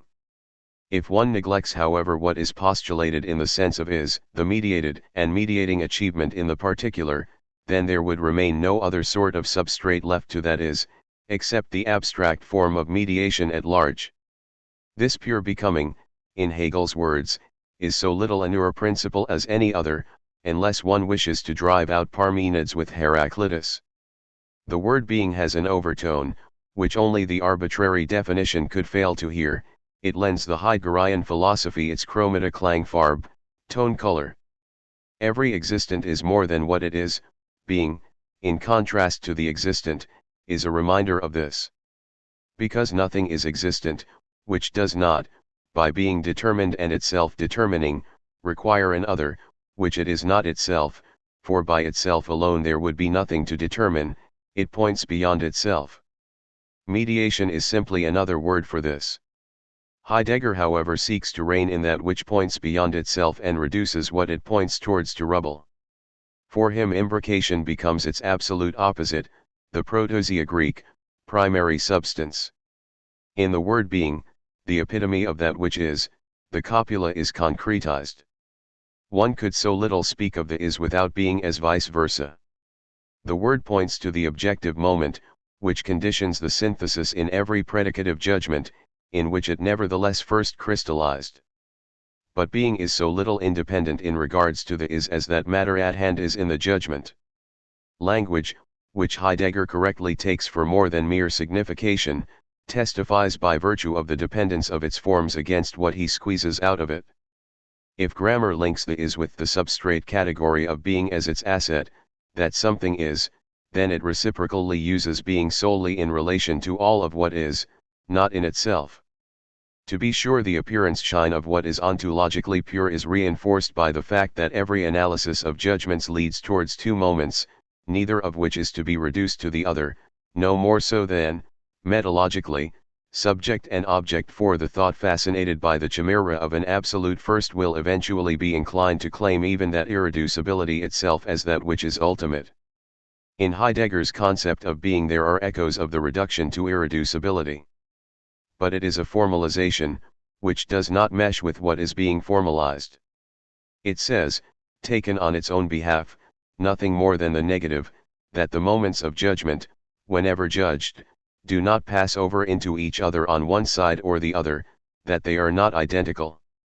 Outside of this relationship of moments of judgment, irreducibility is nothing, nothing at all can be thought under it. That is why no ontological priority can be imputed to it in relation to the moments. The paralogism lies in the transformation of that negative, that no single moment is to be reduced to the other, into something positive. Heidegger reaches the very borders of the dialectical insight into the non-identity in identity. But he does not carry through the contradiction in the concept of being. He suppresses it. Whatever could be thought under being, mocks the identity of the concept with that which it means, but Heidegger maltreats it as identity, as itself pure being, excluding all its otherness. He hushes up the non-identity in absolute identity like a family scandal. Because the is neither merely subjective function nor something thingly dinghafts, something existent, according to traditional thinking has no objectivity, Heidegger calls it being, that which is third. The transition ignores the intention of the expression which Heidegger humbly believes to have explicated. The cognition, that the is would be no mere thought and no mere existent, does not permit its transfiguration into something transcendent in relation to one of these two determinations. Every attempt to even think the is, were it in the palest of generalities, leads to the existent here and into concepts there. The constellation of moments is not to be reduced to a singular essence. What dwells within it, is itself not essence. The unity, which the word being promises, lasts only so long, as it is not thought, as long as its meaning, in line with Heidegger's own method, is not analyzed. Any such analysis will bring to light what disappeared in the abyss of being. If the analysis of being itself becomes taboo, then the aporia passes over into subreption. In being, the absolute is supposed to be thought, but only because it is not to be thought. Would it be the absolute, only because it magically blinds the cognition of the moments? Does it seem to be beyond the moments, because reason cannot think its best? It becomes, to itself, the worst. No transcendence of being. 111 to 114. In truth, all particular concepts are, contrary to the linguistic atomism of Heidegger, the faithful believer in the whole, already entwined in themselves along with the judgments which classifying logic neglected. The old tripartite scheme of logic divided into concept, judgment, and conclusion is an archaicism just like the system of Linnaeus. Judgments are no mere synthesis of concepts, for no concept is without a judgment. Heidegger overlooks this, perhaps under the bane of scholasticism. However, in the mediatedness vermittelfiat of being as well as the is hides the subject. Heidegger ignores this idealistic moment, if you will, and thereby raises subjectivity to something given prior to the subject-object dualism, something absolute. That every analysis of the judgment leads to the subject and object, creates no region beyond those moments, which would be in itself. It results in the constellation of those moments, no higher nor even more general third. It can certainly be argued, in Heidegger's sense, that the is would not be thingly, not ta hanta Greek, that which is the case, not an existent, not an objectivity in the usual sense of the term. For without the synthesis the is has no substrate, in the matter at hand in question no to ti Greek, individual thing, this here could be pointed to which would correspond to it. Therefore, goes the conclusion, the is ought to indicate that third, precisely that of being. This however is wrong, a coup of self-satisfied semantics. The false conclusion becomes flagrant, in that such a presumably pure substrate of the is cannot be thought. Every attempt to do so lands in mediations, from which the hypostasized being would like to be exempt. The conclusion however that it cannot be thought, Heidegger books as a net gain, an addition to the metaphysical dignity of being. Because it refuses thinking, it would be the absolute, because it cannot, in best Hegelian manner, be reproduced as a subject or object without a remainder, it would be beyond the subject and object, although if it were independent of them, it could not at all be. Reason, which cannot think it, is in the end itself defamed, as if thought could ever be separated from reason. It is indisputable, that being would not simply be the epitome of what is the case. Such an anti-positivistic insight does justice to the surplus of the concept over facticity. No concept could be thought, indeed none would even be possible without the more, which makes language into language. What in the meantime resonates in the word being, as opposed to ta hanta Greek, that which is the case, that everything would be more than it is, means imbrication, not something transcendent to it. That is what it becomes in Heidegger, who adds it to the particular existent. He follows the dialectic to the point that neither subject nor object would be something immediate and ultimate, but springs out of it, by reaching beyond them for something immediate, something first. Thinking becomes archaistic, as soon as it transfigures what in the scattered existent is more than itself into the metaphysical archie-Greek, beginning, origin. As a reaction to the loss of the aura one this latter, as that which points beyond itself in things, is refunctioned by Heidegger into a substrate and thereby made the same as the things. He prescribes a repristination of the shudder which, long before the mythical nature religions, prepared the sacred commingling in Einander. Mana too is recuperated out of the German name being, as if the dawning powerlessness resembled that of the pre-animistic primitives towards thunder and lightning. Heidegger secretly obeys the law that with advancing rationality the constantly irrational society reaches ever further back. Wiser for experience, he avoids the romantic Pelagianism of Clausius and the powers of Oscar Goldberg and flees from the region of tangible superstition into a twilight, in which not even mythologisms like that of the reality of images can take shape anymore. He escapes the critique, without dispensing with the advantages of the origin. This is pushed back so far, that it seems to be timeless and hence ubiquitous. But that won't do. 3. There is no other way to break out of history than through regression. Its goal, the oldest of all, is not what is true but the absolute appearance shine, the obtuse entanglement in a nature, whose impenetrable opacity merely parodies the supernatural. Heidegger's Transcendence 5 is absolutized immanence, obdurate against its own immanence character. That appearance shine requires explanation, how it is that the purely deduced, the mediated, being, can hijack the insignia of the ens concretissimum Latin, most concrete being. It is based on the fact that the poles of traditional epistemology and metaphysics, the pure this right here diesta and pure thought, are abstract. Both are so far removed from so many determination that little more can be said of them, if the judgment wishes to proceed by what it judges. Therein both poles seem indistinguishable from each other, and this permits the imperceptible substitution of one in place of the other, depending on what is to be demonstrated. The concept of the existent pure and simple, according to its ideal without any categories, in its complete lack of qualifications, need only delimit itself to nothing existent, and can thus call itself being. Being, however, as absolute concept, does not need to legitimate itself as being. With every circumscription it would delimit itself and violate its own meaning. That is why it can be garbed with the dignity of the immediate as much as the ti Greek, individual thing, this here with that which is intrinsic Wessenjeften. Heidegger's entire philosophy plays out between these two extremes, indifferent to each other. 6. But against his will the existent ends up prevailing over being. This latter is kept alive by the forbidden fruit, as if this were Freya's apples. While being, for the sake of its auratic absoluteness, does not wish to be contaminated with anything existent, only therein does it become that immediacy which delivers the legal title of the claim to absoluteness, that being always means so much as, the existent pure and simple. As soon as the talk of being adds anything at all to the pure invocation, it stems from the ontic. The rudiments of material ontology in Heidegger are temporal, are something which has come to be and which are transient, as Skeeler before. Expression of the inexpressible 114 to 116. Justice would at any rate be done to the concept of being only if the genuine experience which its instauration realizes is understood, the philosophic spur to express the inexpressible. The more anxiously philosophy blocks itself from that spur, its peculiarity, the greater the temptation to directly go after the inexpressible, without the labor of Sisyphus, which would not be the worst definition of philosophy, and which is the source of so much mockery of it.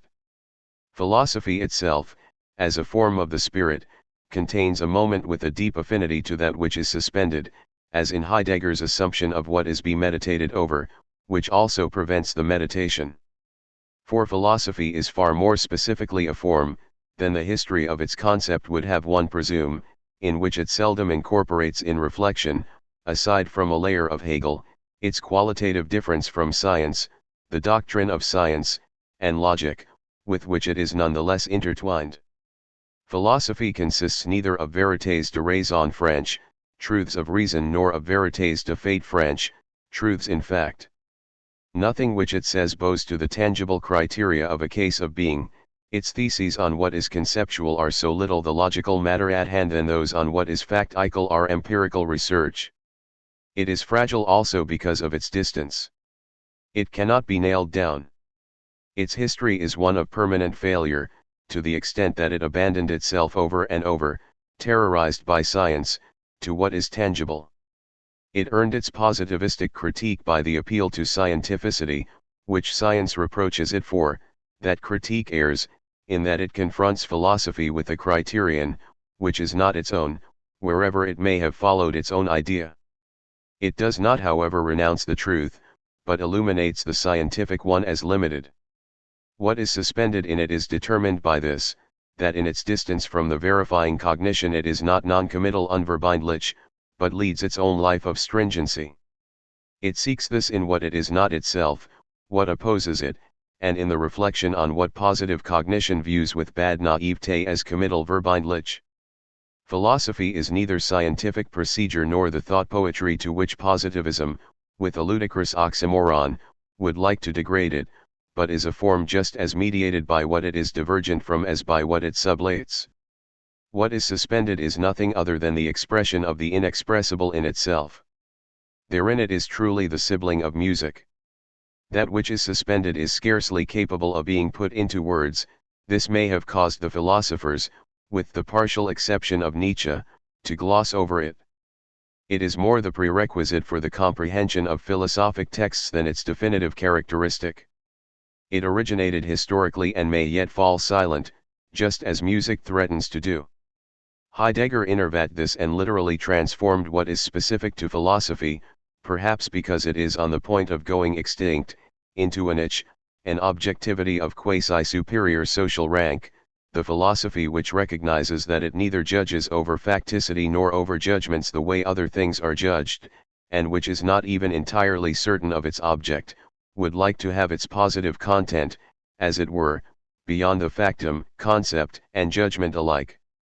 What is suspended in thought is thereby raised up to the inexpressible itself, which it wishes to express, that which is non-objectified, to the penciled in umrissenen object of its own essence, and thereby damaged. Under the weight of tradition, which Heidegger wishes to shake off, the inexpressible becomes expressible and compact in the word being. The objection against reification is reified, divorced from thinking and irrational. By treating the inexpressible of philosophy as immediately thematic, Heidegger dams this up all the way back to the revocation of consciousness. As punishment, the blocked-up wellspring which he wishes to dig out runs dry, its trickle scantier than any insight of the presumably destroyed philosophies, which incline towards the inexpressible through their mediations. What was ascribed to the scantiness of time, through the misuse of Hölderlin, is that of the thinking which imagines itself to be beyond time. The immediate expression of the inexpressible is nugatory, where its expression had weight, as in great music. Its seal was that which slips away and is transient, and it was attached to the course, not to the signifying that's it.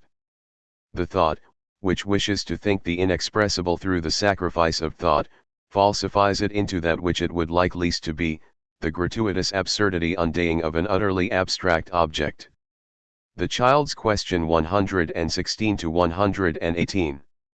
The child, fundamental ontology could argue, if it wasn't too ontopsychological to do so, inquires into being.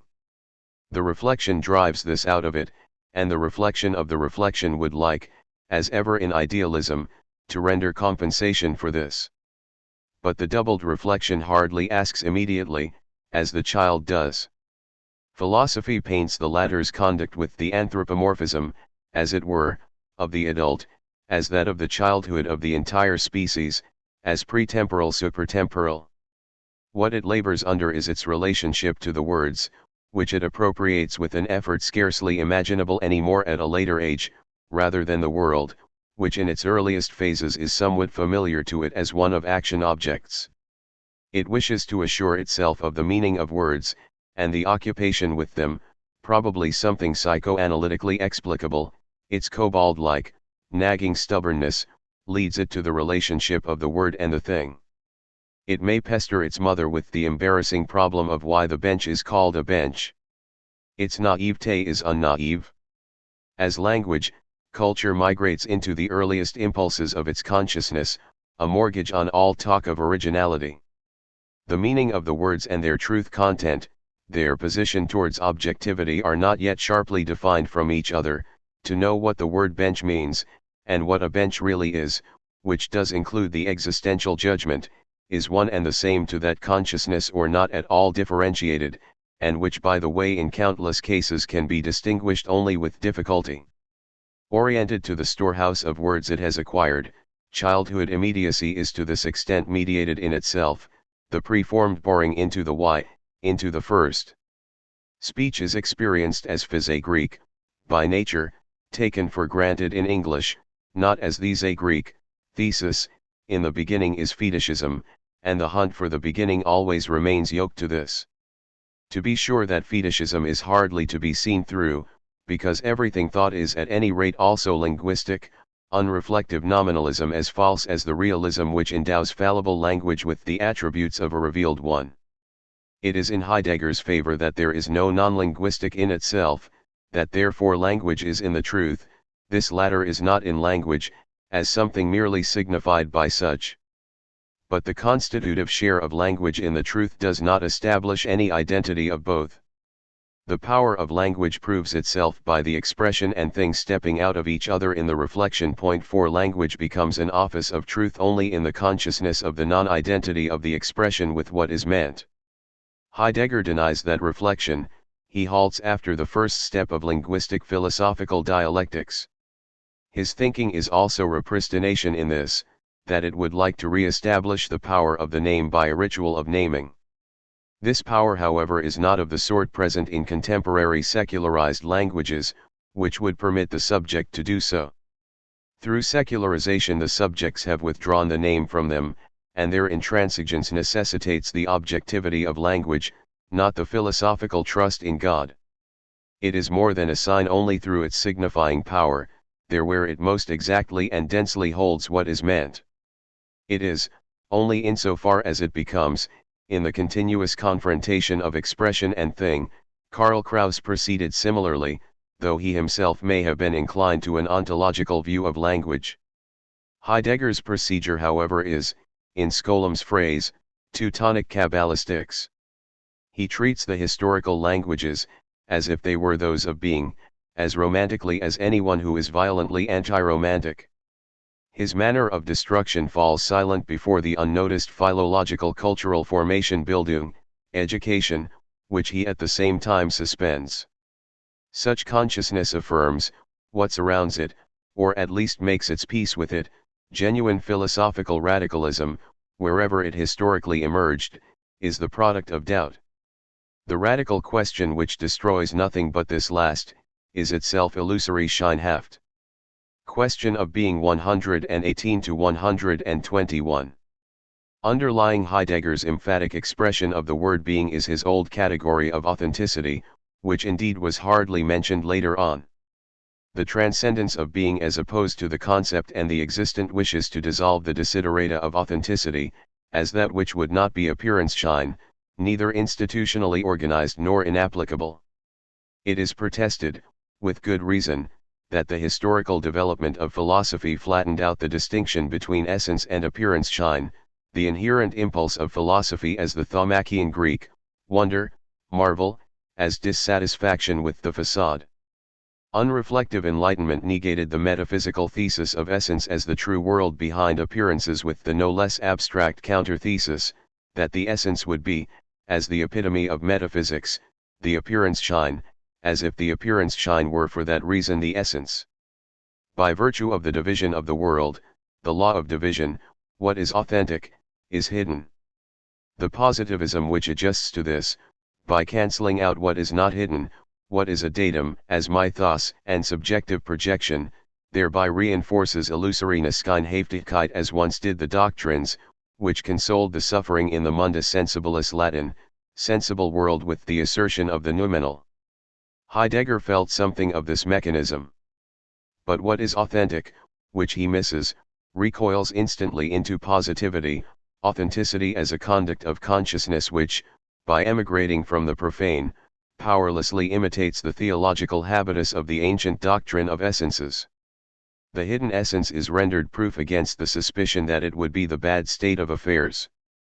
There is no consideration which dares to mention that the categories of so-called massification, developed in being and time as much as in Jasper's paperback on the intellectual situation of the time, could themselves be that hidden absurdity which makes human beings into what they are. They must then be scolded by philosophy, because they have forgotten the essence.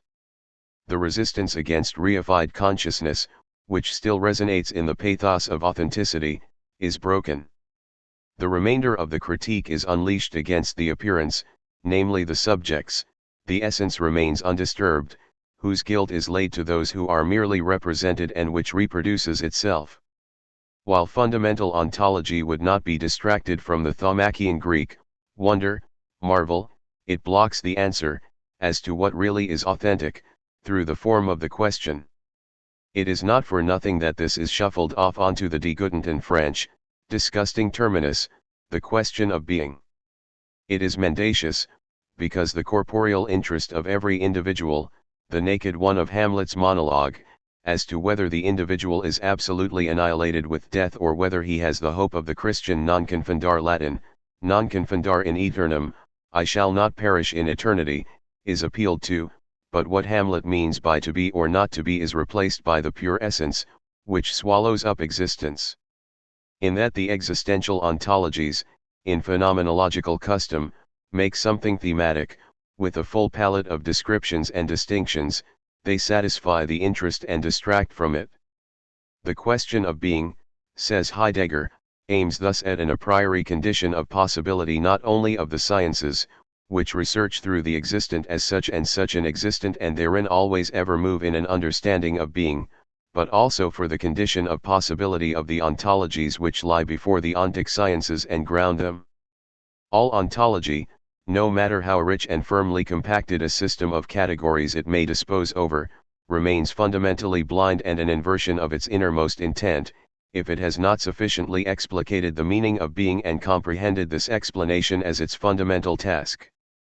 5. Through the overextension of what serves up phenomenological ponderousness in such sentences as the question of being, whatever could be conceived under the word is forfeited, and that conception becomes if possible even more devalued into the frenetic entanglement which recuses the renunciation as a higher wisdom, as the authentic answer to the question it ducked.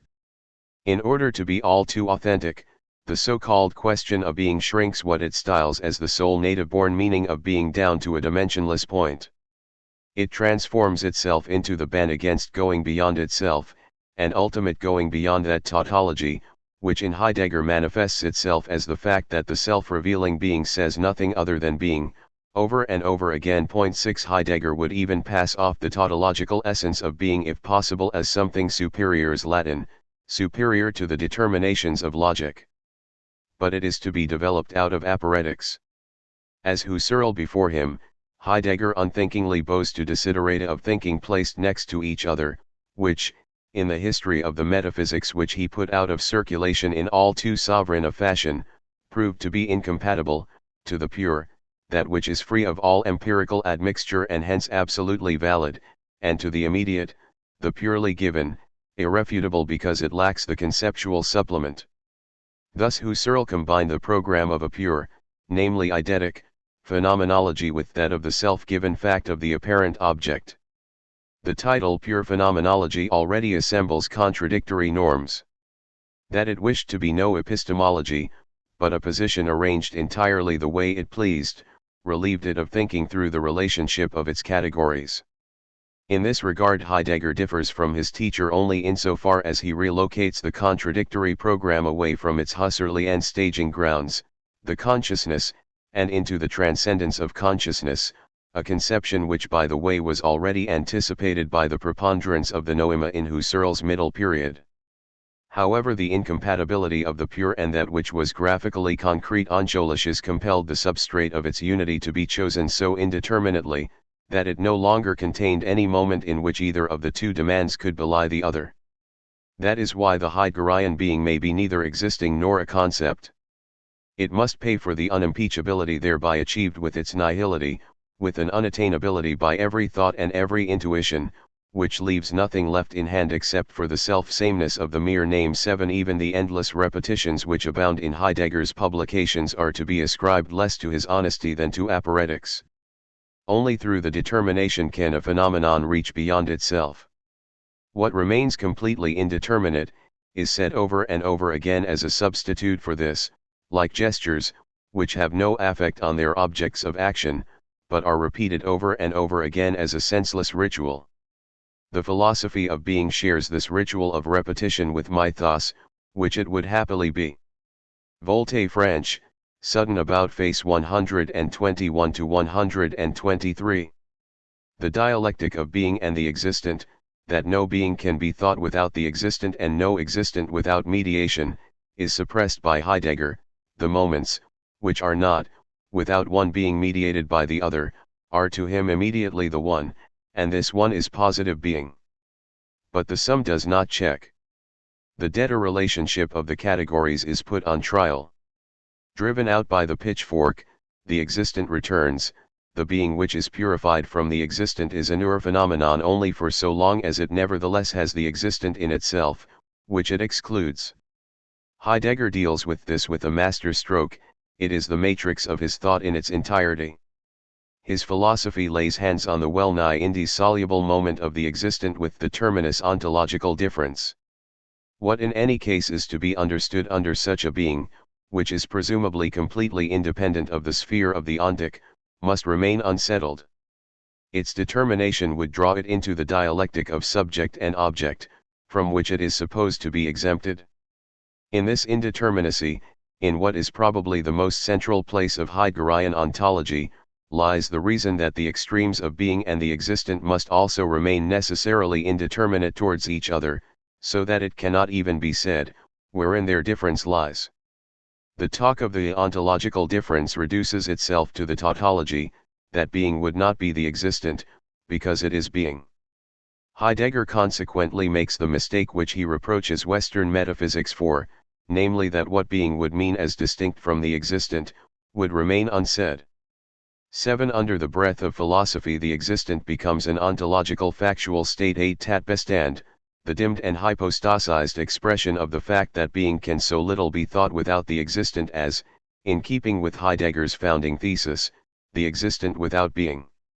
Therein he executes his volte franche, sudden about face. The privation of ontology, which cannot make do without what opposes it, without what is ontic, the dependency of the ontological principle on its counterpart, the inalienable Skandalen Latin, scandal of ontology, becomes a piece of its inventory. Heidegger's triumph over other, less canny ontologies is the ontologization of the ontic. That no being is without the existent, is reduced to the form, that the being of the existent belongs to the essence of being. Therein something true turns into untruth, the existent into an essence. Being arrogates to itself what on the other hand it would not like to be in the dimension of its being in itself, of the existent whose conceptual unity always means the meaning of the word being anyway. The entire construction of the ontological difference is a Potemkin village. It is constructed solely to have all doubts in absolute being brushed aside that much more sovereignly, by means of the thesis of the existent as being's mode of being 9 by reducing everything individually existent to its concept, that of the ontic, what makes it into the existent, in contrast to the concept, consequently disappears. The formal general conceptual structure of the talk of the ontic and all its equivalents takes the place of the content of that concept, which is heterogeneous to what is conceptual. What makes this possible is the fact that the concept of the existent, therein not at all dissimilar from Heidegger's celebrated one of being, is the same one which encompasses the purely and simply non-conceptual, circumscribing what does not exhaust itself in the concept, without however ever expressing its difference from what is encompassed. Because the existent is the concept for everything existent, the existent becomes itself a concept, an ontological structure which merges seamlessly into that of being. The ontologization of the existent is reduced to its most precise formulation in being and time. The essence of being there Dasein lies in its existence. 8 The outcome of the definition of being there, of that which exists qua that which exists, through the concepts being there and existence, is that what is precisely not intrinsic in being there, is not ontological, but would indeed be ontological. The ontological difference is removed by virtue of the conceptualization of what is non-conceptual into non-conceptuality. Mythology of Being 123 to 124. Ontology will cease to be disturbed by the ontic, only when it is of a kind with it. The subreption grounds the precedence of ontology before the ontological difference, but here it is not a question of an opposition between existentia and essentia, because both of these metaphysical determinations of being, let alone their relationship, are not even in question 9. That which presumably precedes the ontological difference in Heidegger falls, in spite of the assurance to the contrary, on the side of the essence, by denying the distinction which expresses the concept of the existent, the concept exalted by what is non-conceptual, which it is supposed to have under itself. This becomes clear in another passage of the tract on Plato. He directs the question of existence away from this and transforms it into one of essence. The statement, humanity exists, does not answer the question, as to whether humanity really would be or not, but answers the question of the essence wesen of humanity. 10. The talk of the not yet there, where the antithesis of existence and essence is rejected. 11. Is no accidental temporal metaphor for something which is non-temporal. In fact, it is archaic thinking, that of the Ionian Hylozoists far more than of the Eleatics. In the sketchy philosophemes handed down by the former, existence and essence are murkily intermixed. The labor and effort of the metaphysics of antiquity, from the Parmenitical one, which had to separate thinking and being in order to be able to identify them, down to the Aristotelian one, consisted of imposing the separation Scheidung. Separation is demythologization, mythos the deceptive unity of what is undifferentiated. Because however the inadequacy of the principles in explaining the world denoted therein caused its analytical exegesis Auseinanderlegung, and thereby caught the magical extraterritoriality of being, as one vagabond between essence and facts in the web of concepts, Heidegger must for the sake of the privilege of being condemn the critical labor of the concept as a history of decay, as if philosophy could occupy a historical standpoint beyond history, while it nevertheless on the other hand is supposed to obey a history, which is itself ontologized as existence. Heidegger is anti-intellectual out of systemic compulsion, anti-philosophical out of philosophy, just as contemporary religious revivals are inspired not by the truth of their teachings but by the philosophy, that it would be good to have religion. The history of thought is, however far back it is traced, a dialectic of enlightenment. That is why Heidegger does not halt, resolutely enough, at one of its stages, as he might perhaps have been tempted to in his youth, but plunges with a Velocian time machine into the abyss of archaicism, in which everything is to be everything and can mean everything. He reaches out towards mythos, his own, though, remains one of the 20th century, the appearance shine which history unmasked it as, and which becomes striking in the complete incompatibility of mythos with the rationalized form of reality, in which every consciousness is delimited. It presumes to a mythological condition, as if this were even possible, without itself being the same thing. What is registered with Heidegger's concept of being is the mythical one of fate. The arrival of the existent rests in the fate of being. 12 The much praised non-differentiation of existence and essence in being is thereby called by name, as what it is, the blindness of the natural context, the doom of enchaining Verkettung, chaining, interconnection, the absolute negation of transcendence, which quavers in the talk of being. The appearance shine in the concept of being is this transcendence. Its basis however is that Heidegger's determinations, deducted from being there, from the necessity of real human history to this day, dispense with the recollection of these. They become moments of being itself and thereby something preordained vorgeordneten to that existence. Their astral power and splendor is just as cold to the humiliation and fallibility of historical reality, as this latter is sanctioned as immutable. The celebration of what is meaningless as meaningful is mythical, the ritual repetition of natural contexts in symbolic individual actions, as if they were thereby supernatural. Categories like fear, which is at least not to be stipulated, that it would have to last forever, become by means of their transfiguration constituents of being as such, something preordained vorgeordnetes to every existence, their a priori. They install themselves as precisely the meaning, which in contemporary social conditions is not to be positively and immediately named. What is meaningless is endowed with meaning, in that the meaning of being is supposed to arise precisely in its counterforce Widerspiel, in mere existence, as its form. Ontologization of the ontical 125 to 128. The special ontological position of being there was anticipated by Hegel by means of the idealistic thesis of the preeminence of the subject. Hegel exploits the fact that the non-identical for its part would only be determined as a concept. It is thereby dialectically cleared away for him, reduced to identity, that which is ontic, ontological. Linguistic shadings in the science of logic are quick to betray this. Space and time are, as the third note to Becoming expounds in reference to Jacobi, expressly determined as indeterminate, which, in order to return to its simplest form, is being. Precisely this indeterminacy is however what makes out its determination, for indeterminacy is opposed to determinacy, it is therewith as what is opposed itself the determinate, or the negative, and indeed the pure, completely abstract negative. This indeterminacy or abstract negation, which being thus has in itself, is what external as well as inner reflection expresses, in that it equates it with nothingness, declares it as an empty thought figure Gedankennding, as nothingness. Or one may express it, that because being is that which is devoid of determination, it is not the affirmative determinacy, which it is, not being, but nothingness. 13. Indeterminacy is tacitly used as a synonym for the indeterminate.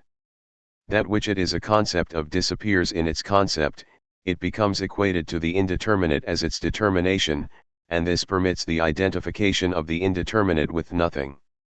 Therein in truth the absolute idealism is already presupposed, which logic would have to prove.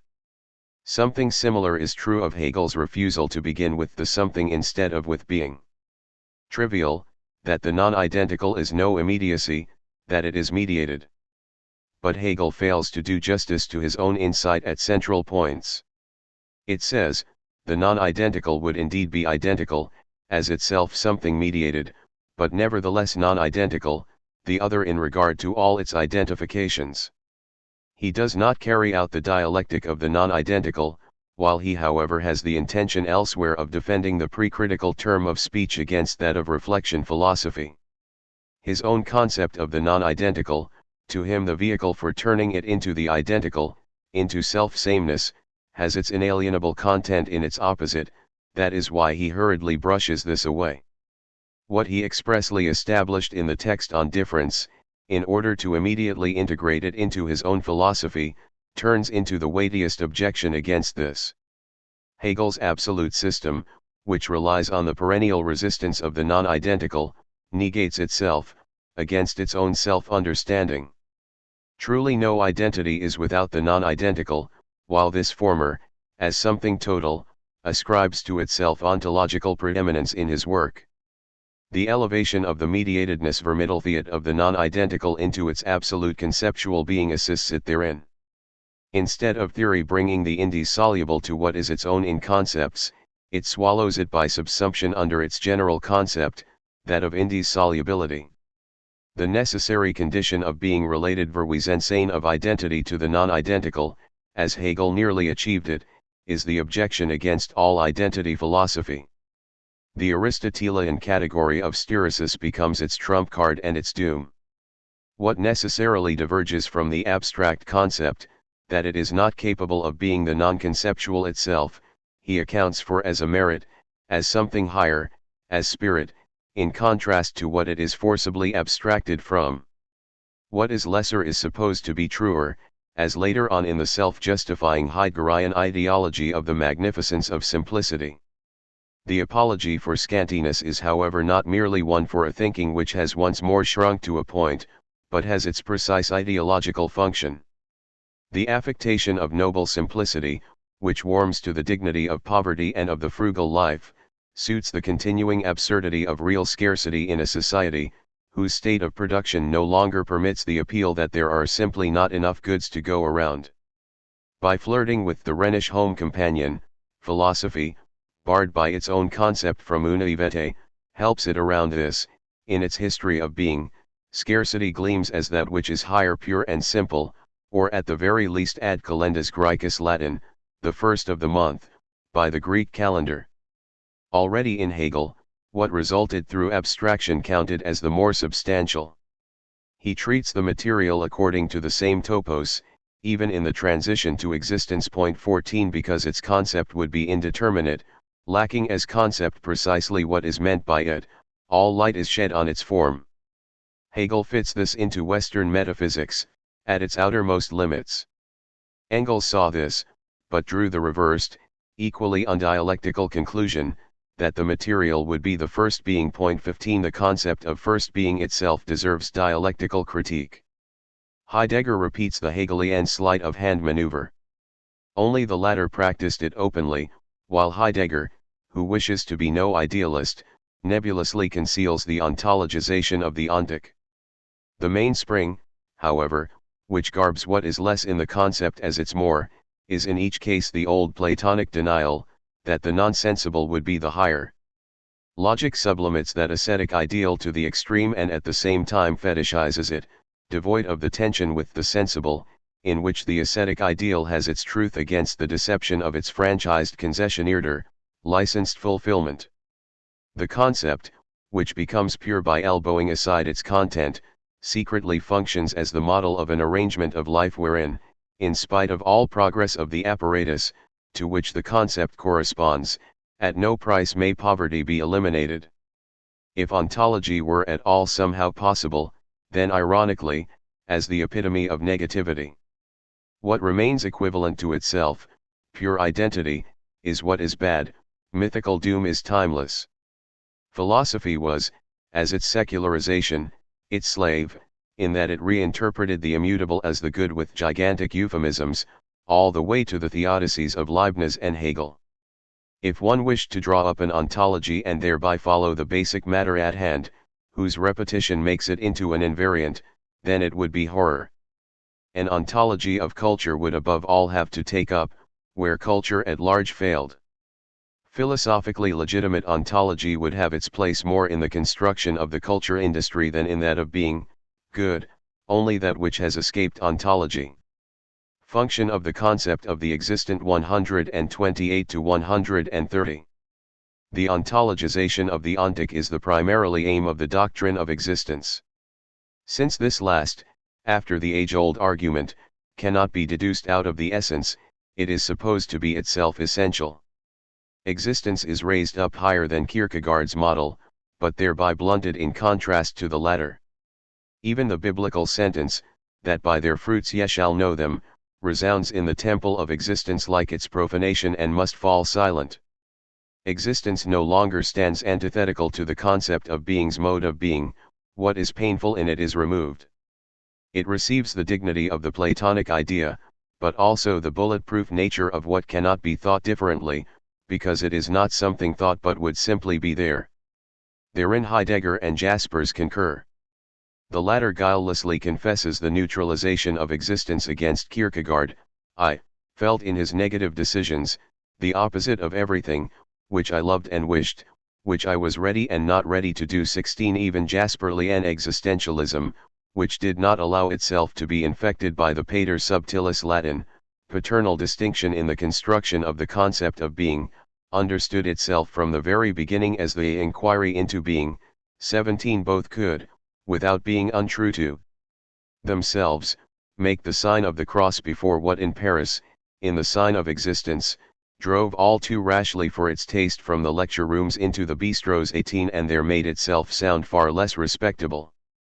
To be sure, as long as critique remains standing by the thesis of the non-ontologizability of the ontic, it is itself merely a judgment over invariant structural relationships, too ontological, as it were. That was the philosophical motive of Sartre's turn towards politics. The movement after the Second World War, which called itself existentialist and staged itself as an avant-garde, had something powerless, something shadowy about it.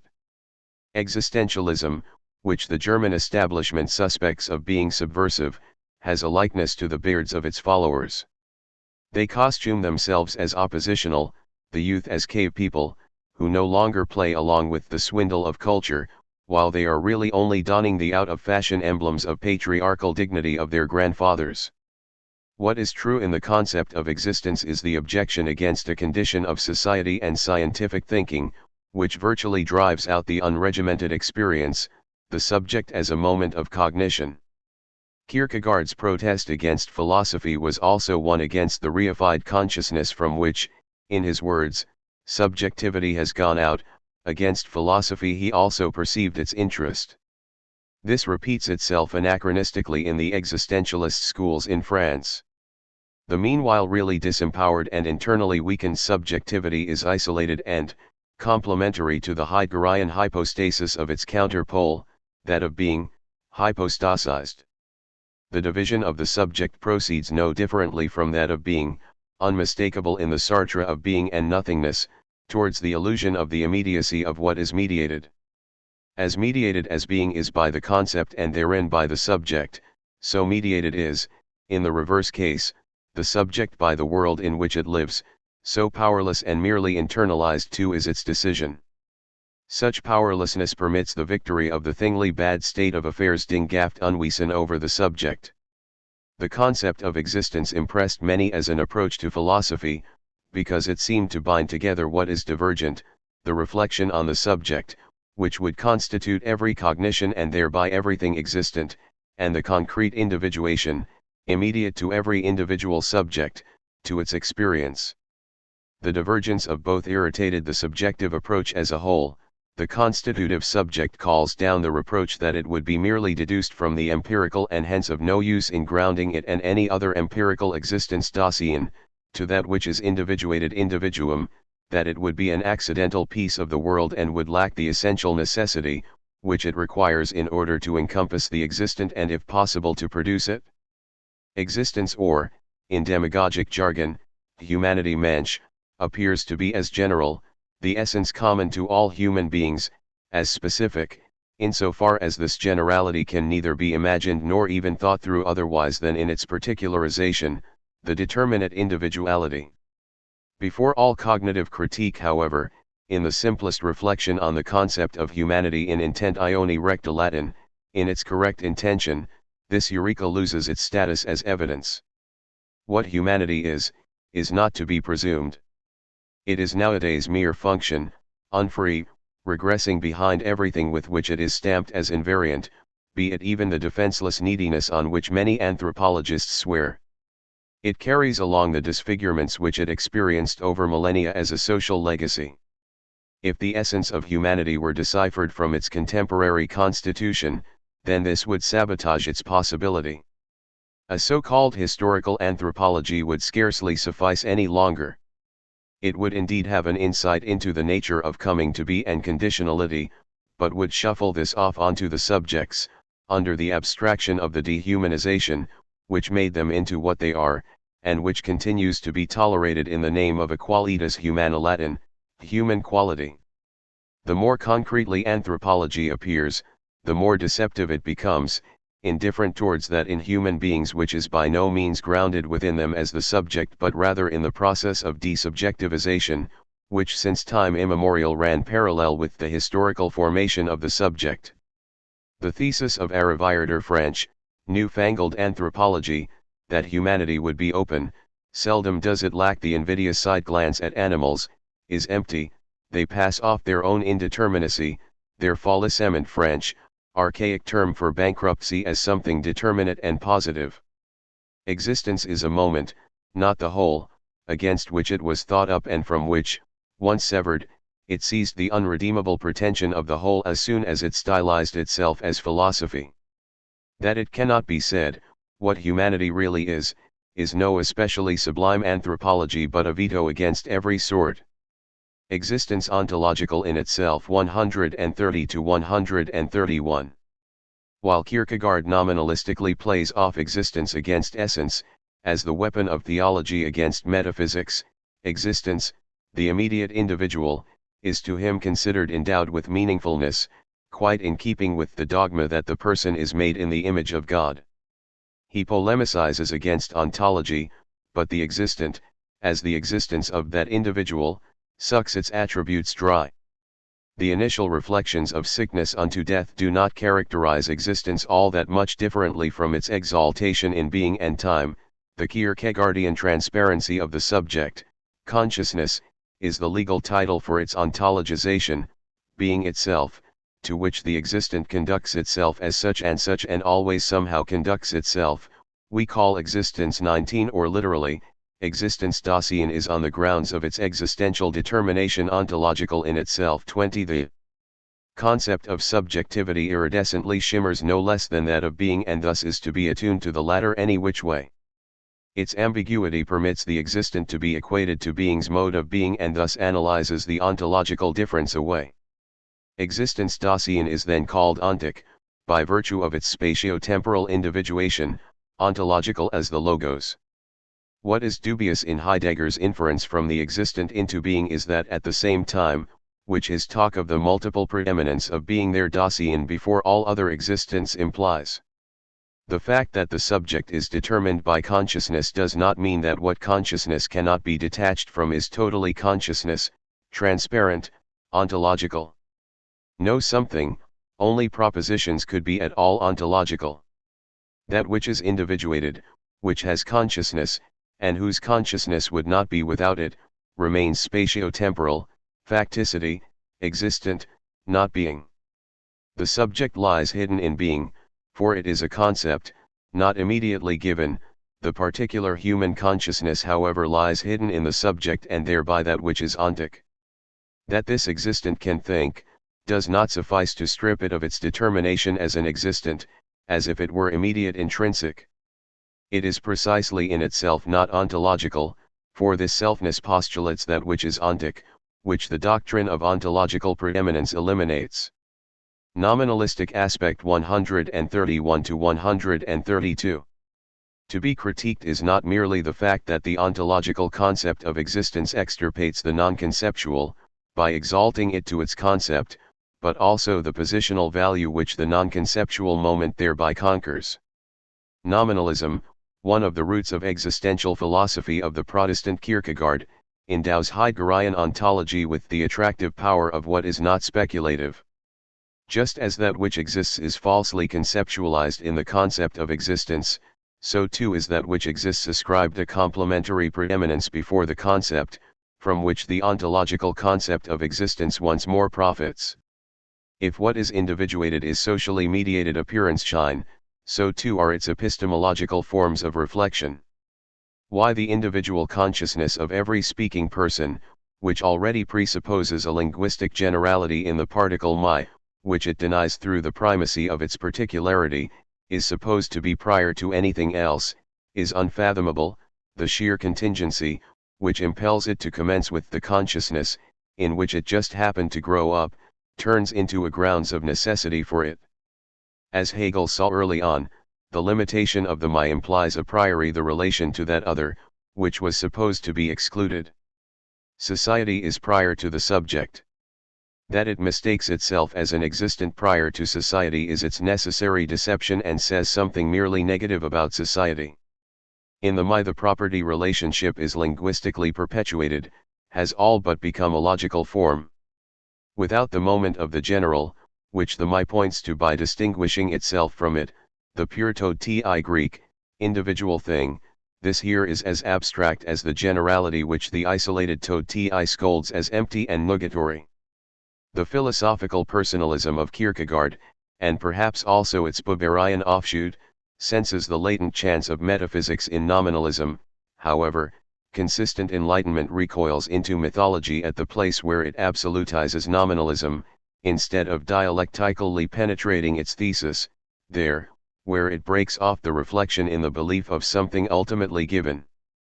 Such a cessation of reflection, the positivistic pride in one's own naivete, is nothing other than non-reflective self-preservation, turned into a recalcitrant concept. Existence Authoritarian 132 to 134. The concept of that which is existential existentially, though Heidegger prefers to the already ontologized existential of being there qua being, is governed by the conception that the measure of the truth would not be any sort of objectivity, but the pure being so and acting so of the thinker. The subjective reason of the positivists is ennobled, by stripping away its moment of reason.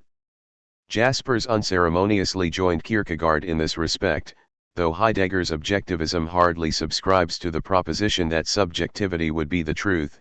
This rings through however in the analysis of the existential in being and time. What contributed to its German popularity was the fact that the radical pose and the sacred tone could be recombined into the newly minted ideology of a person who was authentic and rock-solid Kerneigen, qualities which individuals in the spirit-geist of privilege reserve for themselves with sly dim-witness. If subjectivity dissolves solidified preordained substances by its, in Kant's term, functional, essence, its ontological affirmation assuages the fear of these. Subjectivity, the functional concept katehexicon Greek, what is preeminent, what leads, becomes something absolutely solid, as was already by the way presupposed in Kant's doctrine of the transcendental unity. But truth, the constellation of subject and object, in which both penetrate each other, is as little to be reduced to subjectivity, as in the reverse case to that being, whose dialectical relationship to subjectivity Heidegger attempts to erase. What is true in the subject develops itself in relation to what it is itself not, by no means through the one-upping affirmation of its being so. Hegel knew this, but the school of repristination abhors it. If the truth really were in fact subjectivity, if the thought really were nothing but the repetition of the subject, then it would be nugatory. The existential exaltation of the subject eliminates this, for the sake of what could arise in it. It thereby delivers itself over to relativism, over which it thinks itself to be superior, and brings the subject down to its impenetrable contingency. Such irrational existentialism pounds its chest and scapegoats intellectuals, by confessing itself to be one, but the philosopher braves the talk, that there is no objective distinction between genuine, philosophically originary speaking Sprechen and empty intellectuality. While humanity as the researcher der Mensch als Forscher always has generally valid criteria for its results and has its satisfaction in the inescapability of their validity, it has as the philosopher als Philosoph only the ever-subjective criterion of its own being to distinguish empty speaking from existence awakening speaking. Hence the ethos of theoretical endeavor in the sciences and in philosophy is different at its very root. 21 Excluding what is other from it, which it has dispensed with, existence, which proclaims itself willy-nilly as the criterion of thought, thus secures the validity of its decrees in authoritarian fashion, just as the political praxis of dictators does to the worldview of the day. Through the reduction of thought to the thinker, its course, in which it would first become thought and in which alone subjectivity would live, is brought to a halt. It becomes reified as the threshed-out grounds of truth. This could already be heard in the ring of the old-fashioned word personalism. Thinking makes itself into what the thinker is already in advance, into a tautology, into a form of regressive consciousness.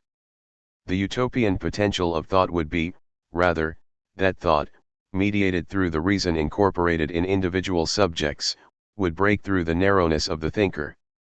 It is its best power, to surpass the weak and fallible thinker.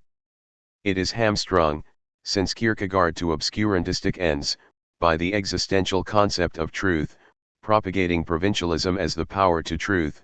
That is why the cult of existence blossoms in the provinces of all countries. Historicity 134-136. Ontology has long cashiered the opposition of the concept of existence against idealism. The existent, which was once supposed to testify against the sanctity of the idea made by human beings, is outfitted with the much more ambitious sanctity of being itself. Its ether ennoblesse in advance in contrast to the conditions of material existence, which Kierkegaard meant with the moment, when he confronted the idea with existence. Through the absorption of the concept of existence into being, indeed already by its philosophical preparation to a general concept worthy of discussion, that history is once more spirited away which, in Kierkegaard, who did not regard the left Hegelians as insignificant, broke into the speculation under the sign of theology, in the paradoxical touching of time and eternity. The ambivalence of the doctrine of being, that it simultaneously deals with the existent, and ontologizes it, thus expropriating it of all its non-conceptuality by recourse to its characteristica formalis Latin, formal characteristics, also determines its relationship to history. 10 On the one hand, the salt of what is historical is removed by its transposition into the existential of historicity, the claim of all prima philosophia Latin, originary philosophy extended to a doctrine of invariance over that which varies. Historicity brings history to a halt in the unhistorical, heedless of the historical conditions, which undergird the inner composition and constellation of the subject and object. 11 This then permits the verdict over sociology. It is distorted, as previously Husserl's psychology, into the relativization extraneous to the thing itself, which would damage the upstanding labor of thought, as if real history were not stored up in the core of everything which is to be cognized, as if every cognition which seriously resists reification would not bring paralyzed things into flux, precisely thereby becoming aware of the history in them. On the other hand, the ontologization of history once again permits the power of being to be ascribed to indiscriminate historical power, and thereby to justify the subjugation to historical situations, as if it were the behest of being itself. Karl Lowith has highlighted this aspect of the Heideggerian view of history. 12 That history can accordingly be ignored or deified as need be, is a practical political consequence of the philosophy of being. Time itself, and thereby transience, is both transfigured and absolutized by the existential ontological drafts as eternal. The concept of existence, as the intrinsicality of transience, of the temporality of the temporal, keeps existence at bay by its naming. Once treated as a phenomenological problem title, then it is already integrated. These are the latest consolations of philosophy, a kind of mythical euphemism, the falsely resurrected belief, that the bane of what is natural would be thereby broken, by soothingly imitating it. Existential thought crawls into the cave of a long-past mimesis. Therein it accommodates nonetheless the most catastrophic prejudice of the history of philosophy, which it laid off like a superfluous employee, namely the Platonic one, that what is imperishable must be the good, which says nothing more than, whoever is currently mightier in a permanent state of war is right. If Plato's pedagogy meanwhile cultivated the martial virtues, these were however answerable in the Gorgias dialogue to the highest idea of all, to that of justice. But in the darkened heavens of the doctrine of existence no star shines any more. Existence is sanctified without that which sanctifies. Nothing is left of the eternal idea, which the existent is to share or through which it is supposed to be conditioned, but the naked affirmation of what it is anyway, the affirmation of power. Footnotes to pages 66 to 136. 1 footnote pg 77. See the chapter on jurisdiction Rechtsprechung in the Ideas. 2 footnote pg 82 to 83. Günter Enders, The Antiquation of Humanity, Munich 1961, pg 186, 220, 326, and above all, on the pseudo-concreteness of Heidegger's philosophy, in Philos and Phenomenal. Research, Volume 8, NR3, pg 337, criticized the pseudo-concreity of fundamental ontology years ago. The word concretion, charged with the utmost affect in the German philosophy between the wars, was saturated with the spirit of its time. Its magic employed that feature of the Homeric Nicaea, where Odysseus, in order to get the shadows to talk, feeds them with blood. Presumably the effectiveness of blood and soil was not really based on the appeal to the origin. The ironic overtone which accompanied the formula from the beginning betrayed the consciousness of the threadbare appearance of the archaic under the conditions of high capitalist production. Even the black core snickered at the beards of the ancient Teutons.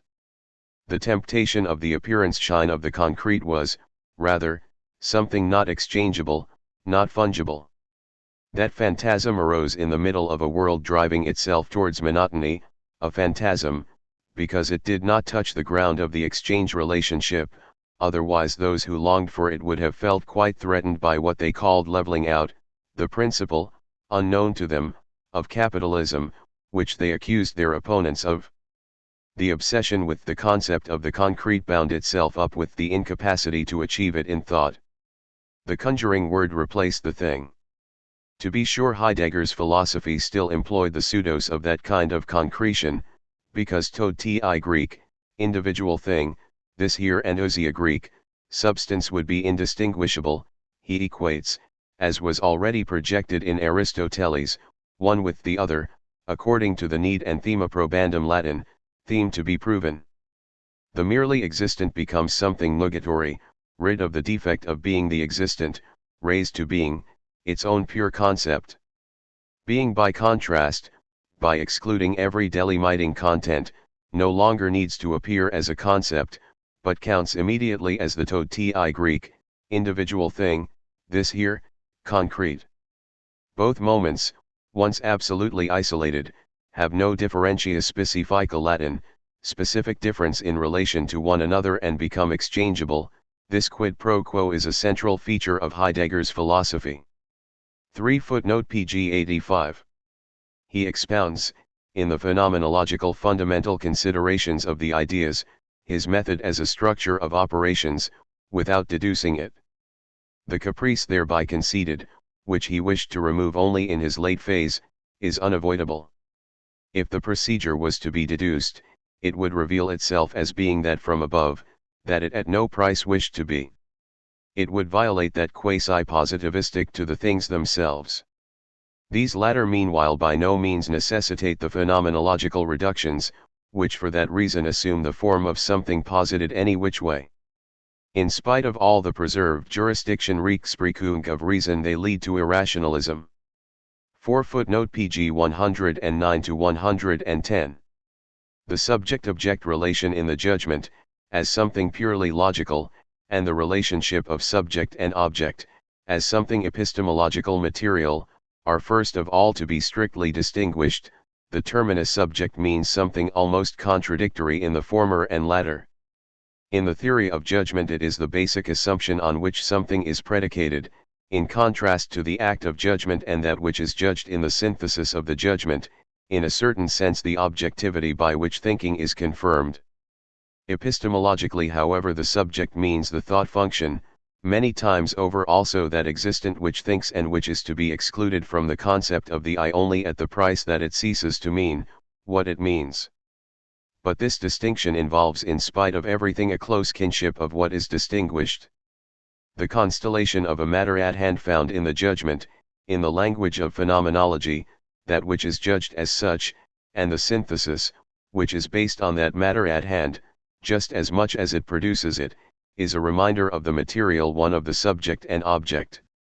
These differentiate themselves similarly, are not to be reduced to the pure identity of the one or the other side, and condition each other there reciprocally, because no object is determinable without the determination which makes it into such, the subject, and because no subject can think anything which it cannot confront, not excepting even the subject itself, thinking is chained to the existent.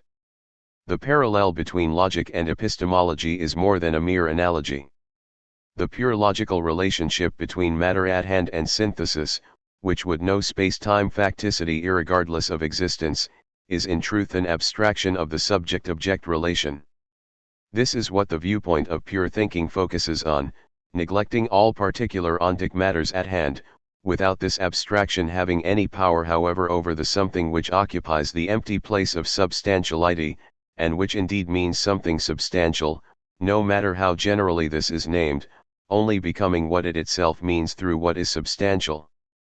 The methodological procedure of the abstraction has its limit in the meaning of what it wishes to hold in hand as pure form. The trace of the existent is inextinguishable in the formal logical something. The form something is formed according the model of the material, of the THIRD Greek, individual thing, this here, it is the form of the material and insofar requires that which is metalogical according to its own purely logical meaning, for which the epistemological reflection strove as the counterpole of thought. 5 pg 113. Being as the fundamental theme of philosophy is no species of an existent, and yet it concerns every existent. Its universality is to be sought higher. Being and the structure of being lie beyond every existent and every possible existing determination of an existent. Being is the transcendens Latin, what transcends pure and simple.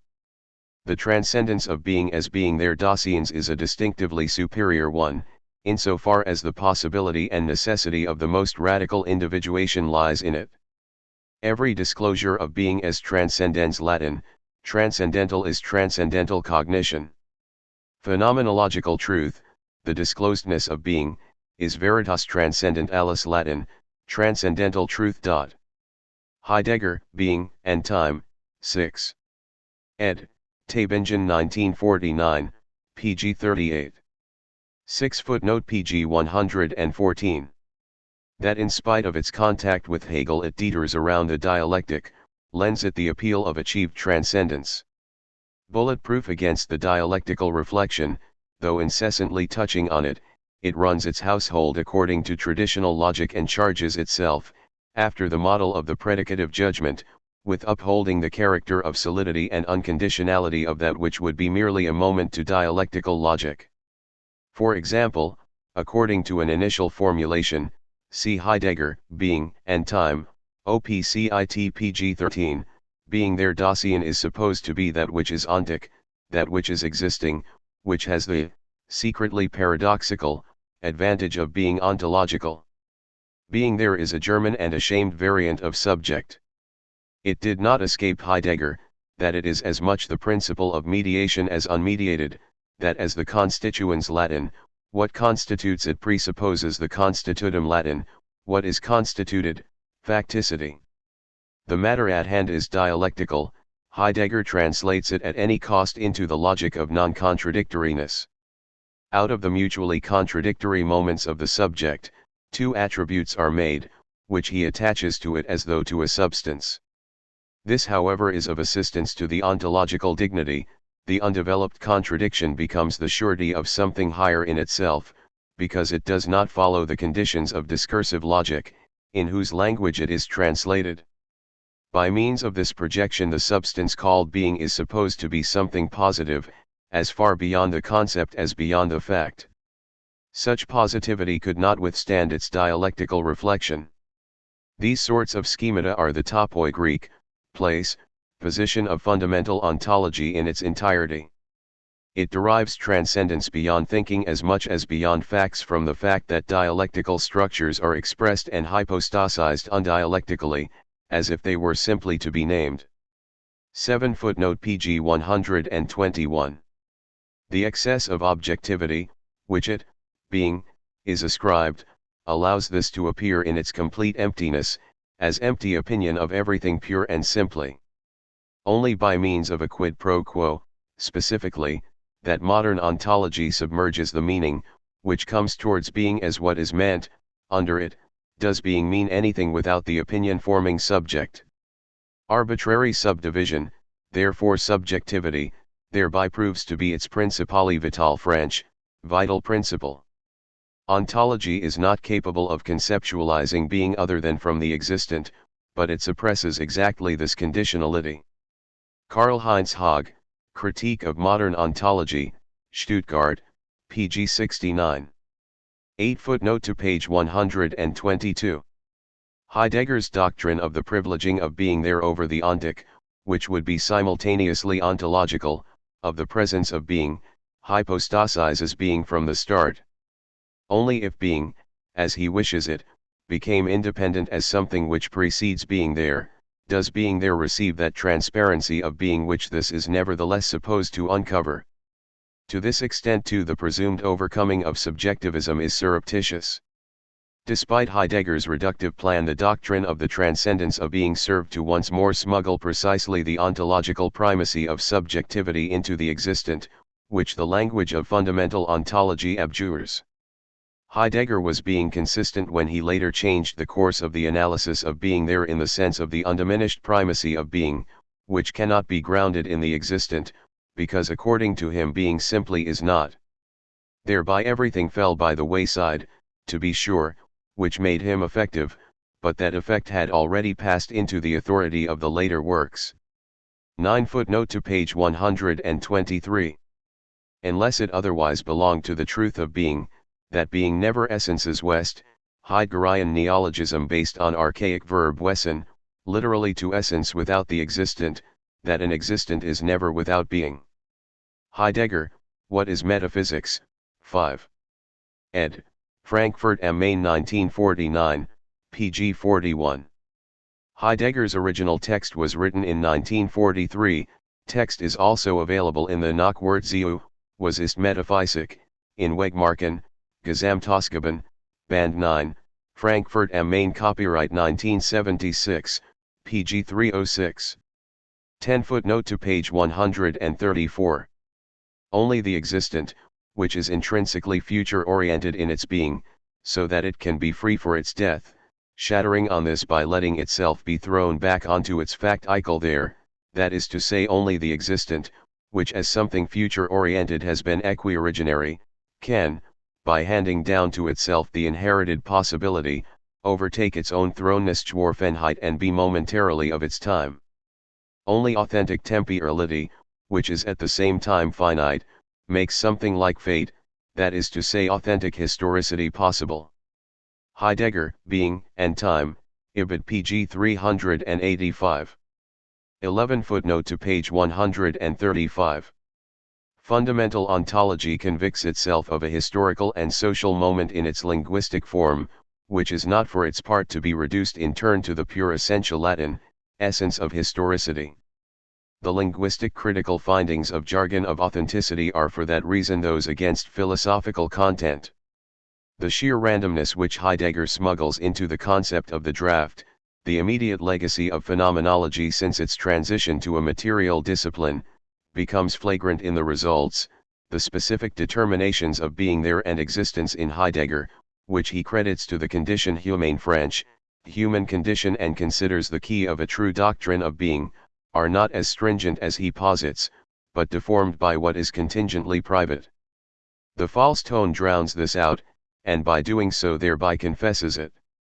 12 footnote to page 135. The quotation marks, by which Heidegger marks its time in the above citation, are presumably to indicate that it is not dealing with any sort of random deployment Ansatz, commitment, operation to a momentary, up-to-date, urgently pressing today, but with the decisive time of an authentic moment, whose decisive character results from the distinction between vulgar and existential time and history. But how can one unequivocally distinguish in a given case, whether time is an originary moment or only a pressing today in the course and trajectory of world events? The decisiveness, which does not know what it has decided, provides no answer.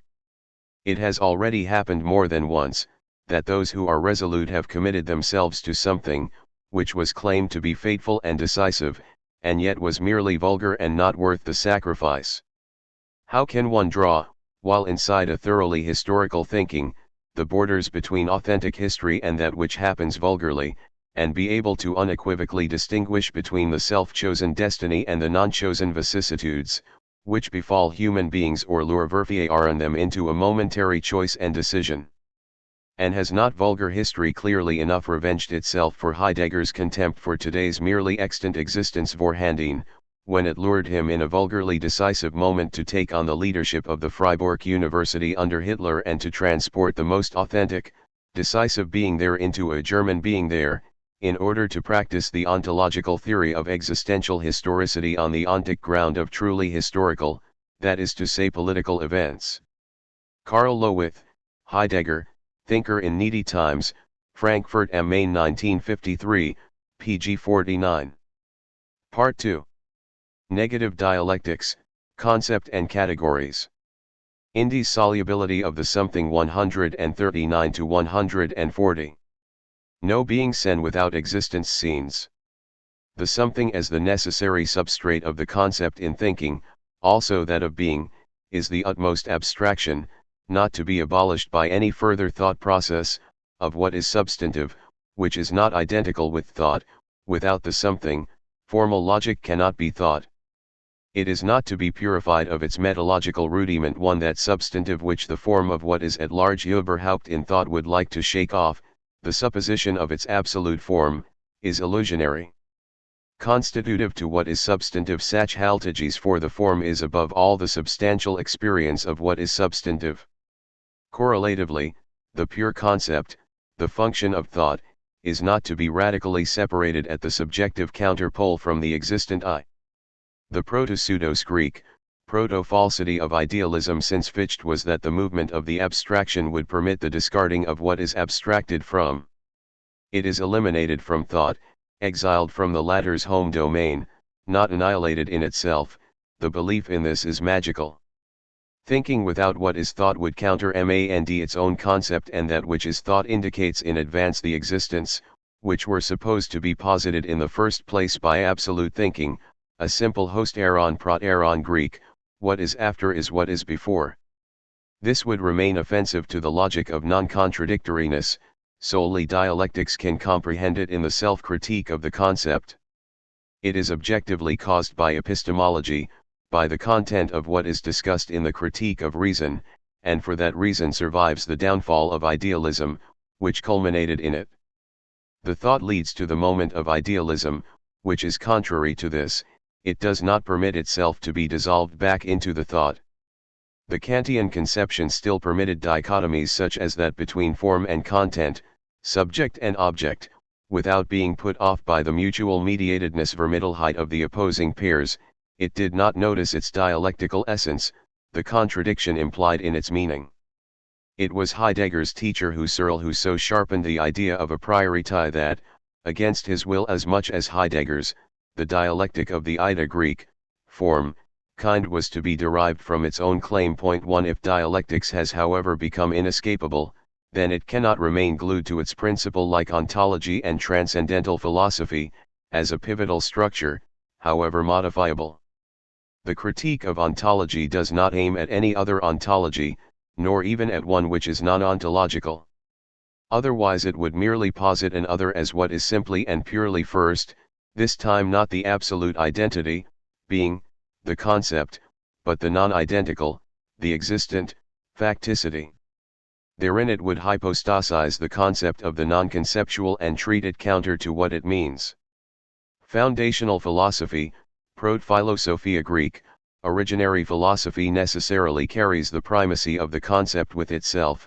What withholds itself from it, also departs from the form of a philosophizing allegedly based on a foundation.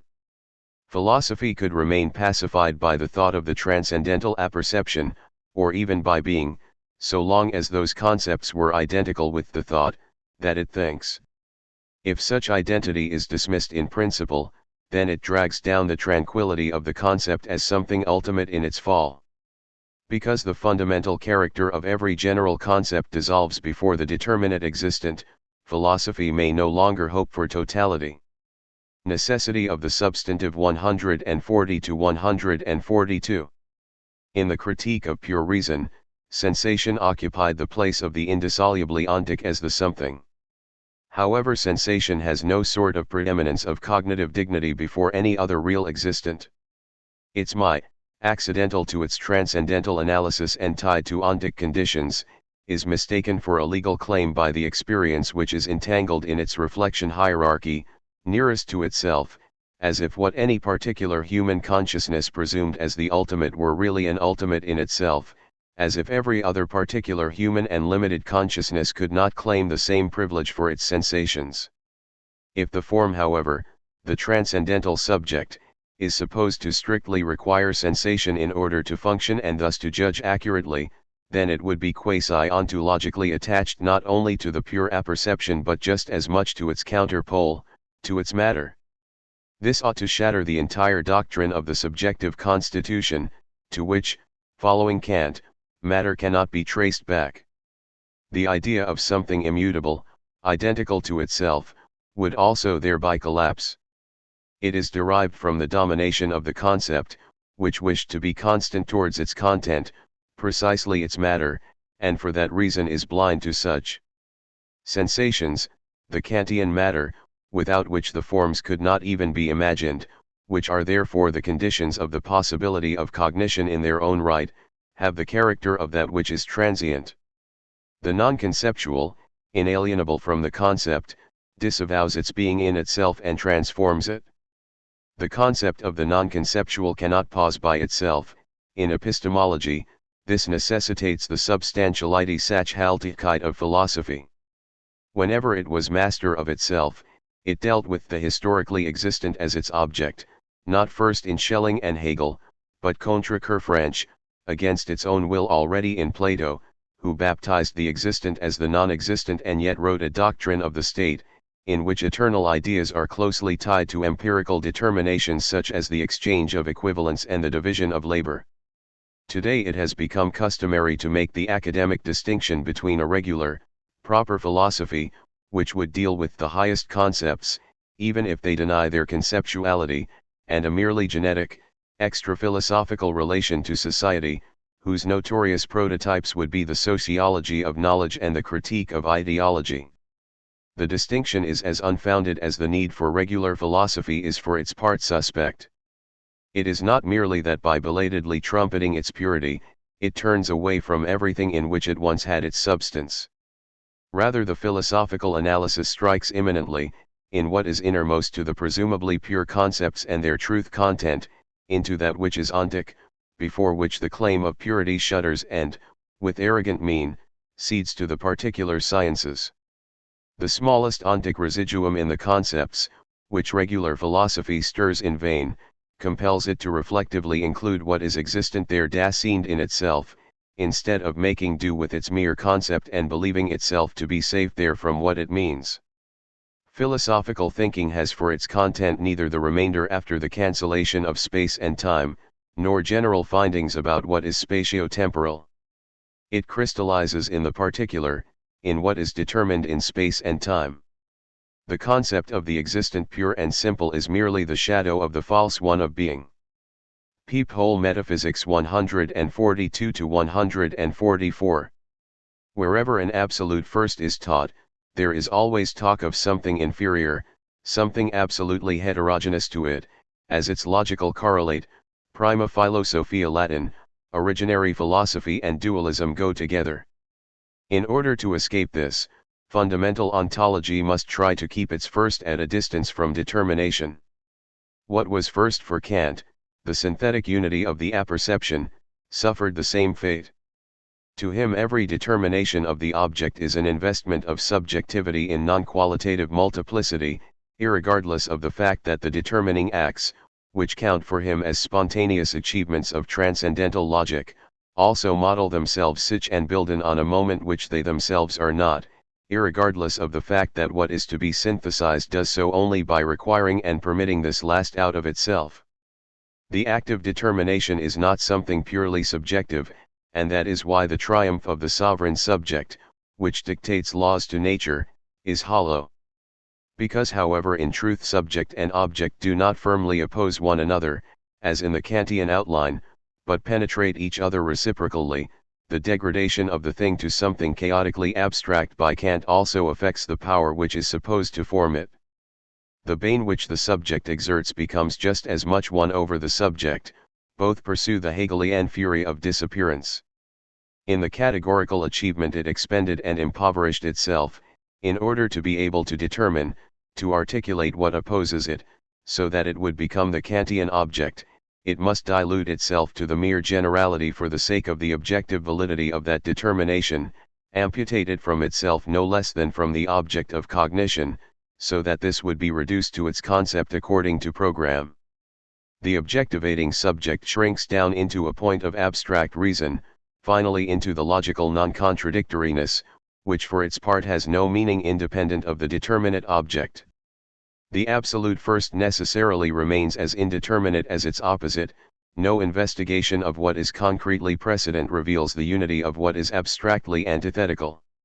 Rather the rigid dichotomical structure crumbles by virtue of the determinations of each pole as the moment of its own opposite. The dualism is already given in the philosophical thought and as inescapable, as the process by which it becomes false in thought. Mediation is merely the most general, itself inadequate expression for this. If however the claim of the subject that it is the first, which surreptitiously inspired ontology, is cashiered, then what is secondary according to the schema of traditional philosophy is no longer secondary, in a double sense subordinate. Its denigration was the flip side of the triviality that everything existent would be colored by the observer, its group or species. In truth, the cognition of the moment of subjective mediation into what is objective implies the critique of the notion of a glance into the pure in itself, which, forgotten, lurks behind that triviality. Western metaphysics was, except for heretics, peephole metaphysics. The subject, itself only a limited moment, was locked for all eternity in itself, as punishment for its deification. It gazes into the darkened heavens, in which the star of the idea or that of being would arise, as through the embrasures of a tower. It is precisely the wall around the subject, however, which throws the shadow of what is thingly dingaften over everything which it conjures, which subjective philosophy powerlessly combats again. Whatever of experience may be carried along in the word being, is expressible only in configurations of existence, not by the allergy against such, otherwise the content of philosophy becomes the impoverished result of a process of subtraction, no different from the erstwhile Cartesian certainty of the subject, the thinking substance. One cannot see out. What would be beyond, appears only in the materials and categories within. That is where the truth and untruth of the Kantian philosophy would step out of each other. It is true, in that it destroys the illusion of the immediate knowledge of the absolute; untrue, in that it describes this absolute with a model, that would correspond to an immediate consciousness, were it merely the intellectus archetypus Latin, archetypal intellect. The demonstration of this untruth is the truth of post-Kantian idealism. This latter, however, is in turn untrue in its equation of subjectively mediated truth to the subject, as if its pure concept were being itself. Non-contradictoriness not hypostasizable 144 to 146. These sorts of considerations seem to give rise to a paradox. Subjectivity, thinking itself, would not be explained by itself but rather by the factical, especially by society, but the objectivity of cognition in turn could not be without thinking, subjectivity. Such a paradox originates from the Cartesian norm that the explanation ought to ground what comes later, or at least logically later, in what comes earlier. The norm is no longer binding verbindlich. According to its measure, the dialectical matter at hand Sachverhalt would be the simple logical contradiction. But the matter at hand is not to be explained according to a hierarchical ordering schemata, called up from outside. Otherwise the explanatory attempt presupposes the explanation, which it first needs to find, presupposing non-contradictoriness, the subjective thought principle, as inherent to what is thought, to the object. In certain respects dialectical logic is more positivistic than the positivism which condemns it. It respects the object which is to be thought as thought, even there, where it does not follow the rules of thought. Its analysis is tangential to the rules of thought. Thought need not remain content with its own juridicality Gesetzlichkeit, it has the capacity to think against itself, without sacrificing itself. Were a definition of dialectics possible, this might be one worth suggesting. The armature of thinking need not remain ingrown to it, it reaches far enough to see through the totality of its logical claim as delusion. What is seemingly unbearable about this, that subjectivity would presuppose the factical, but objectivity the subject, is unbearable only to such delusion, to the hypostasis of the relationship of cause and effect, of the subjective principle which the experience of the object does not mesh with. The dialectic, as a philosophical mode of procedure, is the attempt to unravel the knot of that which is paradoxical with the oldest medium of the Enlightenment, the ruse list, cunning. It is no accident that the paradox was the Baudelarized form of dialectics since Kierkegaard. Dialectical reason follows the impulse to transcend the natural context and its delusion, which perpetuates itself in the subjective compulsion of logical rules, without imposing its rule on it, without sacrifice and revenge. Even its own essence is something which has come to be and as transient as antagonistic society. To be sure, antagonism is no more limited to society than suffering. So little as dialectics is to be extended to nature as a universal explanatory principle, so little nevertheless are two kinds of truth to be maintained next to each other, the dialectical one inside society and one indifferent towards it. The separation of social and extra-social being, oriented to the compartmentalization of the sciences, deceptively veils the fact that blind natural rootedness perpetuates itself in heteronymous history. 2 Nothing leads out of the dialectical context of immanence than it itself. Dialectics meditates critically on itself, reflects on its own movement, otherwise Kant's legal claim against Hegel would never expire. Such a dialectics is negative. Its idea names the difference from Hegel. Identity and positivity coincided in the latter, the inclusion of everything non-identical and objective in the subjectivity, which is expanded and exalted to the absolute spirit, is supposed to achieve the reconciliation. On the other hand, the power of the whole which is effective in every particular determination is not only its negation but also the negative, the untrue. The philosophy of the absolute, total subject is particular to the reversibility of the identity thesis, which is inherent in this, counteracts its intellectual principle. If the existent is to be totally deduced from the spirit, then the latter would be doomed to become similar to the mere existent, which it meant to contradict, otherwise the spirit and the existent would not harmonize. Precisely the insatiable identity principle perpetuates the antagonism by means of the suppression of what is contradictory. What tolerates nothing that would not be like itself, thwarts the reconciliation for which it mistakes itself. The act of violence of making something the same reproduces the contradiction which it stamps out. Relationship to left Hegelianism 146-147. First Karl Korsch and later the functionaries of Diamat have objected that the turn to non-identity would be, due to its imminent critical and theoretical character, an insignificant nuance of neo-Hegelianism or of the historically obsolete Hegelian left, as if the Marxist critique of philosophy had dispensed with this, while at the same time the East cannot do without a statutory Marxist philosophy. The demand for the unity of theory and praxis has irresistibly debased the former to a mere underling, eliminating from it what it was supposed to have achieved in that unity. The practical visa stamp demanded from all theory became the stamp of the censor. In the famed unity of theory-praxis, the former was vanquished and the latter became non-conceptual, a piece of the politics which it was supposed to lead beyond, delivered over to power. The liquidation of theory by dogmatization and the ban on thinking contributed to bad praxis. That theory should win back its independence is the interest of praxis itself. The relationship of both moments to each other is not settled for once and for all, but changes historically. Today, since the hegemonic bustle cripples and denigrates theory, theory testifies in all its powerlessness against the former by its mere existence. That is why it is legitimate and hated. Without it, the praxis which constantly wishes to change things could not itself be changed. Whoever scolds theory as anachronistic, obeys the topos of dismissing as outmoded what was thwarted and remains painful. Therein precisely the course of the world is reconfirmed, which it is the very idea of theory not to obey, and the theoretical target is missed, even when it is successfully abolished, whether positivistically or by power decree. The rage at the recollection of a theory which carries its own weight is by the way not far removed from the short-windedness of intellectual customs on the Western side.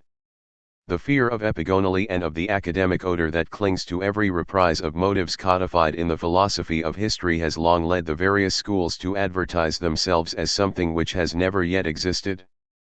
Precisely that strengthens the fatal continuity of what already exists. So dubious however a procedure is, which insists all the more loudly on your experiences the quicker its categories are delivered from the social mechanism, so little too are thoughts to be equated with what they originate from, this habit is equally a piece of origin philosophy. Whoever struggles against forgetting, only indeed against the historical one, not, as Heidegger, against that of being and thereby the extra-historical one, against the universally expected sacrifice of a previously achieved freedom of consciousness, advocates no intellectual historical restoration. That history has stepped past positions, is honored as a judgment over their truth content only by those to whom history is called the world court. Often what has been cast aside, but theoretically not absorbed, reveals its truth content only later. It becomes the sore of the dominating health, this leads back to it over and over again in changed situations. What remained theoretically inadequate in Hegel and Marx became part of historical praxis, that is why it is to be theoretically reflected upon anew, instead of the thought bowing irrationally to the primacy of praxis. This was itself an eminently theoretical concept. Logic of Disassembly Zerfalls 148-149. The farewell to Hegel becomes palpable in a contradiction concerning the whole, which is not programmatically settled as a particular one. The critic of the Kantian separation of form and content, Hegel wanted a philosophy without a detachable form, without a method implemented independently from the thing, and yet proceeded methodically. In fact, the dialectic is neither solely a method nor something real in the naive understanding of the term. Not a method, for the unreconciled thing, which lacks precisely that identity which the thought surrogates, is contradictory and blocks every attempt at unanimous interpretation. This thing, not the organizational drive of thought, is the impetus to dialectics. Not something simply real, for contradictoriness is a reflection category, the thinking confrontation of concept and thing. Dialectics as a procedure means, to think for the sake of what was once experienced in the thing as a contradiction and against it in contradictions. A contradiction in reality, it is a contradiction against these. Such a dialectics is however no longer compatible with Hegel. Its movement does not tend towards identity in the difference of every object from its concept, rather it suspects something identical in it. Its logic is one of disassembly Zerfalls, of the prepared and concretized form of concepts, which the cognizing subject immediately faces at first. Their identity with the subject is untruth. Through it the subjective preformation of the phenomenon slides in front of what is non-identical, before the individuum ineffabile Latin, ineffable individual. The summation of identical determinations would correspond to the fondest wish of traditional philosophy, to the a priori structure and to its archaistic late form, ontology. However, this structure is, before every sort of specific content, in the simplest sense negative as something abstractly maintained, spirit become compulsion. The power of that negativity rules to this day in reality. What would be different, has not yet begun.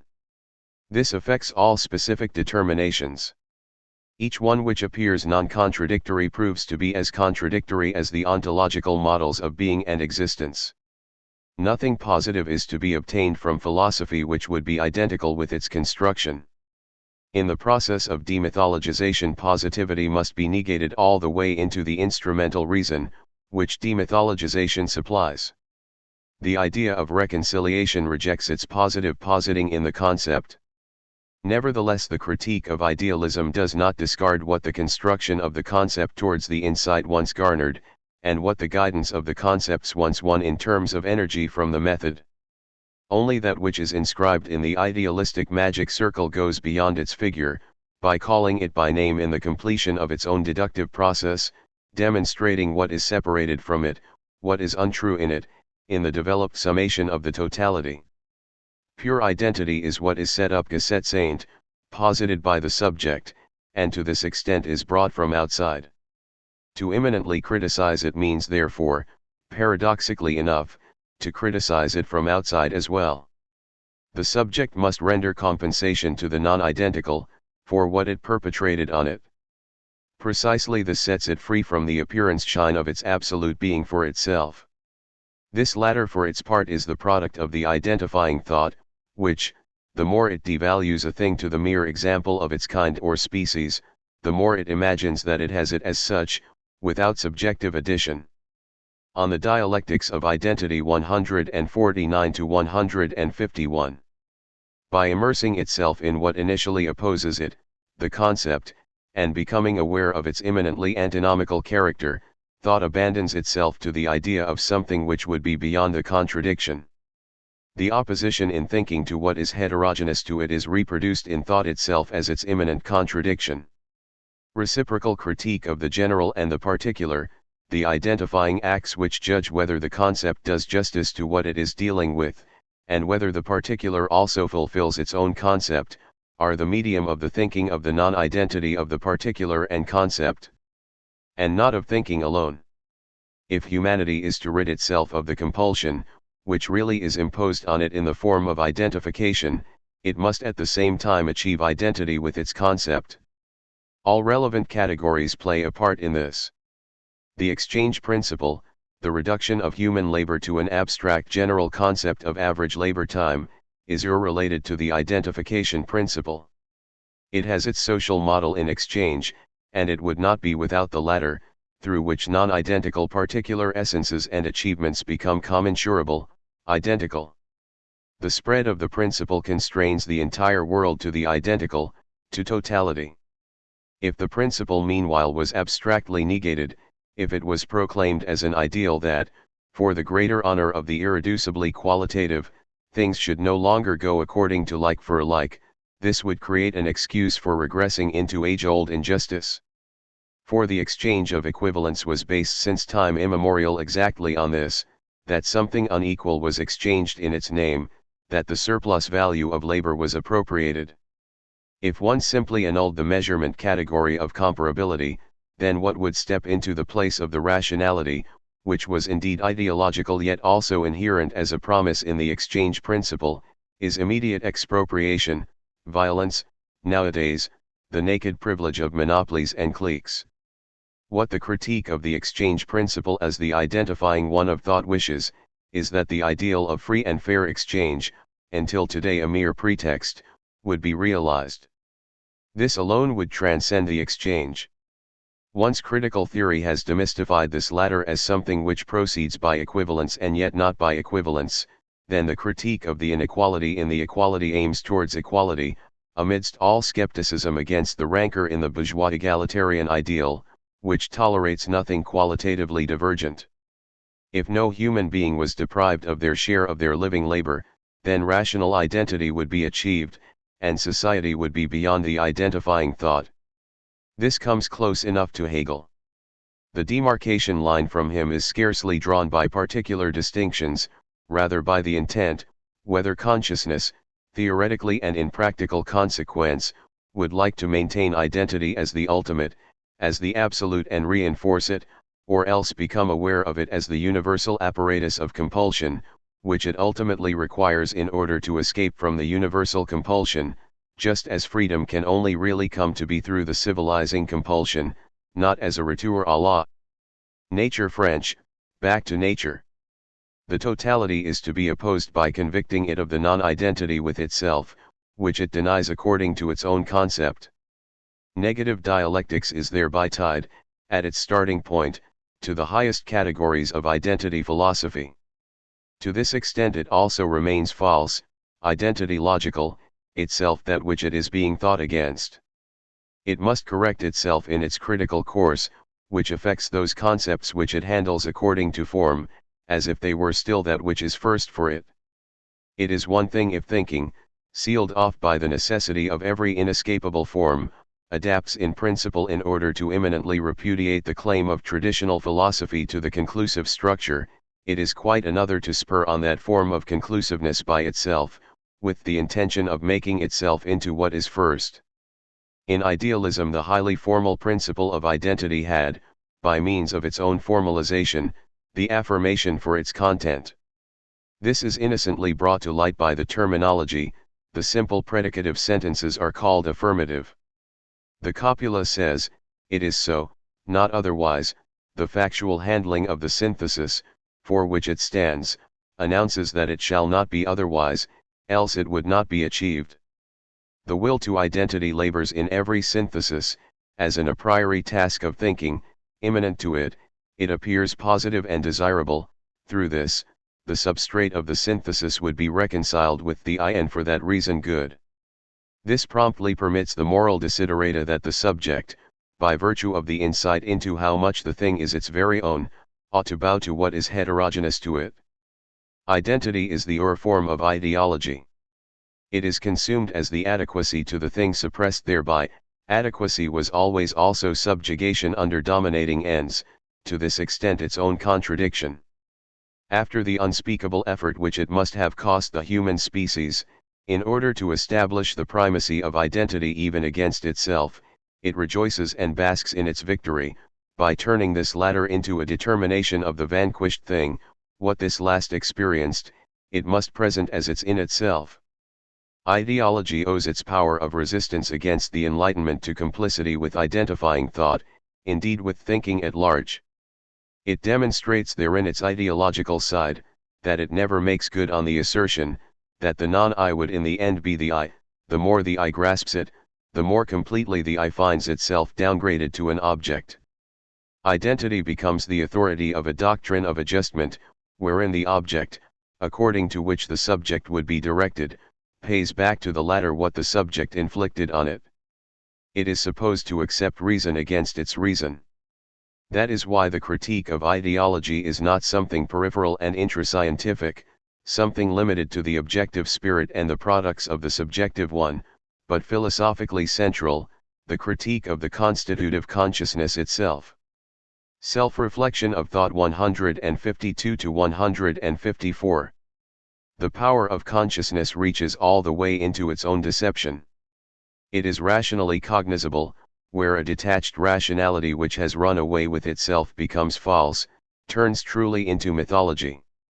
The ratio recoils into irrationality as soon as mistakes, in its necessary course, the fact that the disappearance of its substrate, be it ever so diluted, is the handiwork of its abstraction. If thinking follows its laws of motion unconsciously, it turns against its own meaning, that which is thought by thinking, which commands the flight of subjective intentions to halt. The dictate of its autarky damns thinking to nullity, this becomes in the end, subjectively, stupidity and primitivity. The regression of consciousness is the product of its lack of self-reflection. It has the capacity to see through the identity principle, but cannot be thought without the identification. Every determination is an identification. But precisely this approaches what the object is, as non-identical. By stamping it, it wishes to be stamped by it. Non-identity is secretly the telos of the identification, it is what is to be rescued in the latter. The mistake of traditional thought is that identity is held for its goal. The power which explodes the appearance shine of identity is that of thinking itself, the application of its that is shakes its nevertheless inalienable form. The cognition of the non-identical is dialectical too, in the sense that it identifies more, and identifies differently, than identity thinking. It wishes to say what something would be, while identity thinking says what it falls under, what it is an example or representative of, what it consequently is not itself. Identity thinking distances itself farther and farther away from the identity of its object, the more relentlessly it tears at the latter's body. Identity does not disappear through its critique, it transforms itself qualitatively. Elements of the affinity of the object to its thought live on in it. It is hubris, that identity would be, that the thing in itself would correspond to its concept. But its ideal is not to be simply thrown away, in the reproach that the thing would not be identical with the concept lives to the longing that it would like to be so. In this form the consciousness of non-identity contains identity. Indeed the supposition of this, all the way down to formal logic, is the ideological moment in pure thinking. In it however the moment of truth of ideology is also hidden, the injunction that no contradiction, no antagonism ought to be. In the simple identifying judgment, the pragmatic element which controls nature is already conjoined to a utopian one. A is supposed to be, what it is not yet. Such hope is contradictorily tied to that which breaks through the predicative identity. For these the philosophical tradition had the word ideas. They are neither chorus Greek, separately nor empty sounds but negative signs. The untruth of all achieved identity is the inverted form of truth. The ideas live in the hollows between what the things claim to be, and what they are. Utopia would be beyond identity and beyond the contradiction, a togetherness of what is divergent. For the sake of the former, identification reflects on how language uses the word outside of logic, which does not speak to the identification of an object, but rather to that with human beings and things. The Greek argument as to whether the like or the unlike could recognize the like, is solely to be settled dialectically. If the thesis holds that only the like would be capable of bringing the indelible moment of mimesis in all cognition and all human praxis to consciousness, then such consciousness becomes untruth when the affinity, at the same time infinitely far away in its indelibility, posits itself as positive. In epistemology the invariable result was the false conclusion, that the object would be the subject. Traditional philosophy imagined it could recognize the unlike, by making it like itself, while thereby in actuality it only cognizes itself. The idea of a different one would be to become aware of the like, in that it determines what is unlike it. The moment of non-identity in the identifying judgment is reasonably comprehensible, to the extent that every individual object subsumed under a class has determinations, which are not contained in the definition of its class. Meanwhile, in the more emphatic concept, which is not simply the characteristic of the individual objects from which it is derived, the opposite simultaneously holds good. The judgment that someone is a free man is related, thought emphatically, to the concept of freedom. However, this is for its part more than what is predicated of that man, just as that man, through other determinations, is more than the concept of his freedom. Its concept says not only that it could be applied to all other individuals, as freely defined men. It nourishes the idea of a condition in which the individuals would have qualities, which here and now could be ascribed to none. What is specific about praising someone as free is the sous-entendu French undertone, that something impossible is being ascribed to him, because it manifests itself in him. This simultaneously contingent and secret thing animates every identifying judgment which is worth making. The concept of freedom lags behind itself, as soon as it is empirically applied. It is then itself not what it says. Because however it must always be a concept of what is grasped under it, it is to be confronted with this latter. Such a confrontation impels it to the contradiction with itself. Every attempt, by merely posited, operational definitions of the concept of freedom, to exclude what philosophical terminology once called its idea, arbitrarily degrades the concept for the sake of its utility in relation to what it means in itself. The individual is both more and less than its general determination. Because however the particular, the determinate would come to itself only through the sublation of that contradiction, hence through the achieved identity between the particular and its concept, the interest of the individual is not only to preserve what the general concept robbed it of, but as much in that more of the concept as in its neediness. It experiences this to this day as its own negativity. The contradiction between the general and particular has as its content, that individuality is not yet and for that reason is bad, where it establishes itself. At the same time, that contradiction between the concept of freedom and its realization also remains the insufficiency of the concept. The potential of freedom wishes the critique of that which its compulsory formalization made it into. Objectivity of the contradiction 154 to 156. Such a contradiction is no subjective thought error. Objective contradictoriness is what is embittering in dialectics, especially for the reflection philosophy which is as hegemonic today as in Hegel's time.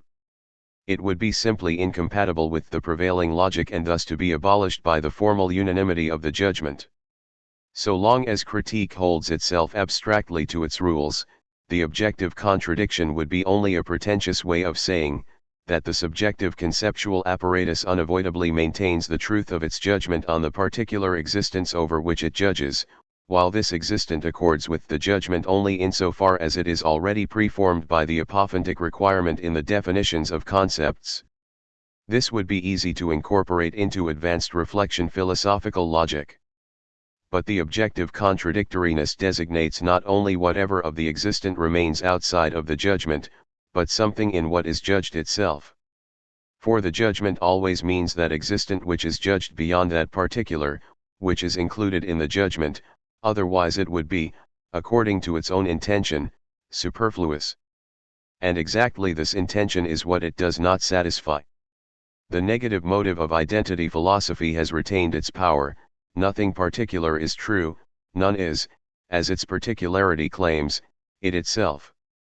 The dialectical contradiction is neither the mere projection of a miscarried conceptual construction of the thing nor metaphysics run amok.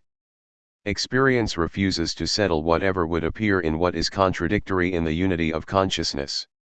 A contradiction, for example, like that between the determination, which the individual knows as its own, and that which society imposes on it, if it wishes to keep itself alive, that of the role, is not to be reduced to any sort of unity without manipulation, without the fine-tuning of impoverished master concepts, which cause the essential differences to disappear, 3. Any more so than the fact that the exchange principle, which increases the productive forces in existing society, simultaneously threatens these to an increasing degree with annihilation. The subjective consciousness, to which the contradiction is unbearable, ends up before a desperate choice.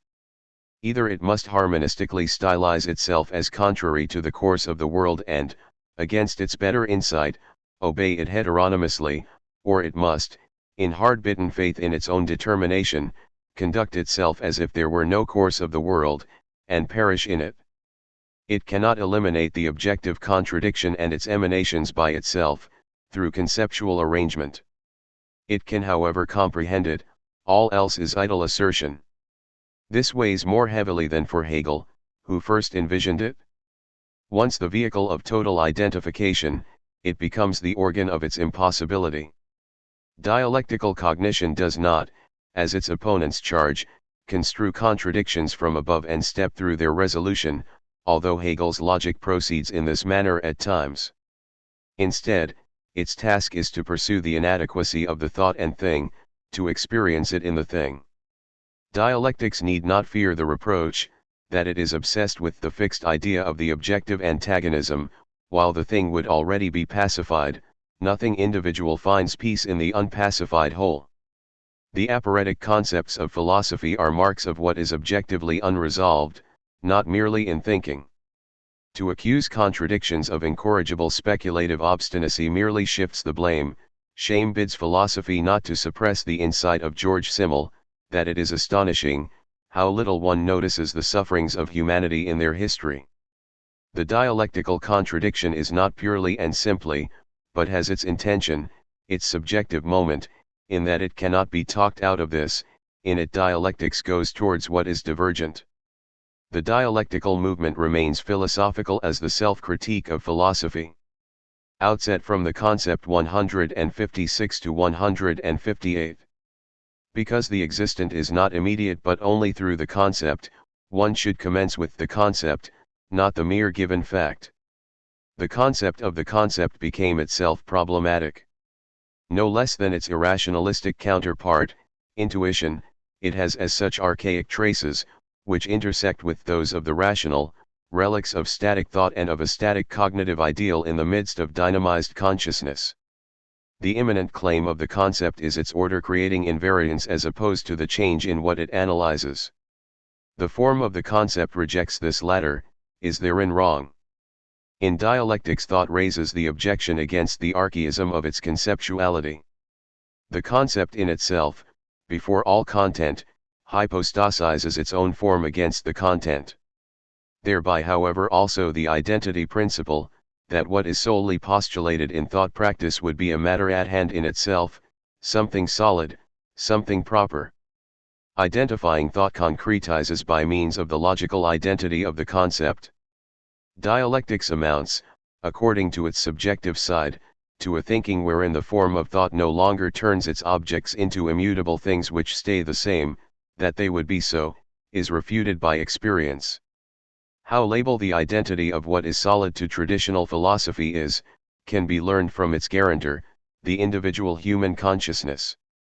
In Kant, it is supposed to ground every identity as a generally designated unity. In fact, an older one, looking back to when it once began to consciously exist to some extent, clearly recalls its distant past. It produces a unity, however irreally childhood may slip away from it. In that irreality, however, the I which one remembers, which one once was and potentially is once again, becomes at the same time an other, an alien, to be detachedly observed. Such ambivalence of identity and non-identity is preserved all the way into the logical problematic of identity. The expert jargon had the ready-made formula of the identity in the non-identity ready for this. It would need to be contrasted first with the non-identity in identity. Such a mere formal inversion meanwhile allows room for the subreption, that dialectics would be in spite of everything prima philosophia, as prima dialectica Latin, originary dialectics, for the turn to the non-identical is borne out in its execution. If it remained a declaration, it would revoke itself. In the traditional philosophies, even where they, in Schelling's words, construed the construction was in actuality post-construction, which tolerated nothing not already predigested by the former. In that it interpreted even what was heterogeneous to it as itself, ultimately as the spirit, it turned once again into what is the same, into the identical, in which they repeated themselves as in a gigantic analytic judgment, leaving no room for the qualitatively new. It was ingrained into the thought habit that without such an identity structure philosophy would not be possible and would crumble into the pure juxtaposition of established positions. The mere attempt to turn philosophical thought towards the non-identical instead of identity would be absurd. It would a priori reduce the non-identical to its concept and thereby identify it. All these sorts of considerations are too radical and for that reason, like most radical questions, not radical enough. The form of the untiring recourse, in which something of the lash of the work ethic rages, shrinks ever further away from what is to be seen through, and leaves it undisturbed. The category of the root, of the origin itself is dominating, the confirmation of what came first, because it was there first, of the chthonic against the migrant, of the settled against the mobile. What is alluring as the origin, because it does not want to be assuaged by what is derived, by ideology, is for its part an ideological principle. The conservative-sounding sentence of Karl Kraus, "Origin is the goal," also expresses something scarcely meant in its own time and place, that the static bad state of affairs of the concept of the origin must be removed. The goal would not be to find the way back to the origin, to the phantasm of a good nature, but rather the origin would devolve to the goal, would constitute itself out of the latter. No origin except in the life of the ephemeral. Synthesis 158-161. In its idealistic form, dialectics was also a philosophy of origins. Hegel compared it to a circle. The return of the result of the movement to its beginning fatally annuls it. The identity of the subject and object was supposed to smoothly produce itself thereby. Its epistemological instrument is called the synthesis. It is not to be critiqued as an individual thought act, which combines separate moments into their relation, but as a guiding and highest idea. In its general usage, meanwhile, the concept of the synthesis, the bulwark against decomposition, has patently taken on that tenor which took on its perhaps most repulsive form in the discovery of an alleged psychosynthesis against Freudian psychoanalysis. Idiosyncrasy balks at the usage of the word synthesis. Hegel used it far more seldom than his triple schemata, already convicted of its rattling, might lead one to suspect. This ought to correspond to the factual structure of his thinking. What predominates are the determinate negations of concepts, turned to and fro, envisioned from the most extreme proximity. What characterizes itself as the synthesis in such meditations, keeping faith with the negation insofar as what is supposed to be rescued therein, is what each preceding movement of the concept succumbed to. The Hegelian synthesis is throughout the insight into the insufficiency of that movement, into the costs of its production, as it were. As early as the introduction to the phenomenology, he gets to the very border of the consciousness of the negative essence of the dialectical logic he is expounding. Its command, to gaze purely at each and every concept until it moves itself, becomes non-identical with itself, by virtue of its own meaning, hence of its identity, is one of analysis, not synthesis. What is static in the concepts is supposed, so as to satisfy these latter, to release what is dynamic out of itself, comparable to the commotion of the drop of water under a microscope. That is why the method was called phenomenological, a passive relationship to what appears. It was, in Hegel, as what Benjamin called it, dialectics at a standstill, already far more progressive than anything which appeared 100 years later as phenomenology. Dialectics means, objectively, the breaking of the identity compulsion through the stored-up energies which are bound up in its concretizations. This ended up partly prevailing in Hegel, who indeed could not confess to what was untrue in the identity compulsion. In that the concept experiences itself as non-identical and moves, it leads, no longer merely itself, to what Hegelian terminology terms its other three without sucking it dry. It determines itself by that which is outside it, because it does not exhaust itself according to what is its own. As itself it is not at all merely it itself. Where Hegel in the science of logic deals with the synthesis of the first triad, that of becoming, for it is only after he equates being and nothingness as what is entirely empty and devoid of determination, that he pays attention to the difference which registers the absolute divergence of the literal linguistic meaning of both concepts. He refined his earlier doctrine that identity could be meaningfully predicated, that is to say more than tautologically, only by the non-identical, only when identified with each other, by means of its synthesis, would the moments become non-identical. From this the assertion of their identity accrued that restlessness, which Hegel called becoming, it trembles in itself. As the consciousness of non-identity through identity dialectics is not only a progressive but a simultaneously retrograde process, to this extent the image of a circle describes it accurately. The development of the concept is also a reaching back, the synthesis, the determination of the difference which perished in the concept, disappeared, almost as in Hölderlin's anamnesis of what is natural, which fell away. Only in the consummated synthesis, the unification of the contradictory moments, is their difference revealed. Without the step that being would be the same as nothingness, both would be indifferent to each other, to use a favorite term of Hegel. Only when they are supposed to be the same, do they become contradictory.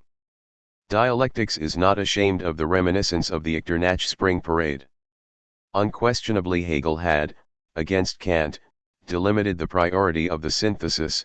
In keeping with the model of the later Platonic dialogue, he cognized the many and the one-Einheit, the one, the unitary, which Kant regarded as contiguous categories, as moments, neither of which would be without the other. Nevertheless Hegel is, like Kant and the entire tradition, including Plato, a partisan of the one.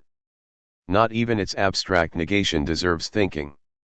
The illusion of holding the many immediately in hand would recoil as mimetic regression back into mythology, into the horror of the diffuse, just as the counterpole of unitary thinking Einheitsdenken, the imitation of blind nature through its suppression, ends up in mythical domination. The self-reflection of the Enlightenment is not its revocation, it is corrupted into the latter for the sake of the contemporary status quo. Even the self-critical turn of unitary thinking rests upon concepts, congealed syntheses. The tendency of the synthesizing axe is to be redirected, by becoming aware of what it inflicts upon the many. Solely the one transcends the one. In it the affinity is granted its right to exist, which was driven back by the advance of the one and nevertheless, secularized to the point of unrecognizability, hibernates in it. The syntheses of the subject imitate, as Plato well knew, what that synthesis, mediately Mittelbar, with the concept, wishes on its own. Critique of Positive Negation 161-163. The non-identical is not to be won immediately as something positive for its part and also not through the negation of the negative. This latter is not itself, as in Hegel, the affirmation. The positive, which to him is supposed to result from the negation, has more than just its name in common with that positivity which he fought in his youth. The equation of the negation with positivity is the quintessence of identification, the formal principle reduced to its purest form. With it the anti-dialectical principle wins the upper hand in the innermost core of dialectics, that traditional logic, which more arithmetico-Latin, in mathematical terms books minus times minus as a plus. It was borrowed from that mathematics, against which Hegel otherwise so idiosyncratically reacted. If the whole is the bane, the negative, then the negation of the particularities which have their epitome in that whole remains negative. Its positive would be solely the determinate negation, critique, not a circumventing result, which the affirmation could happily hold in its hand. In the reproduction of an opaque immediacy which, as something come to be, is also appearance shine, the very positivity of the mature Hegel bears marks of what according to pre-dialectical usage is bad. While his analyses destroy the appearance shine of the being in itself of subjectivity, 5. For that reason however the institution which is supposed to sublate subjectivity and bring it to itself is by no means the higher one, as he almost mechanically treats it. Rather, what is reproduced in it still further is what was negated with good reason in subjectivity, however abstract this latter may be as itself something suppressed. The negation which the subject practiced was legitimate, also that which was practiced on it, and is nevertheless ideology. By forgetting the right of the preceding one at every new dialectical level, against the intermittent insight of his own logic, Hegel prepares the imitation of what he scolded as the abstract negation, abstract, namely confirmed by subjective caprice, positivity. This springs theoretically from the method, not, as it ought to according to Hegel, from the thing, and has spread throughout the world as an ideology as much as it turns into a real mockery and thereby convicts itself of its unwholesome nature unwesen. What is positive in itself is fetishized from the vernacular, in which human beings praise what they positively would be, finally to the bloodthirsty phrase of the positive forces. By contrast, what is to be taken seriously about the unwavering negation is that it does not lend itself to the sanctioning of the existent. The negation of the negation does not make this revocable, but proves that it was not negative enough, otherwise dialectics remains indeed what in Hegel it was integrated into, however at the price of its depotentialization, indifferent in the end towards what is posited at the beginning. What is negated is negative, until it has passed away.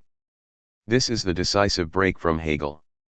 To gloss over the dialectical contradiction, the expression of the indissolubly non-identical, once more by identity means so much as to ignore what it says, returning it to pure consistency thinking. That the negation of the negation would be a positivity, can only be argued by those to whom positivity, as a universal conceptuality, is already presupposed at the outset. It rakes in the spoils of the primacy of logic over the metalogical, of the idealistic deception of philosophy in its abstract form, justification in itself. The negation of the negation would be once more identity, renewed delusion, the projection of consistency logic, finally that of the principle of subjectivity, on the absolute. Between the most profound insight and its decay, Hegel's sentence shimmers iridescently, the truth is also the positive as the knowledge which accords with the object, but it is only this equality Gleichheit with itself, insofar as knowledge conducts itself negatively towards the other, has penetrated the object and has sublated the negation, which it is. 5. The qualification of truth as the negative conduct of knowledge, which penetrates the object, hence extinguishes the appearance shine of its immediate being so, sounds like a program of negative dialectics as one of a knowledge which accords with the object, however the establishment of this knowledge as a positivity abjures that program. Through the formulation of the equality with itself, of pure identity, the knowledge of the object is revealed to be mere rigmarole, because this knowledge is no longer that of the object at all, but the tautology of an absolutely posited noesis noesios Greek, thinking of thinking. The idea of reconciliation irreconcilably opposes its affirmation in the concept. If it was objected to this that the critique of the positive negation of the negation would cut the vital nerve of Hegel's logic and permit no dialectical movement at all, then this latter would be delimited to a naive faith in the authority of Hegel's self-understanding. While the construction of his system would undoubtedly fall apart without that principle, dialectics has its experience content not in the principle but in the resistance of the other against identity, hence its power. In it the subject too lies hidden, insofar as its real domination creates contradictions, but these have seeped into the object. To attribute dialectics purely to the subject, to clear away the contradiction through itself, as it were, also clears away dialectics, by expanding it into a totality. In Hegel it originated in the system, but does not have its measure therein. What is individual too is no ultimate 163 to 164. Thinking, which went astray in identity, capitulates easily to what is indissoluble and turns the indissolubility of the object into a taboo for the subject, which is supposed to irrationalistically or scientifically resign itself not to touch what is not the same as it, surrendering to the current cognitive ideal, thereby even paying homage to it. Such an attitude of thought is by no means foreign to that ideal. In every case it binds the appetite for incorporation with the aversion to what is not incorporated, which precisely requires cognition.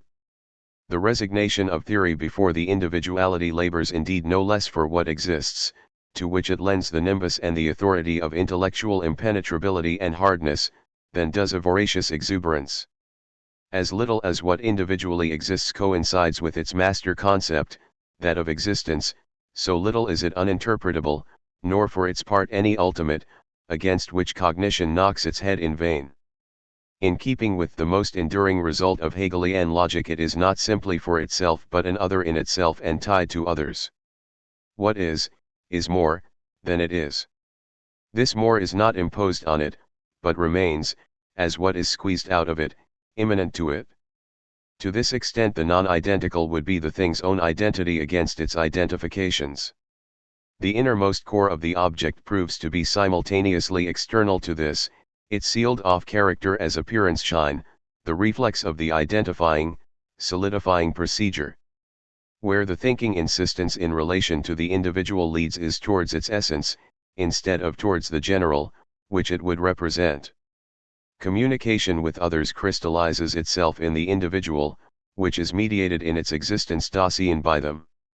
In fact, the general, as Husserl recognized, dwells in the center of the individual thing, does not constitute itself in the comparison of something individual with others. For absolute individuality, and Husserl paid no attention to this, is the product of the same process of abstraction, which is set in motion for the sake of the generality. While the individual is not to be deduced out of thought, the core of the individual would be comparable to those works of art which renounce all schematas, which are individuated to the utmost degree, whose analysis rediscovers moments of the generality in the extremity of their individuation, its participation, hidden even from itself, in what is typical. Constellation 164 to 166. The unifying moment survives, without the negation of the negation, yet also without delivering itself to the abstraction as the highest principle, not by advancing step by step towards the general master concept from the concepts, but by these latter entering into a constellation. These illuminate the specifics of the object which the classifying procedure is indifferent towards or uncomfortable with. The model for this is the conduct of language. It offers no mere sign system for cognitive functions. Where it appears essentially as language, becoming portrayal Darstellian, it does not define its concepts. It obtains their objectivity through the relationship in which it posits the concepts, centered around a thing. It thereby serves the intention of the concept, to wholly express what is meant. Solely constellations represent, from without, what the concept has cut away from within, the more, which the former wishes to be, so very much as it cannot be the latter. By gathering around the thing to be cognized, the concepts potentially determine its innermost core, thinking to attain what thinking necessarily stamped out of itself.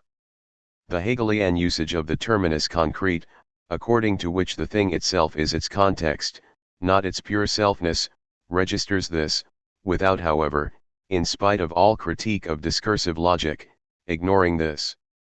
But Hegel's dialectic was one without language, while the simplest literal meaning of dialectics postulates language. To this extent Hegel remained the adept of current science.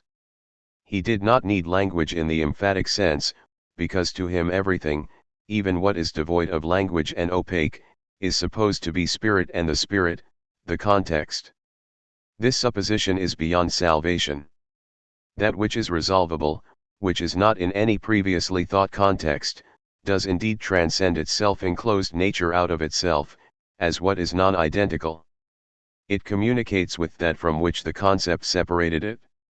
It is opaque only for the totality claim of identity, it resists the latter's pressure. As such, however, it seeks expression. Through language it dispels the bane of its selfness. What in the non-identical is not to be defined in its concept, surpasses its individual existence, which shrinks into the polarity to the concept, at which it stares.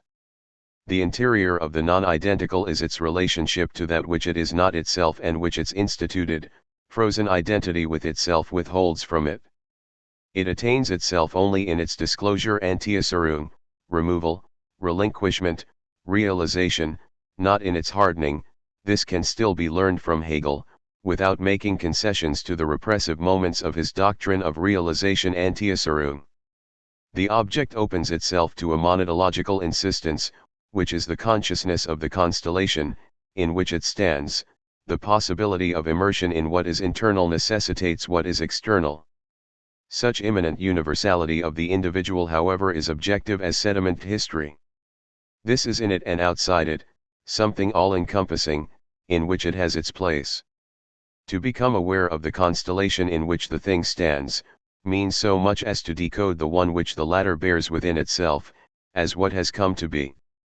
The chorismos of the outside and the inside is for its part historically conditioned. The only knowledge which can unleash the history in the object, is that which is aware of the historical positional value of the object in its relationship to others, the updating and concentration of something already known, which it transforms. The cognition of the object in its constellation is that of the process, which it has stored up within itself. As a constellation, the theoretical thought circles around the concept, which it would like to open, hoping that it springs ajar like the lock of a heavily guarded safe, only not by means of a single key or a single number, but by a number combination. Constellation in Science 166 to 168. How objects are to be disclosed through constellations is to be gathered less from philosophy, which did not interest itself in this, than from scientific investigations of merit.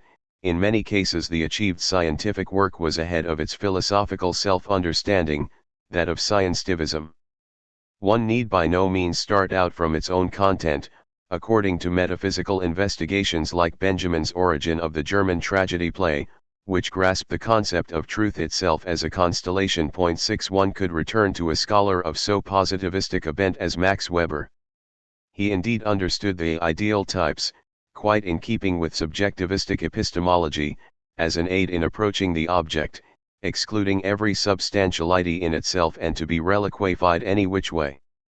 But just as in all nominalism, however null and void it may consider its concepts, something of the constitution of the thing strikes through this and reaches beyond the thought practical advantage, not the least motive for the critique of unreflective nominalism, so are the material works of Weber derived far more from the object, than the southwestern German methodology would lead one to expect.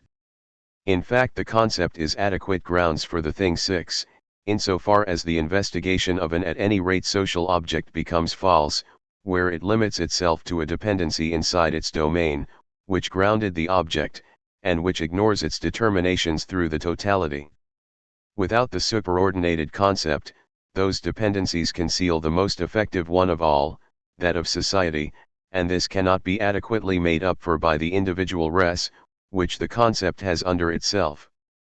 It appears, however, solely through the individual, and thereby the concept changes once more into the determinate cognition. In contrast to current scientific practice, the difficulty of the definition of historical concepts became clear to Weber when, in the treatise on the Protestant ethic and the spirit of capitalism, he raised the question of their definition, as only philosophers before him had, Kant, Hegel, Nietzsche. He expressly rejected the delimiting definition procedure according to the schema genus proximum, differentia specific 7, and demanded instead that sociological concepts ought to be gradually composed componuren, to compose musically out of individual particular pieces extracted from historical reality. The place of the final conceptual reporting of the results lies therefore not at the beginning of the investigation, but at the end. 8. Whether such a definition is required for once and for all, or whether what Weber called composing, without formally definitory results, has the capacity to be what Weber's epistemological intent would like it to be, remains unsettled. So little as definitions are the be-all and end-all of cognition, which vulgar scientificism regards them as, so little are they to be banished. The thinking, which could not master the definition during its course, which is incapable of moments where linguistic precision could stand in for the thing, would very likely be as sterile as one which glutted itself on verbal definitions. More essential, however, is what Weber termed as composing, which would be unacceptable to orthodox scientificism. He is indeed keeping merely the subjective side, the procedure of the cognition, in view. but the compositions in question may well be similarly arranged as their analog, the musical ones. Subjectively produced, these are successful only where the subjective production perishes in them. The context, which creates it, precisely the constellation, becomes legible as the sign of objectivity, of intellectual content. That which is similar to a text Schriften like in such constellations is the recoil of what is subjectively thought and brought together in objectivity by means of language. Even a procedure as obliged to the traditional ideal of science and its theories as that of Max Weber by no means lacks this moment, though it is not thematic in him. While his most mature works, above all Economy and Society, seem to suffer at times from a surplus of verbal definitions borrowed from jurisprudence, these latter are, looked at more closely, more than such, not only conceptual anchorings but rather attempts, by the gathering of concepts around the sought-after central one, to express what it aims at, instead of circumscribing it to operative ends. The in every respect decisive concept of capitalism is thus emphatically demarcated from isolated and subjective categories like acquisitiveness or the profit motive, similarly by the way to Marx. The oft-cited profit motive has to be oriented in capitalism to the profit principle, to market chances. It must avail itself of the calculating capital account, its organizational form has to be that of free labor, household and firm have to be separated, it requires bookkeeping and a rational legal system in accordance with the dominating principle of rationality in capitalism at large. 9 The completeness of this catalogue remains in doubt, it is especially to be asked, as to whether the Weberian emphasis on rationality, disregarding the class relationship which reproduces itself through the exchange of equivalents, already equates the method of capitalism overmuch to its spirit, although the exchange of equivalents and its problematic would certainly not be thinkable without rationality. Precisely the increasing tendency of integration of the capitalist system, however, whose moments intertwine into a constantly more complete functional context, makes the old question concerning the cause as opposed to the constellation ever more precarious. Not the critique of epistemology, but the real course of history necessitates the search for constellations. If these appear in Weber in place of a systematics, whose absence one would gladly reproach him for, then his thinking proves its worth as a third possibility beyond the alternatives of positivism and idealism. Essence and Appearance 169 to 172. Where a category, through negative dialectics, that of identity and of totality, changes itself, the constellation of all changes and thereby in turn each one. The concepts of essence and appearance are paradigmatic of this. They originate out of the philosophical tradition, are maintained, but their directional tendency is redirected. Essence is no longer to be hypostasized as pure intellectual being in itself. Rather, essence passes over into what lies hidden beneath the facade of the immediate, of the presumed facts, which makes them into what they are, the law of doom, which history has obeyed hitherto, all the more irresistible, the deeper it crawls beneath the facts, in order to be comfortably denied by them. Such essence-wesen is downright mischief-making unwesen, the arrangement of the world which degrades human beings into the means of their cese conservare Latin, self-preservation, curtailing and threatening their life, by reproducing it and deceiving them that things are so, in order to satisfy their needs. This essence too must appear like the Hegelian one, masked in its own contradiction. Only in the contradiction of the existent to that which it claims to be, can essence be cognized.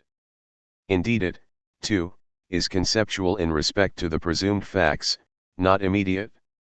But such conceptuality is not mere Greek, by nature, the product of the subject of cognition, in which it finally finds itself once more confirmed. Instead it expresses the fact that the conceptualized world, however much also through the fault of the subject, is not its own but hostile to it. This is almost imperceptibly attested to by the apperception Wesenska of the Husserlian doctrine. It amounts to the complete alienation of essence from the consciousness which grasps it. It recalls, albeit in the fetishized form of an utterly absolute ideal sphere, that even the concepts to which their essentialities are unthinkingly equated are not only the products of syntheses and abstractions, they represent equally, 2, a moment in the many, which calls up the concepts, which according to idealistic doctrine are merely posited. Husserl's hypertrophied idealism, the ontologization of pure spirit, for that reason long unknown to itself, helped in its most effective texts to give distorted expression to an anti-idealistic motive, the dissatisfaction with the thesis of the hegemony of the thinking subject. Phenomenology forbade the latter from proscribing laws, where it already had to obey them, to that extent it experiences them as something objective. Because meanwhile for Husserl, as for the idealists, all mediations are put on the noetic side, that of the subject, he cannot otherwise conceive of the moment of objectivity in the concept than as immediacy sui generis Latin, general in itself, and must copy it, with an epistemological act of violence, from the sense perception. He frantically denied that the essence in spite of everything is also for its part a moment, originated. Hegel, whom he damned with the arrogance of ignorance, already had the superior insight that the essence categories of the second book of the Logic are as much historically become, products of the self-reflection of the categories of being, as objectively valid. A thinking which zealously rejected dialectics can no longer attain this, even though Husserl's basic theme, the logical propositions, ought to have thrust this upon him. For such propositions are, according to his theory, equally objective in character, laws of essence, as something he at first passed over in silence, tied to thinking and dependent in their innermost core on that which they for their part are not. The absolute of logical absolutism justifies itself in the validity of formal propositions and of mathematics, nevertheless it is not absolute, because the claim of absoluteness, as the positively achieved identity of subject and object, is itself conditioned, the condensation of the subjective totality claim. The dialectic of essence, as one which is simultaneously in its own way quasi-existent and yet not existent, is however by no means, as in Hegel, to be resolved in the unity of the produced and producing spirit. His doctrine of the objectivity of essence postulates, being would be the spirit not yet come to itself. The essence recalls the non-identity in the concept of what is not initially posited by the subject, but which the latter follows. Even the separation of logic and mathematics from the ontic realm, on which the appearance shine of its being in itself, the ontological interpretation of formal categories rests, has its ontic aspect as something which rebounds from the ontic, as Hegel would have put it. That ontic moment reproduces itself in them. Because it is impossible for them to see through themselves as something separate and conditioned, for the separation is their own essence, they achieve a kind of existence Dasein. Even more however the laws of essence of society and its movement. They are realier than the fact Eichel, in which they appear and which deceptively veils them. But they cast aside the traditional attributes of their essentiality.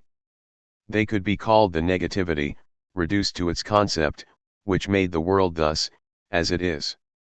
Nietzsche, the irreconcilable opponent of the theological heritage in metaphysics, ridiculed the distinction between essence and appearance and delivered the background world Hinterwelt over to the backwoodsman Hinterwäldlern, therein in accordance with the entirety of positivism. Perhaps nowhere else is it so palpable, how indefatigable enlightenment comes to benefit the obscurantists.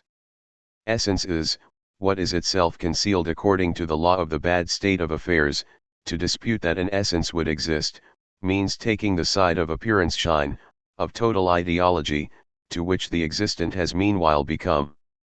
Those who would count everything which appears as the same, because they know of no essence which would permit a distinction, make common cause with the untruth out of the fanatical love of truth, with that scientific tedium which Nietzsche so despised, which can't be bothered with the dignity of the objects to be dealt with, and either parrots public opinion about this dignity or else selects its criterion by whether, as they say, a thing has not yet been worked out. The scientific mindset cedes the decision over what is essential and inessential to the disciplines, which are occupied with the object at any given time.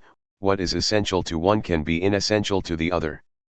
In accordance with this Hegel located the distinction in a third thing, initially outside of the immanent movement of what lies in the thing. 7 Husserl, who would not dream of a dialectic between the essence and appearance shine, is ironically in the right against him. In fact, there is indeed a fallible, yet immediate intellectual experience of the essential and inessential, which the scientific need for order can talk the subjects out of only with violence. Where such an experience does not occur, cognition remains immobile and fruitless. Its measure is, what the subjects experience objectively as their suffering. Parallel to the theoretical leveling of essence and appearance, those who cognize subjectively lose, along with the capacity to suffer and to be happy, the primary capability to separate what is essential and what is inessential, without anyone really knowing what is the cause and what is effect. The obstinate urge to check on the accuracy of what is irrelevant, rather than to reflect on what is relevant at the risk of error, counts as one of the most widespread symptoms of regressive consciousness. The latest style of backwoodsmen do not bother themselves with any background world, satisfied with what the front door world Vorderwelt talks them into buying, in words and in silence. Positivism turns into ideology, by eliminating the objective category of essence and then, logically, the interest in the essential. By no means is it exhausted, however, in the hidden general law. Its positive potential survives in what the law covers, what is inessential to the verdict of the course of the world, what is thrown to the margins. The gaze at this, the one at the Freudian hubbub of the world of appearance which goes far beyond the psychological one, follows the intention of the particular as the non-identical. What is essential is opposed to the dominating universality, to the bad state of affairs, to the extent that it critically surpasses it. Mediation through Objectivity 172 to 174. The mediation of essence and appearance, of concept and thing, does not remain what it was either, the moment of subjectivity in the object. What mediates the facts is not so much the subjective mechanism which preforms and renders them, as the objectivity, heteronymous to the subject, behind that which it can experience. It is denied to the primary subjective circle of experience, is preordained to this. Wherever at the present historical stage one judges too subjectively, to use the current parlance, the subject almost automatically parrots the consensus omnium Latin, general consensus. For it would give the object what is its own, instead of being satisfied with the false copy, only where it resisted the average value of such objectivity and made itself free as a subject. It is on this emancipation, not on the insatiable repression of the subject, that objectivity depends today. The overwhelming power of what is objectivated in subjects, which then prevents them from becoming subjects, equally prevents the cognition of what is objective, that is what became of what was once called the subjective factor. Now subjectivity is what is mediated rather than objectivity, and such mediation is in more urgent need of analysis than the traditional one. In the subjective mechanisms of mediation, those of objectivity are extended, in which every subject, even the transcendental one, is harnessed. That the data are apperceived, according to their claim, as so and not otherwise, is what the presubjective social order sees to, which for its part essentially constitutes the subjectivity, which epistemology regards as constitutive. What in the Kantian deduction of categories ultimately remains contingent, by its own confession, given that reason has these and no other basic concepts at its disposal, is attributed to what the categories, according to Kant, have yet to establish. The universality of mediation is not, however, a license to level everything between heaven and earth down to it, as if the mediation of the immediate and the mediation of the concept were the same. The mediation is essential to the concept, it is itself according to its constitution immediately the mediation of immediacy is meaningful, however, as the reflection determination, only in relation to what it opposes, the immediate. If there is indeed nothing which would not be mediated, then such mediation always necessarily arises, as Hegel emphasized, in something mediated, without which it for its part would not be. That on the other hand what is mediated would not be without mediation, has a purely privative and epistemological character, the expression of the impossibility of determining the something without mediation, hardly more than the tautology that the thinking of something would be thinking just the same. Conversely, no mediation would remain without the something. Its nature as something mediated does not lie in immediacy, in the same manner as something immediate in the mediation, which would be mediated. Hegel neglected the distinction. The mediation of the immediate affects its modus, the knowledge of it and the borders of such knowledge. Immediacy is no modality, no mere determination of the how for a consciousness, but objective. Its concept points to what is not to be cleared away through its concept. Mediation by no means says that everything would go into it, but postulates what it is mediated by, something not completely worked through. Immediacy itself, however, stands for a moment which does not require the cognition, the mediation, in the same way this latter does of the immediate. So long as philosophy employs the concepts immediate and mediate middlebar, which for the time being it can scarcely do without, its language announces the matter at hand, which the idealistic version of dialectics denied. That this last passes over the apparently minimal difference, is what lends it its plausibility. The triumph, that the immediacy would in every case be mediated, bulldozes over the mediated and attains the totality of the concept in its blessed journey, no longer held back by anything non-conceptual, the absolute domination of the subject. Because however the difference spirited away is recognizable by dialectics, the total identification in this does not have the last word. It has the capacity to break out of the magic circle, without contrasting it dogmatically from outside to a presumably realistic thesis.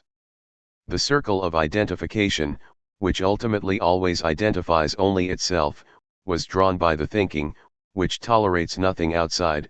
Its imprisonment is its own handiwork. Such totalitarian and for that reason particular rationality was historically dictated by what was threatening in nature. That is its limitation.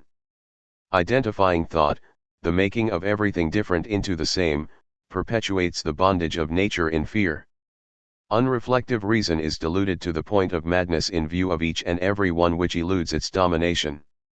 For the time being, reason is pathic, only by curing itself of this, would reason be. Even the theory of alienation, the ferment of dialectics, confuses the need to approach the heteronymous and to this extent irrational world, in Novalis' words to be everywhere at home, with the craving for incorporation and persecution, with the archaic barbarism, that the longing subject is incapable of loving the alien, of loving what is different. If the alien were no longer ostracized, there would hardly be any more alienation. Particularity and the particular 174 to 175. The equivocation in the concept of mediation, which gives rise to the fact that the opposing poles of cognition are equated to each other at the cost of their qualitative difference, on which simply everything depends, dates back to the abstraction. The word abstract is however still too abstract, itself equivocal. The unity of what is subsumed under general concepts is fundamentally different from the conceptually determined particular. In this latter the concept is always simultaneously its negative, it cuts short what it is itself and yet cannot immediately be named, and replaces it with identity. This negative, which is false, but at the same time necessary, is the staging grounds of dialectics. The core, which in its idealistic version is also for its part abstract, is not simply eliminated. By virtue of its differentiation from nothingness, even the most indeterminate something would be, contrary to Hegel, not something purely and simply indeterminate. This refutes the idealistic doctrine of the subjectivity of all determinations.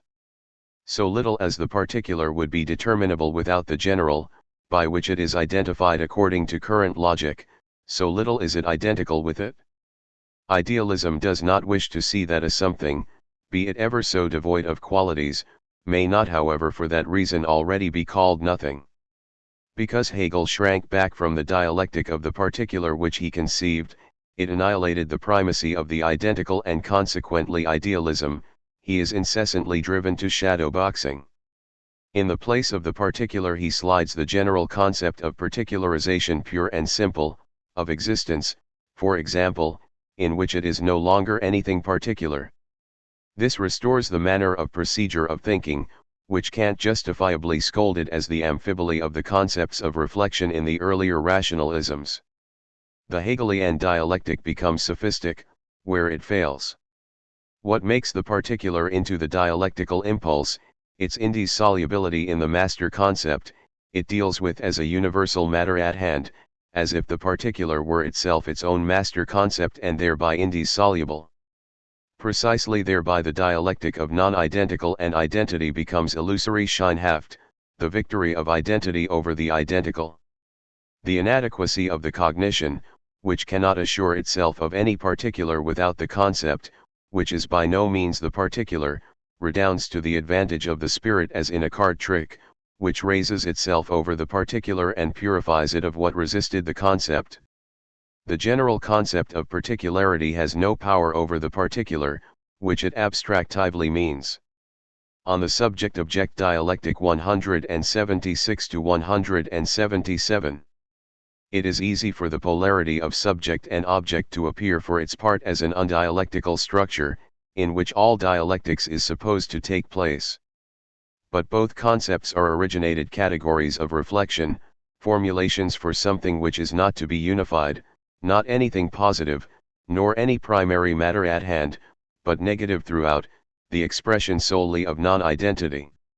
In spite of this, the difference between subject and object is for its part not to be simply negated. They are neither the ultimate duality, nor does the ultimate unity hide behind them. They constitute each other just as much as they diverge from each other by means of such a constitution. If the dualism of subject and object were laid down as a principle, it would be once again total, monistic, just like the identity principle which it rejects. The absolute duality would be unity. Hegel used this for the purpose of absorbing the subject-object polarity, which he felt rendered him preeminent to Fichte and Schelling by developing it according to both sides, into thinking. As a structure of being, the dialectic of subject and object becomes according to him the subject-ate as abstractions both are thought products, the supposition of their opposition declares thinking inalienably to what is first. But the dualism does not take the hint of the pure thought.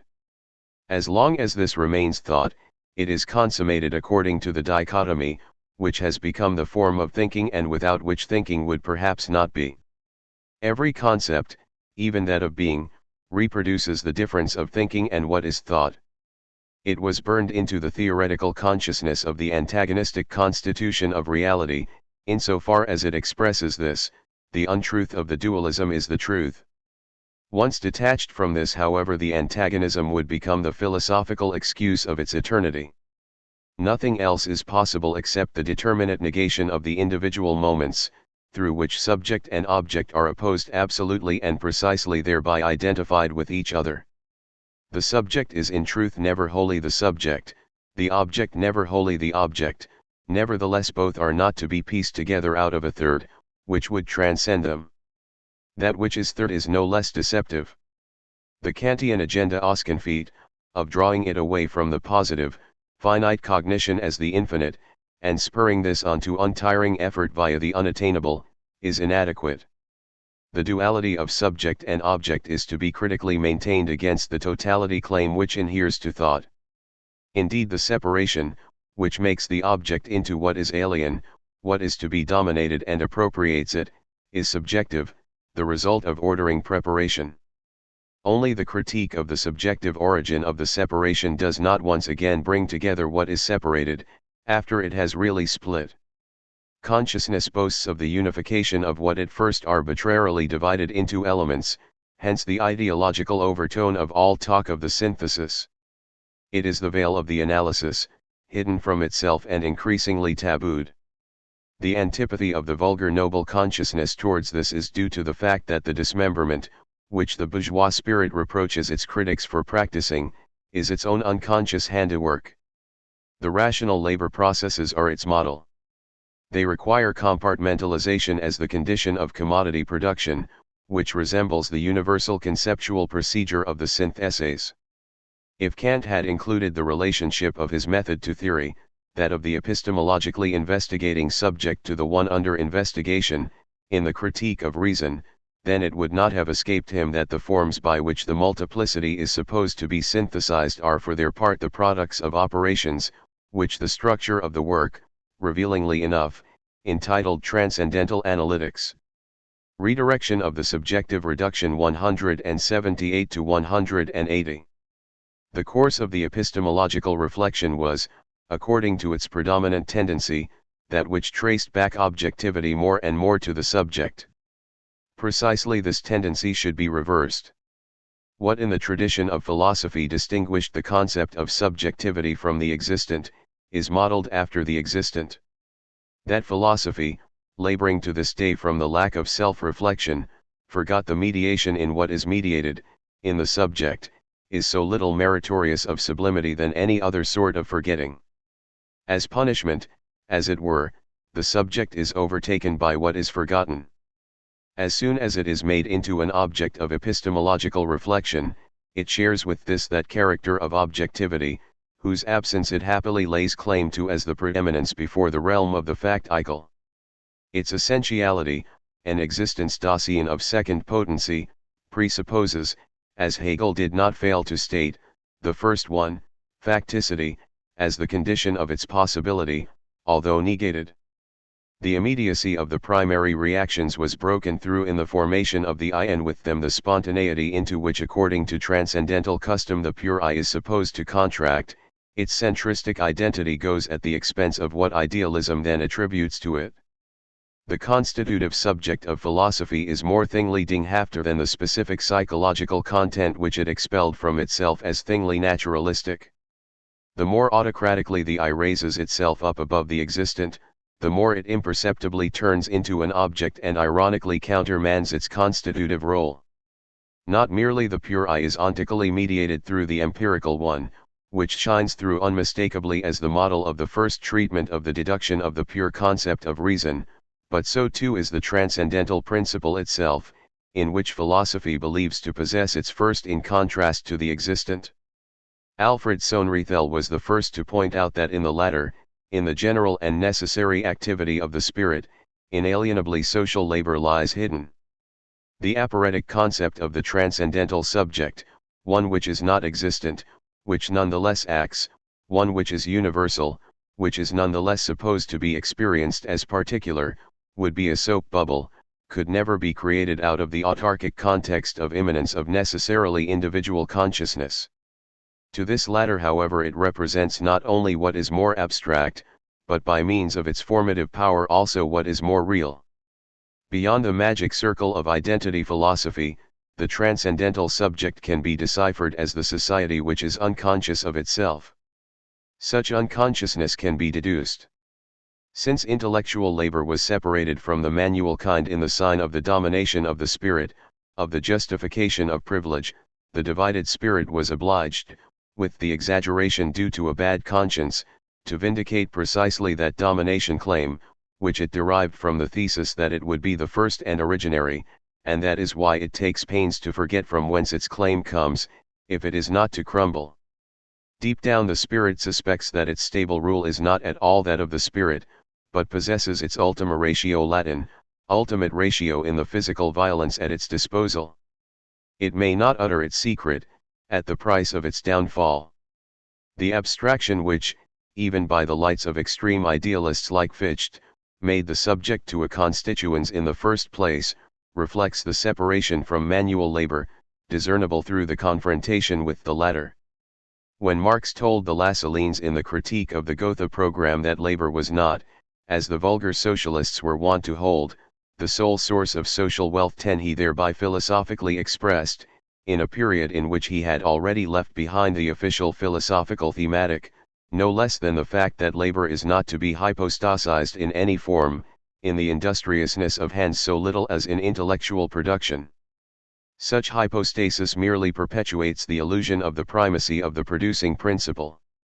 It comes to its truth solely in the relationship to that non-identical, for which Marx, in his contempt for epistemology, first chose the crude, all too narrow name of nature, later natural material and other, less incriminating to many. 11 Whatever since the critique of pure reason comprised the essence of the transcendental subject, functionality, the pure activity, which occurs in the achievements of the individual subjects and simultaneously surpasses these, projects free-floating labor on the pure subject as origin. If Kant thereby restricted the functionality of the subject, in that it would be null and void without something material befitting it, then he unflinchingly indicated that social labor is one on something. The greater consistency of the subsequent idealists eliminated this without hesitation. The universality of the transcendental subject, however, is that of the functional context of society, that of a whole, which coalesces out of the individual spontaneities and individual qualities, limiting them in turn through the leveling exchange principle and virtually removing them, as powerlessly dependent on the whole. The universal domination of exchange value over human beings, which a priori does not permit subjects to be subjects, degrades subjectivity itself to a mere object, relegating that principle of universality, which asserts that it would establish the predominance of the subject, to untruth. The more of the transcendental one is, the less of the empirical subject, itself utterly reduced. On the interpretation of the transcendental 180 to 182. As the extreme borderline case of ideology, the transcendental subject comes to within a hair of the truth. The transcendental universality is no mere narcissistic self-exaltation of the I, not the hubris of its autonomy, but has its reality in the domination which ends up prevailing and perpetuating itself through the exchange principle. The process of abstraction, which is transfigured by philosophy and solely ascribed to the cognizing subject, plays itself out in the factual exchange society. The determination of the transcendental as what is necessary, which conjoins itself to functionality and universality, expresses the principle of the self-preservation of the species. This last delivers the legal grounds for the abstraction, without which it cannot work. It is the medium of self-preserving reason. It would not take too much artifice to parody Heidegger, by interpreting the thought of the necessity in what is philosophically universal as the need to avert privation, by remedying the lack of groceries through organized labor. Thereby the Heideggerian mythology of language would indeed be unhinged, an apotheosis of the objective spirit, which from the very beginning ostracized the reflection on the material process, which reaches deep into such, as inferior. The unity of the consciousness is that of the individual human, and as its principle also visibly bears its trace, thereby that of the existent. For transcendental philosophy, individual self-consciousness indeed becomes due to its ubiquity something universal, which may no longer insist on the advantages of the concretion of self-certainty. In the meantime, insofar as the unity of consciousness is modeled on objectivity, that is to say has its measure in the possibility of the constitution of objects, it is the conceptual reflex of the total, seamless amalgamation of the acts of production in society, by which the objectivity of commodities, their objectivity Gegenständlichkeit, is formed in the first place. Moreover, that which is solidified, persisting, impenetrable in the I is the mimesis of the impenetrability of the external world, as perceived by primitive consciousness, for the experiencing consciousness. In the intellectual supremacy of the subject, its real powerlessness has its echo. The ego principle imitates its negation. It is not, as idealism has been drilling in for centuries, that obiectum subjectum Latin, object is subject. Unquestionably, however, subjectum obiectum Latin, subject is object. The primacy of subjectivity spiritually perpetuates the Darwinian struggle for existence. The subjugation of nature for human ends is a mere natural relationship. That is why the superiority of the reason which controls nature and of its principle is appearance shine. The subject participates epistemologically metaphysically in it, proclaiming itself as the Baconian master and finally the idealistic creator of all things. In the exertion of its domination it becomes part of what it intends to control, succumbing like the Hegelian master. What comes to light in it is, how very much it is enthralled to the object, by consuming this latter. What it does, is the bane of that which the subject imagines to be under its bane. Its desperate self-exaltation is the reaction to the experience of its powerlessness, which prevents self-reflection, absolute consciousness, unconscious. Kantian moral philosophy gives splendid testimony to this in the unconcealed contradiction that the same subject, which he calls free and sublime, is as something existent a part of that natural context which its freedom wishes to escape. The Platonic doctrine of ideas, a powerful step towards demythologization, already repeats the mythos. It eternalizes those relationships of domination which passed from nature over to human beings, and which is practiced by the latter, as essences. If domination over nature was a condition and stage of demythologization, then this latter would have to reach beyond that domination, if it is itself not to fall prey to mythos. The philosophical emphasis on the constitutive power of the subjective moment, however, always blocks the truth. Thus do animal species like the Triceratops dinosaur or the rhinoceros carry around the armor which protects them, as their own ingrown prison, which they, at least so it appears anthropologically, seek in vain to shed. The imprisonment in the apparatus of its survival in English may explain the especial ferocity of the rhinoceros just as much as the unacknowledged and therefore all the more fearsome one of Homo sapiens. The subjective moment is enmeshed as it were in the objective one, is itself, as something delimiting which is set down on the subject, objective. Transcendental Appearance Shine 182-184. All this has, according to the traditional norms of philosophy, of the idealistic one and the ontological one, something of the host eron proteron Greek, what is after is what is before attached to it. What the weighty tone of stringency is to propose, is that these sorts of considerations presuppose, without confessing it, as mediating what they wish to deduce as mediated, i.e. the subject, thought, all their determinations would already be, as determinations, solely thought determinations. But the critical thought does not wish to place the object on the orphaned royal throne of the subject, on which the object would be nothing but an idol, but to remove the hierarchy. Indeed, the appearance shine that the transcendental subject would be the Archimedean point of leverage, is scarcely to be broken by the analysis of subjectivity purely in itself. For this appearance shine contains, without it needing to be extracted out of the mediations of thought, that which is true of the precedence of society before the individual consciousness and all its experience. The insight into the mediatedness of thinking by means of objectivity does not negate thinking and the objective laws by which it is thinking. That there is no getting around this, indicates for its part exactly that support on the non-identical which thinking, through its own form, denies just as much as it seeks and expresses. The grounds of the transcendental appearance shines are however still transparent above and beyond cant, why thinking in the intentio obliqua Latin, oblique intention always culminates inexorably in its own primacy, the hypostasis of the subject. The abstraction namely, whose reification in the history of nominalism since the Aristotelian critique of Plato has been ascribed to the subject as its error, is itself the principle whereby the subject becomes the subject in the first place, its own essence. That is why the recourse to that which it is not itself seems external, violent. What convicts the subject of its own caprice, its prius Latin, first of its own posteriority, always sounds like transcendental dogma to it. If idealism is criticized strictly from inside out, then it has the defense at hand that the critique thereby sanctions it. By employing its premises, the former would have the latter virtually already in itself, hence would be superior to it. Idealism dismisses objections from outside however as reflection philosophical, pre-dialectical. The analysis need not however abdicate in view of this alternative.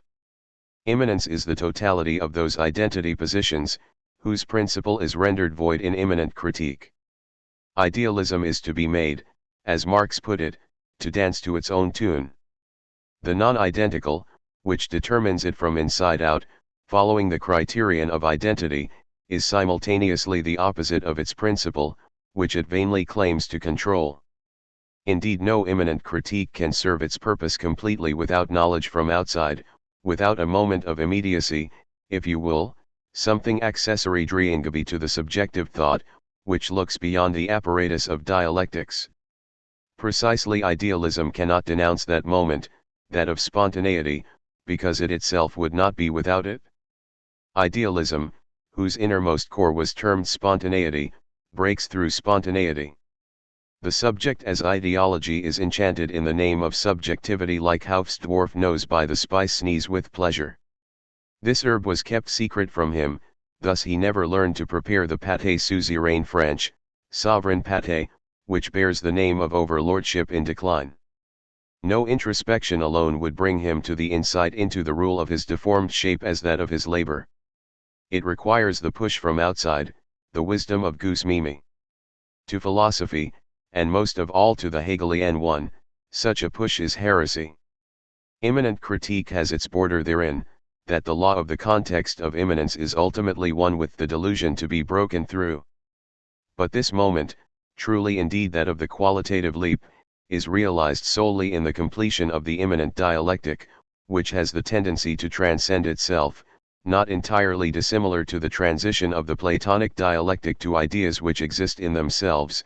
If dialectics made itself totally conclusive, then it would already be that totality, which leads back to the identity principle. Schelling perceived this interest against Hegel, and thereby offered himself up to ridicule for the abdication of thought, which fled to mysticism. The materialistic moment in Schelling, which ascribed something like a driving power to the material in itself, may have a share in that aspect of his philosophy. But the leap, too, is not to be hypostasized as in Kierkegaard. Otherwise it would transgress against reason. Dialectics must delimit itself out of the consciousness of itself.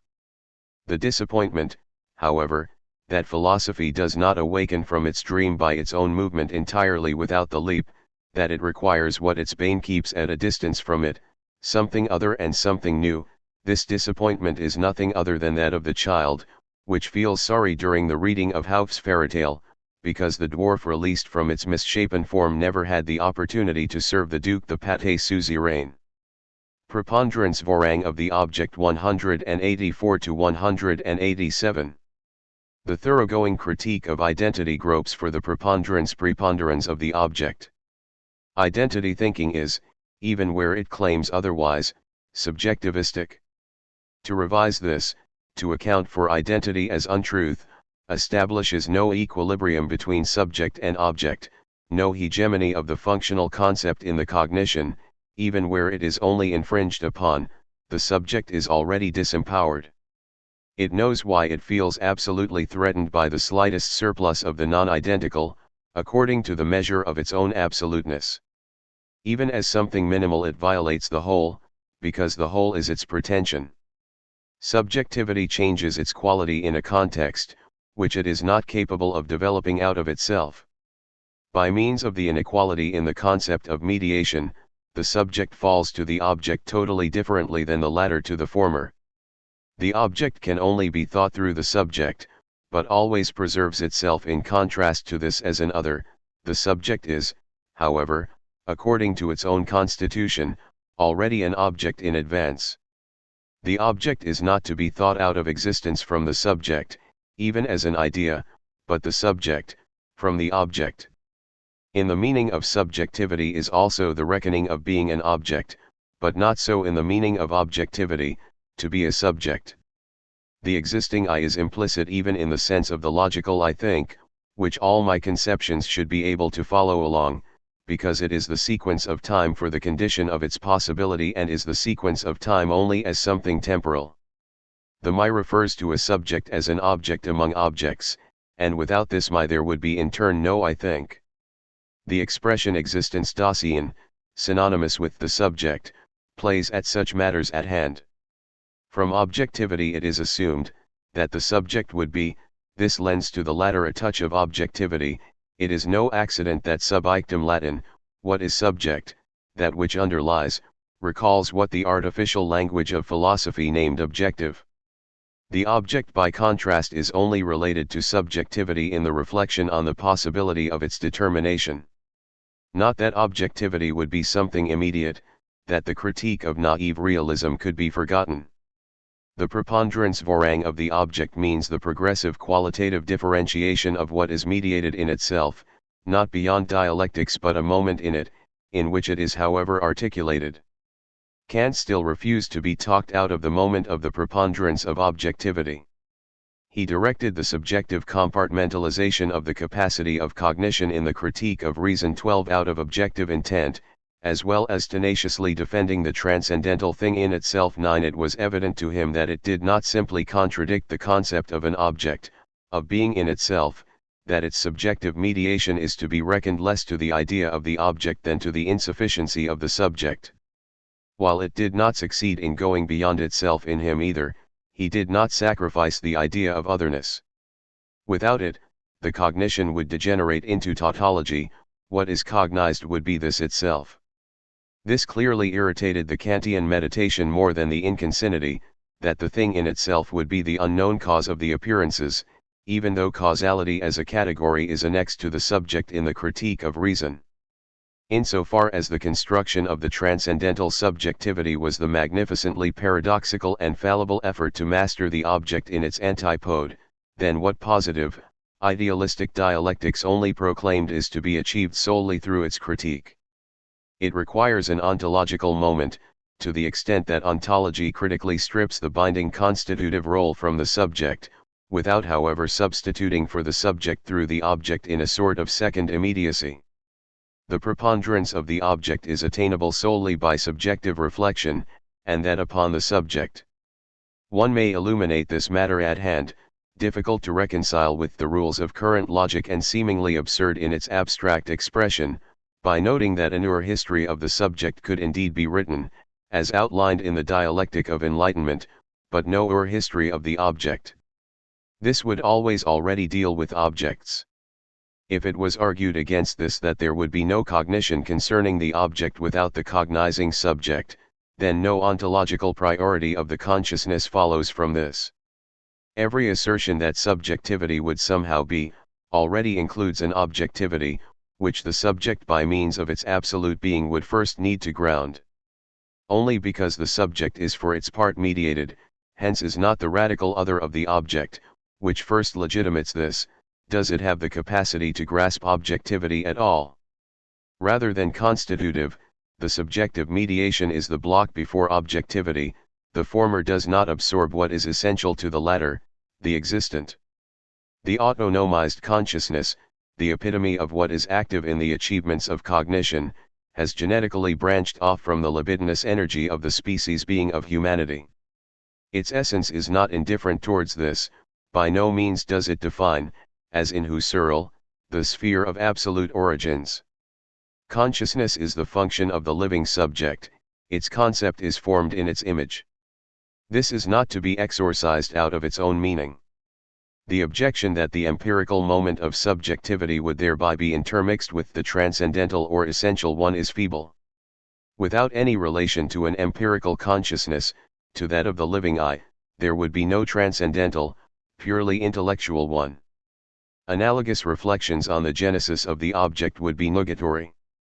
The mediation of the object says, that it may not be statically, dogmatically hypostasized, but is only to be cognized in its imbrication with subjectivity, the mediation of the subject, that without the moment of objectivity it would literally be nothing. The index of the preponderance of the object is the powerlessness of the spirit in all its judgments hitherto in the arrangement of reality. The negative, that the spirit's reconciliation failed along with the identification, that its preponderance vorang miscarried, becomes the motor of its own disenchantment. It is true and appearance shine, true, because nothing is exempt from the domination, which it reduced to its pure form, untrue, because in its intertwining with domination it is not at all the spirit, for which it takes itself and claims to be. Thereby the Enlightenment transcends its traditional self-understanding, it is demythologization not merely as reductio ad hominem Latin, reduction to the person, but also conversely as reductio hominis Latin, human reduction, as the insight into the deception of the subject, which stylizes itself as the absolute. The subject is the late form of mythos, and yet the equal of its most ancient form. Object not a given 187 to 190. The preponderance of the object, as something which is nevertheless itself mediated, does not break off the subject-object dialectic. Immediacy is so little beyond dialectics as mediation. According to the tradition of epistemology, the immediate falls under the subject, but as its given fact Gegenheit or affection. Indeed, the subject is supposed, Insofar as it is autonomous and spontaneous, to have formative power over this, it has none. However, insofar as what is immediately given would be simply there. It is just as much the bedrock state of affairs Grundbestand, on which the doctrine of subjectivity rested, that of the mind, that of the content of the subject as its possession, as it resists something objective in the form of what is given, the mental, as it were, of objectivity in the subject. That is why Hume, in the name of what is immediate, criticized identity, the principle of the I, which would like to maintain itself as independently realized against the immediate. Immediacy is not, however, to be solidified, so as to please an epistemology calibrated to conclusiveness. In it what is immediately given and the forms, which are equally simply given, are tailored complementarily to each other. Though immediacy does command a halt to the idolatry of derivation, it is, however, for its part also something abstracted from the object, the raw material of the subjective production process in which epistemology had its model. The given is in its impoverished and blind form not objectivity, but rather merely the borderline value which the subject, after it confiscated the concrete object, has not completely mastered in its own magic circle. To this extent empiricism took note, in spite of all sensualistic reduction of the things, of something of the preponderance of the object, since Locke insisted that there would be no content of consciousness which did not stem from the senses, would not be given.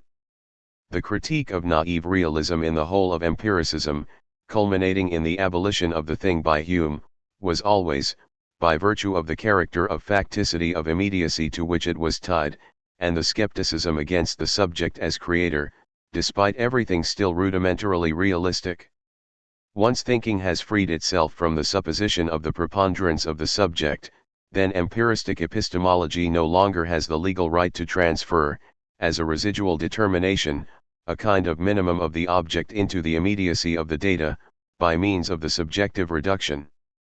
Such a construction is nothing but a compromise between the dogma of the preponderance of the subject and its unattainability.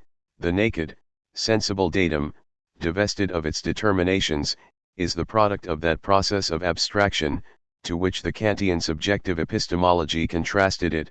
The purer the datum from its forms, the more threadbare, abstract it also becomes. The residuum of the object as the given, which remains after the subtraction of subjective additions, is a deception of prima philosophia. That the determinations through which the object becomes concrete would be merely imposed on it, is valid only for the unshakable faith in the primacy of subjectivity. Its forms are, however, not, as in Kant's doctrine, something ultimate to cognition. This latter is capable of breaking through it in the course of its experience.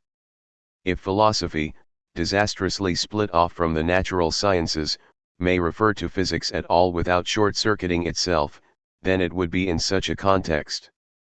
The latter's development since Einstein has, with theoretical stringency, blasted apart the prison of the intuition as well as the subjective a priori of space, time, and causality. The subjective, in keeping with the Newtonian principle of observation, experience speaks, with the possibility of such an outbreak, on behalf the preponderance of the object and against its own supremacy. It turns, as involuntarily dialectical spirit, the subjective observation against the doctrine of what is subjectively constituted. The object is more than pure facticity, that this is not to be removed, forbids it at the same time to remain content with its abstract concept and its dregs, the recorded sense data. The idea of a concrete object falls to the critique of subjective external categorization and that of its correlate, the fiction of something factical, devoid of determination. Nothing in the world is comprised, added up, as it were, out of facticity and concept. The power of proof of the Kantian example of the 100 imaginary thalers, whose reality is not ascribed to them as a further characteristic, strikes the form-content dualism of the critique of pure reason itself and has a power far beyond this. Actually it denies the distinction between the many and the one, which the tradition of philosophy has been making since Plato. Neither concept nor facticity are additions to their complement.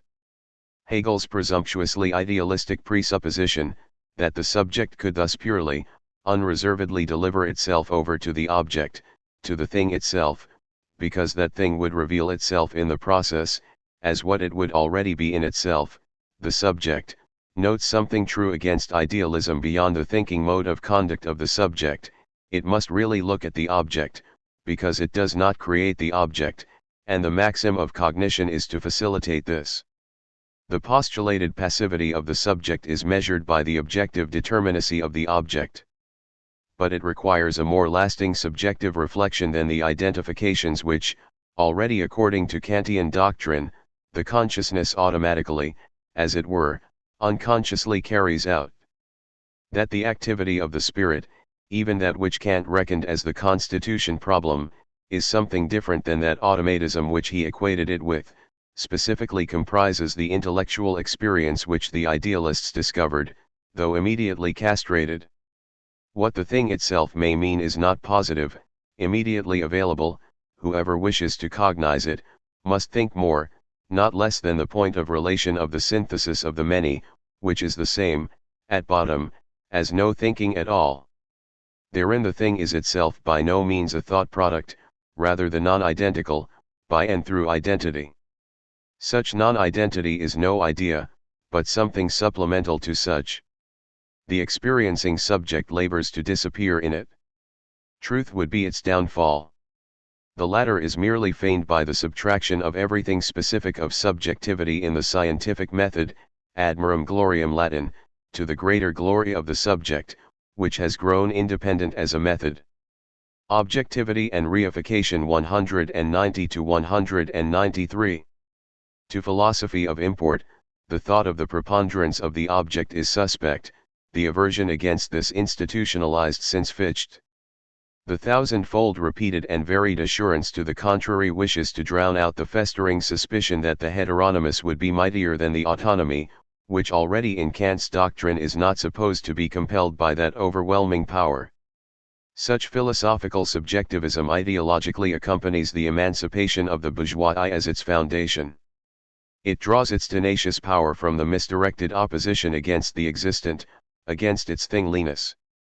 By relativizing or liquefying this, philosophy believes itself to be beyond the primacy of commodities and beyond its subjective form of reflection, the reified consciousness.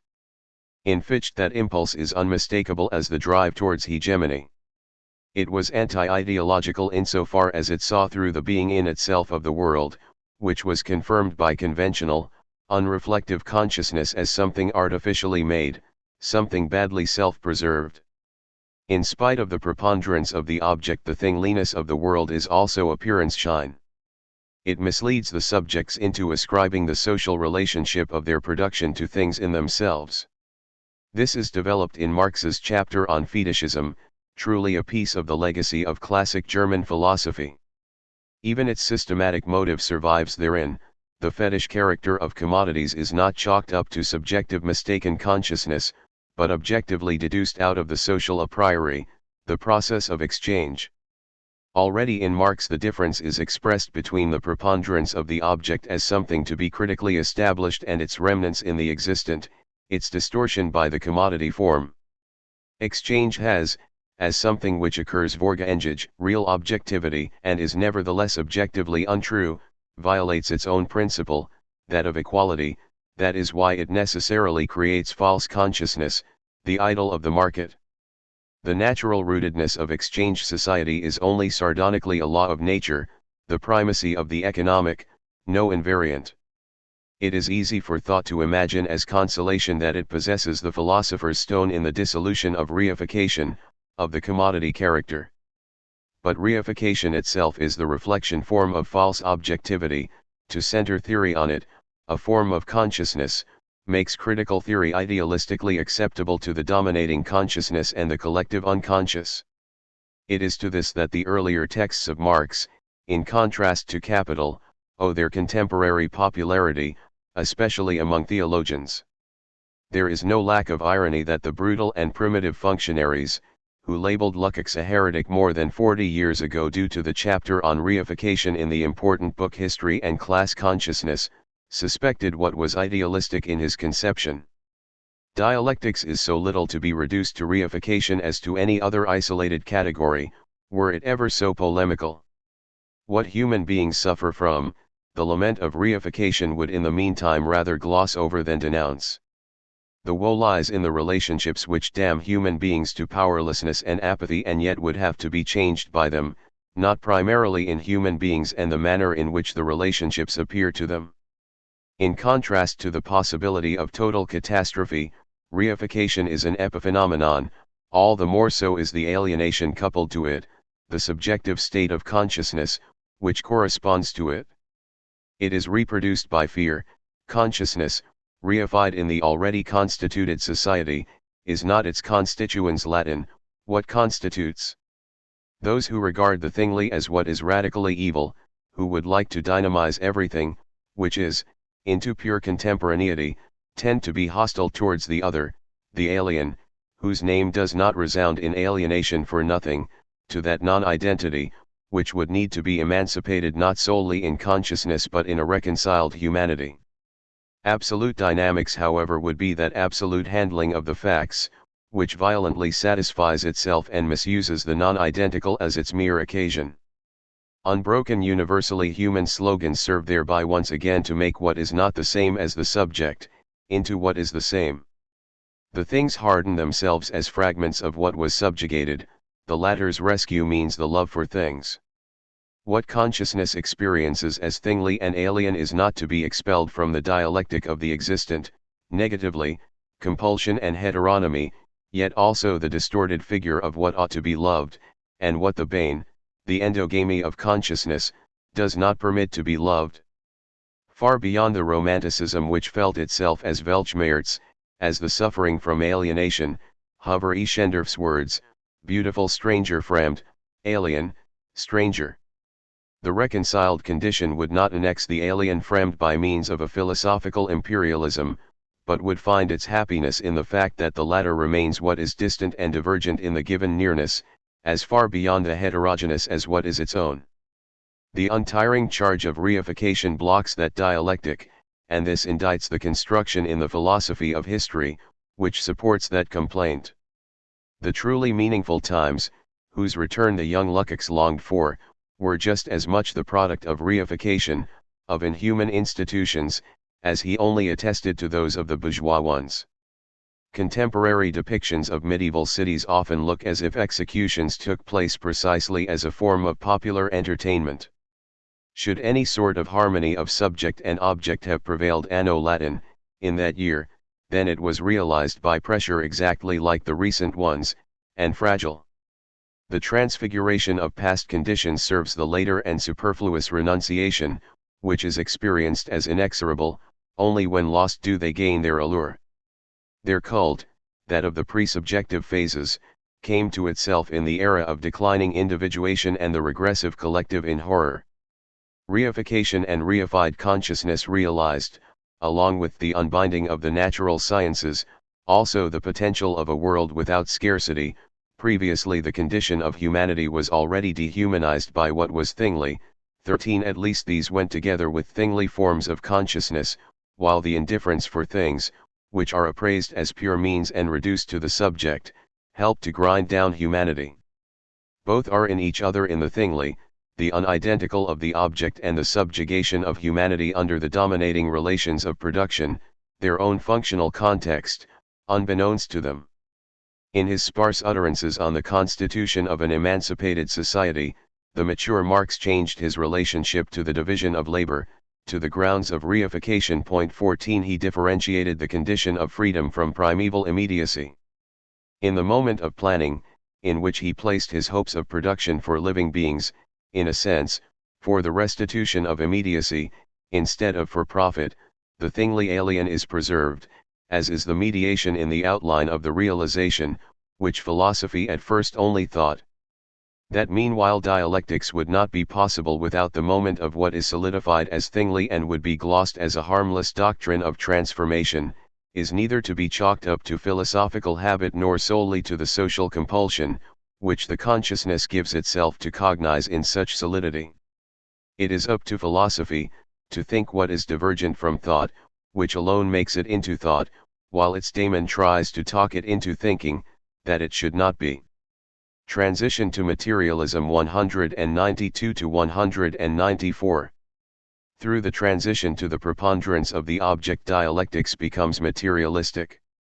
The object, the positive expression of the non-identical, is a terminological mask.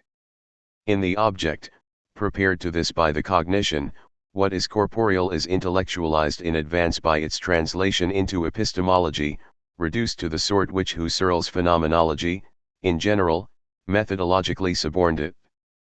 If the categories of subject and object, indissoluble to the critique of cognition, appear to be posited falsely in such, as not purely opposed to each other, then this also means, it would name what is objective in the object, what is not to be intellectualized therein, as the object only from the standpoint of the subjectively directed analysis, in which the primacy of the subject seems unquestionable. Observed from the outside, what in the reflection on the spirit is specifically represented as not intellectual, as object, is material. The category of non-identity still obeys the measure of identity. Emancipated from such a measure, the non-identical moments show themselves as matter, or as inseparably fused with what is material. Sensation, the crux of all epistemology, is reinterpreted by this latter into a fact of consciousness, in contradiction to its own full-fledged constitution, which is nevertheless supposed to be the juridical source of cognition. No sensation without the somatic moment. To this extent its concept is, in contrast to what it presumably subsumed, twisted for the sake of the demand of an autarkic context of all stages of cognition. While sensation belongs to consciousness, in keeping with the cognitive principle of stylization, its phenomenology, which is unbiased according to the rules of cognition, must describe it by the same token as that which is not completely worked out in consciousness. Each one of these is in itself also corporeal feeling. The sensation does not even accompany it. This would presuppose its chorismos by the bodily, it is obtained solely from the noological intention in it, in the strict sense through abstraction. The linguistic shading of words like sensual, sensuous, indeed even sensation betrays just how little the matters at hand designated thereby are what epistemology treats them as, pure moments of cognition. The subject-immanent reconstruction of the world of things would not have the basis of its hierarchy, that of sensation, without the physis, which autarkic epistemology would like to construct over it. The somatic moment is irreducible as the not purely cognitive one in cognition. With this the subjective claim also becomes untenable, exactly where radical empiricism had conserved it. That the cognitive achievements of the cognitive subject are, according to its own meaning, somatic, affects not only the foundational relationship of subject and object but also the dignity of the corporeal. It emerges at the ontic pole of subjective cognition as its core. This dethrones the guiding notion of epistemology, which constitutes the body as the law of the context of sensations and acts, i.e. as intellectualized, sensations are already in themselves what the systematics would like to establish as their formation through consciousness. Traditional philosophy has bewitched what is heterogeneous to it through the tailoring of its categories. Neither subject nor object are merely posited, in the Hegelian manner of speaking. This alone would fully explain why the antagonism which philosophy clothed in the words subject and object cannot be interpreted as an ur matter at hand. Otherwise the spirit would become the utterly other of the body, in contradiction to what is immanently somatic to it. The antagonism is not however to be annulled by the spirit alone, because that would virtually intellectualize it once more. What is announced in it is both what the preponderance would have before the subject and slips away from this latter, as well as the irreconcilability of the epoch of the world with the subject, the inverted form, as it were, of the preponderance of objectivity. Materialism and Immediacy 195 to 197.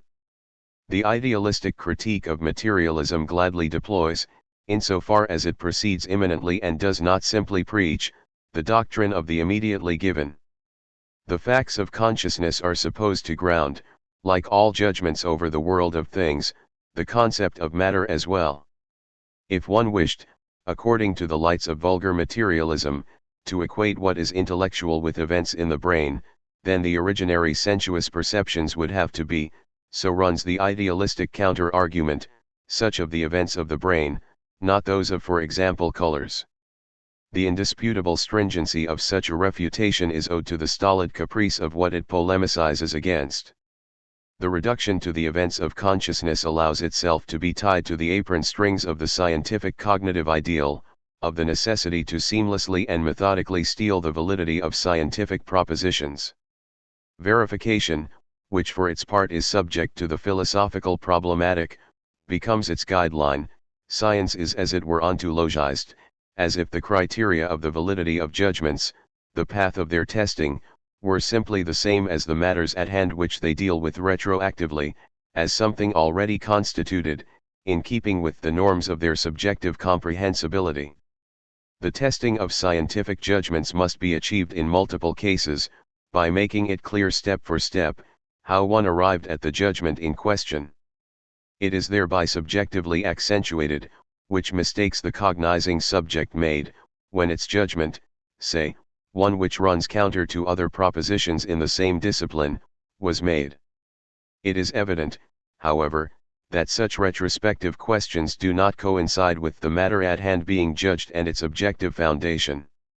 If someone has miscalculated, and if this is demonstrated to them, then this does not mean that the example of calculation or the mathematical rules governing this would be reducible to their calculation, as much as this too, as a moment of its objectivity, may require subjective acts. This distinction has considerable consequences for the concept of a transcendental, constitutive logic. Kant already repeated the mistake for which he lambasted his rationalistic predecessors, an amphiboly of the concepts of reflection. He substituted the reflection on the path which the cognizing subject took in judgments, in place of the objective foundation of the judgment. This is not the least reason that the critique of pure reason shows itself to be a theory of science.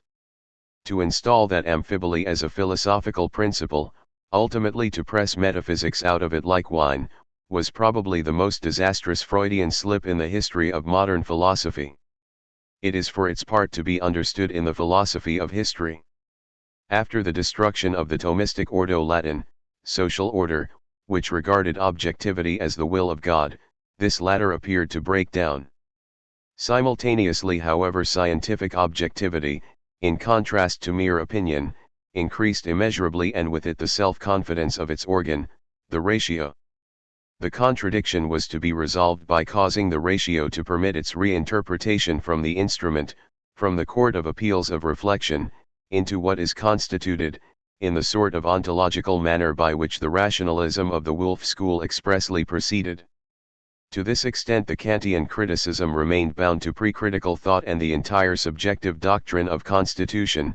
This became evident in the post-Kantian idealists. The hypostasis of the means, today already the self-evident custom of human beings, lay theoretically in the so-called Copernican turn.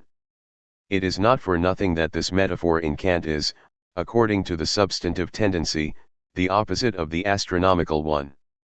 The traditional discursive logic, which directs the current argumentation against materialism, would have to criticize the procedure as petitio principii Latin, begging the question. The precedence of consciousness, which for its part is supposed to legitimate science, as it is presupposed at the beginning of the Critique of Pure Reason, is deduced from the standards of the manner of procedure, which confirm or refute judgments according to scientific ground rules. Such a circular conclusion is the index of a false approach.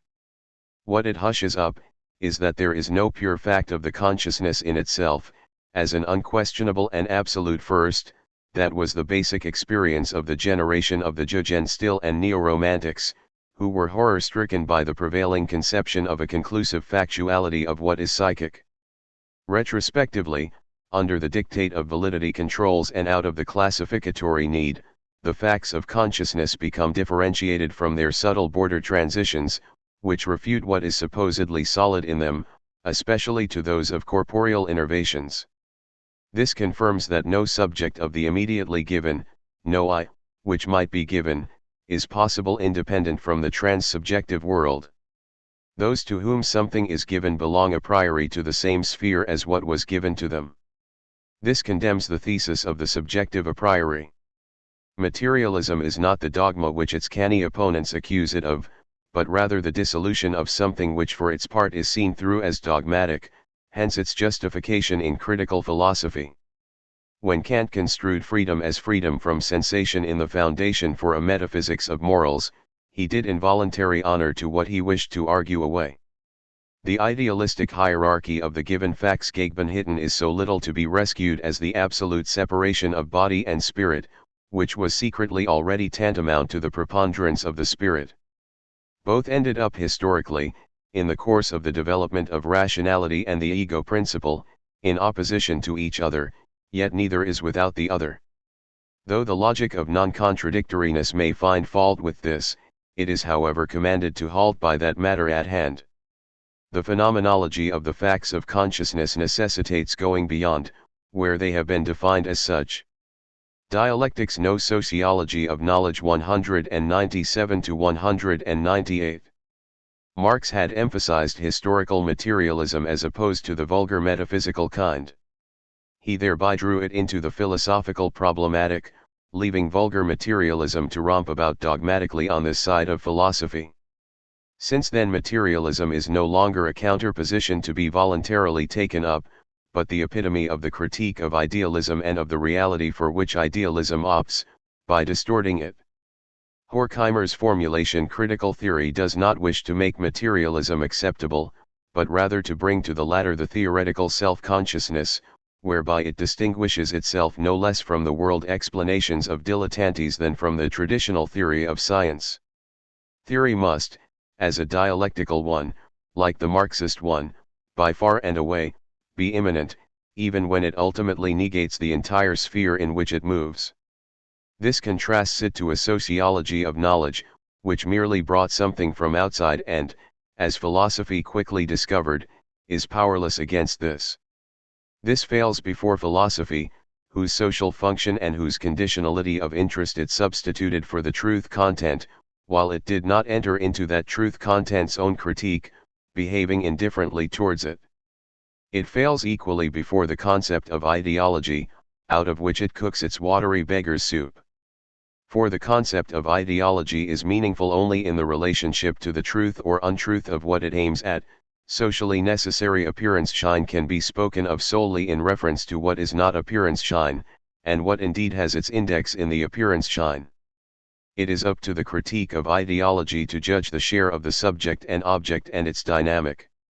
It rejects false objectivity, the fetishism of concepts, through the reduction to the social subject, similarly with false subjectivity, the claim, at times concealed almost to invisibility, that what is would be the spirit, by the proof of its swindle, its parasitic bad state of affairs as well as its imminent hostility to the spirit. By contrast, the all of the undifferentiated total concept of ideology terminates in nothingness. As soon as it ceases to distinguish itself from the right consciousness, then it no longer serves for the critique the wrong one. In the idea of objective truth, materialistic dialectics becomes necessarily philosophical, despite and by virtue of all the critique of philosophy, which it practices. The sociology of knowledge on the other hand denies the objective structure of society as well as the idea of objective truth and its cognition. To it society is nothing but the average value of individual modes of reaction, similar to the type of positivistic economics co-founded by Pareto. It turns the doctrine of ideology back into a doctrine of idols, in the mold of the early bourgeois one, actually a cheap legal trick, in order to be rid of materialistic dialectics along with the entirety of philosophy. In classification the spirit becomes localized tel quel French, as such. Such a reduction of so-called forms of consciousness is entirely compatible with philosophical apologetics. The excuse of the sociology of knowledge remains undisturbed, that the truth or untruth of what is philosophically taught would have nothing to do with social conditions, relativism and the division of labor ally themselves. The two worlds theory of the later Skeeler wasted no time in exploiting this.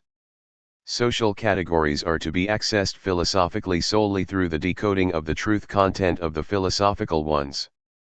On the Concept of the Spirit 198-200. The Hegelian chapter on the master and slave developed, as is commonly known, the genesis of self-consciousness out of the labor relation, and indeed in the adaptation of the I to the purpose determined by it as well as to heterogeneous matter. The origin of the I in the not I is scarcely concealed therein.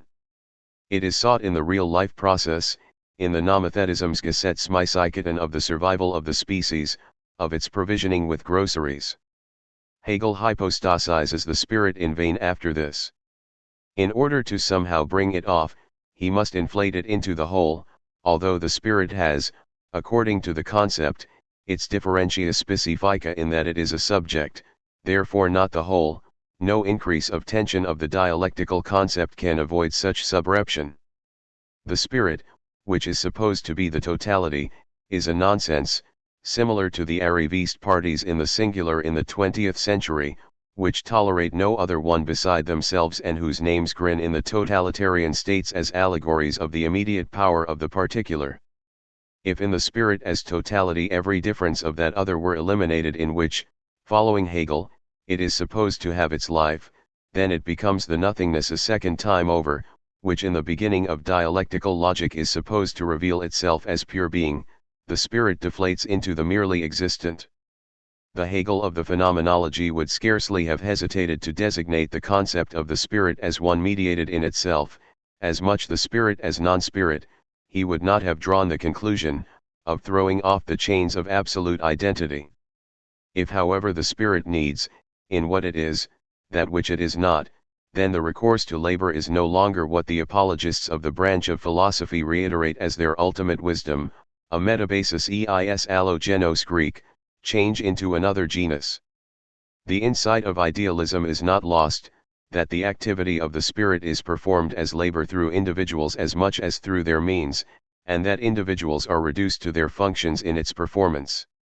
The idealistic concept of spirit exploits the transition to social labor. It all too easily permits the general activity, which absorbs the individual doers, to be transfigured into an in itself, while ignoring these latter. The polemic answer to this is the sympathy of materialism with nominalism. Philosophically, however, it was too narrow, that what is individual and the individuals would be solely what is truly real, is incompatible with the Marxist theory of the law of value, schooled in Hegel, which realizes itself in capitalism over the heads of human beings. The dialectical mediation of the universal and the specific does not permit the theory which opts for the particular to over-hastily treat the universal as a soap bubble. Theory could then neither grasp the noxious primacy of the general in the existent nor the idea of a condition which, by giving individuals what is theirs, would remove the universal of its bad particularity. Just as little, however, is a transcendental subject to be imagined without society, without the individuals which it integrates for good or ill. That is what the concept of the transcendental subject founders on. Even Kant's universality wishes to be one for all, namely for all beings endowed with reason, and those endowed with reason are a priori socialized. Skeeler's attempt to unceremoniously banish materialism to the nominalistic side was a tactical maneuver. Materialism is first, not without the assistance of an undeniable lack of philosophical reflection, blackened as subaltern, and then its subalternity is gloriously overcome. The crude worldview, which was so detested by the materialistic dialectic that it preferred to ally itself with science, was what it itself became in its degradation to a political means of domination. It conflicts with what Brecht suicidally demanded of it, the simplification for tactical ends. It is dialectical even according to its own essence, as philosophy and anti-philosophy. The phrase that consciousness depends on being was no inverted metaphysics, but aimed against the deception of the spirit, that it would be in itself beyond the total process, in which it finds itself as a moment. Even its conditions meanwhile are no in itself. The expression being in Marx and Heidegger means something completely divergent, although not without a trace of similarity, in the ontological doctrine of the priority of being before thought, its transcendence. A materialistic echo reverberates out of the furthest distance. The doctrine of being becomes ideological, by imperceptibly intellectualizing the materialistic moment in thought through its transposition into pure functionality beyond everything existent, magically dispelling what dwells within the materialistic concept of being in the critique of false consciousness. The word, which the truth wished to name against ideology, becomes that which is most untrue, the denial of ideality into the proclamation of an ideal sphere.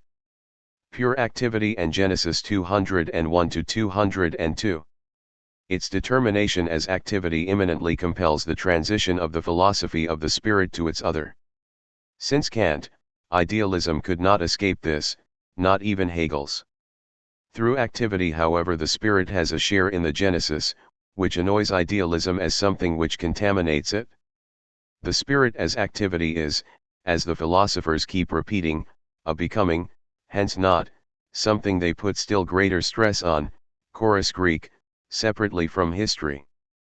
According to its simple concept, its activity is intratemporal, historical, a becoming as well as what has become, in which becoming accumulates.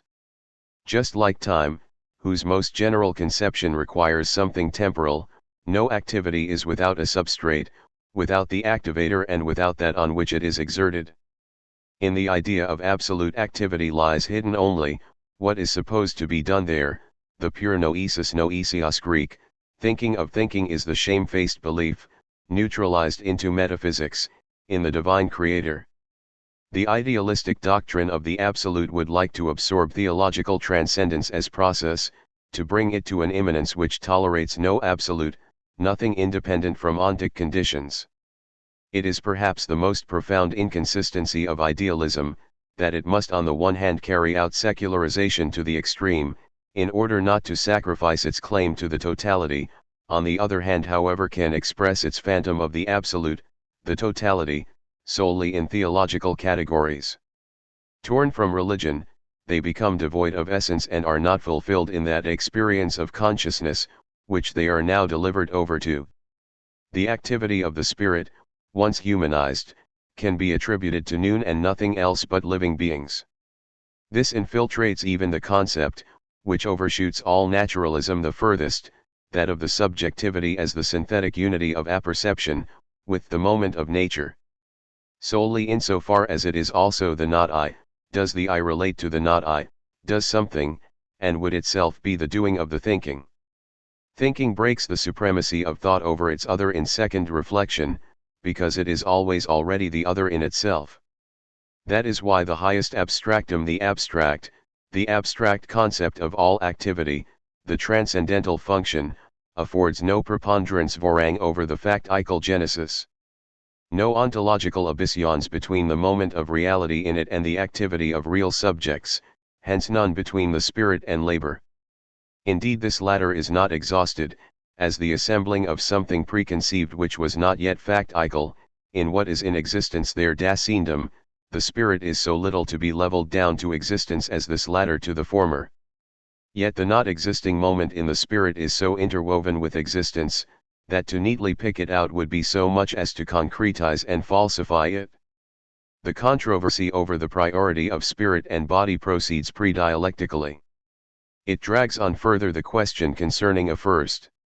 It almost aims hylozoistically at an archie-Greek, beginning, origin, ontological according to the form, though the answer may sound materialistic in terms of content. Both, body and spirit, are abstractions of their experience, their radical difference something posited. They reflect the historically achieved self-consciousness of the spirit and its renunciation of what it negated, for the sake of its own identity. Everything intellectual is modified corporeal impulse, and such modification, the qualitative recoil into that which not merely is. Stressdrang, according to Schelling's Insight 10, is the precursor of spirit. Suffering Physical 202-204. The presumed basic facts of consciousness are anything but. In the dimension of pleasure and displeasure, the bodily reaches deep into them. All pain and all negativity, the motor of dialectical thought, are the many times over-mediated, sometimes become unrecognizable form of the physical, just as all happiness aims at sensual fulfillment and garners its objectivity in it. If any aspect of happiness is frustrated, then it is none whatsoever. In the subjective sensuous data, that dimension, which for its part contradicts the spirit in this, becomes as it were watered down to its epistemological copy, not at all so different from the curious theory of Hume, according to which conceptions, ideas in English, the facts of consciousness with intentional function, are supposed to be mere copies of impressions. This doctrine is easily criticized as secretly naive naturalistic. But in it the somatic moment trembles epistemologically for one last time, before it is completely driven out. In cognition it survives as its disquiet, which brings it into motion and reproduces itself unpacified in its course. Unhappy consciousness is no deluded vanity of the spirit but inherent to it, the sole authentic dignity, which it received in the separation from the body. This reminds it, negatively, of its corporeal aspect, solely that it is capable of this, lends it any sort of hope. The smallest trace of senseless suffering in the experienced world condemns the whole of identity philosophy, which would like to talk experience out of this, as a lie. So long as there is even a single beggar, there will be mythos. 15 That is why identity philosophy is mythology as thought. The corporeal moment registers the cognition, that suffering ought not to be, that things should be different. Woe speaks, go. That is why what is specifically materialistic converges with what is critical, with socially transforming praxis. The abolition of suffering, or its mitigation to a degree which is not to be theoretically assumed in advance, to which no limit can be set, is not up to the individual who endures suffering, but solely to the species that it belongs to, even where it has subjectively renounced the latter and is objectively forced into the absolute loneliness of the helpless object. All activities of the species make reference to its physical continued existence, even if they fail to recognize this, becoming organizationally autonomous and seeing to their business only as an afterthought. Even the institutions which society creates in order to exterminate itself are, as unleashed, absurd self-preservation, simultaneously their own unconscious actions against suffering. Narrowly restricted indeed by what is their own, their total particularity also turns against this. Confronted with them, the purpose which alone makes society into a society demands that it be so arranged, as what the relations of production here and there relentlessly prevent, and as what would be immediately possible to the productive forces right here and now. Such an arrangement would have its telos in the negation of physical suffering of even the least of its members, and of the innervat reflection forms of that suffering. It is in the interest of all, at this point to be realized solely through a solidarity transparent to itself and to every living being. Materialism Imageless 204-207. To those who wish that it not be realized, materialism has in the meantime done the favor of its self-degradation. The immaturity which caused this is not, as Kant thought, the fault of humanity itself. In the meantime at least it is reproduced according to plan by the powers that be. The objective spirit, which they direct, because they require its chaining, adjusts itself to that consciousness, which was enchained for millennia. The materialism which achieved political power has devoted itself to such praxis no less than the world, which it once wanted to change. It continues to chain the consciousness, instead of comprehending it and for its part changing it. Terroristic state machineries entrench themselves under the threadbare pretext of a soon-to-be 50-year-old dictatorship of the long-since administrated proletariat as permanent institutions, the mockery of the theory which they pay lip service to. They chain their underlings to their immediate interests and keep them narrow-minded. The deprivation of theory meanwhile would not have been possible without the dregs of the apocryphal in it. By leaping summarily outside of culture, the functionaries who monopolize it would like to crudely feign that they would be beyond culture, and thus give sustenance to universal regression. What philosophy wished to liquidate, in the expectation of the immediately impending revolution, was, impatient with its claim, already at that moment lagging behind it. What is apocryphal in materialism reveals that of high philosophy, that which is untrue in the sovereignty of the spirit, which the prevailing materialism disdains as cynically as bourgeois society had done in secret before. The idealistic sublime is the cognate of the apocryphal, The texts of Kafka and Beckett harshly illuminate this relationship. What is inferior in materialism is the unreflective inferiority of prevailing conditions. What through the fault of intellectualization did not keep up, as its failing principle, is in relation to that which is higher, which was shamed by the sight of what was perpetually inferior, also that which is worse. What is banal and barbaric in materialism eternalizes that extraterritoriality of the fourth estate into culture, which meanwhile is no longer limited to the members of such, but has spread over the entire culture. Materialism turns into the relapse into barbarism, which it was supposed to prevent.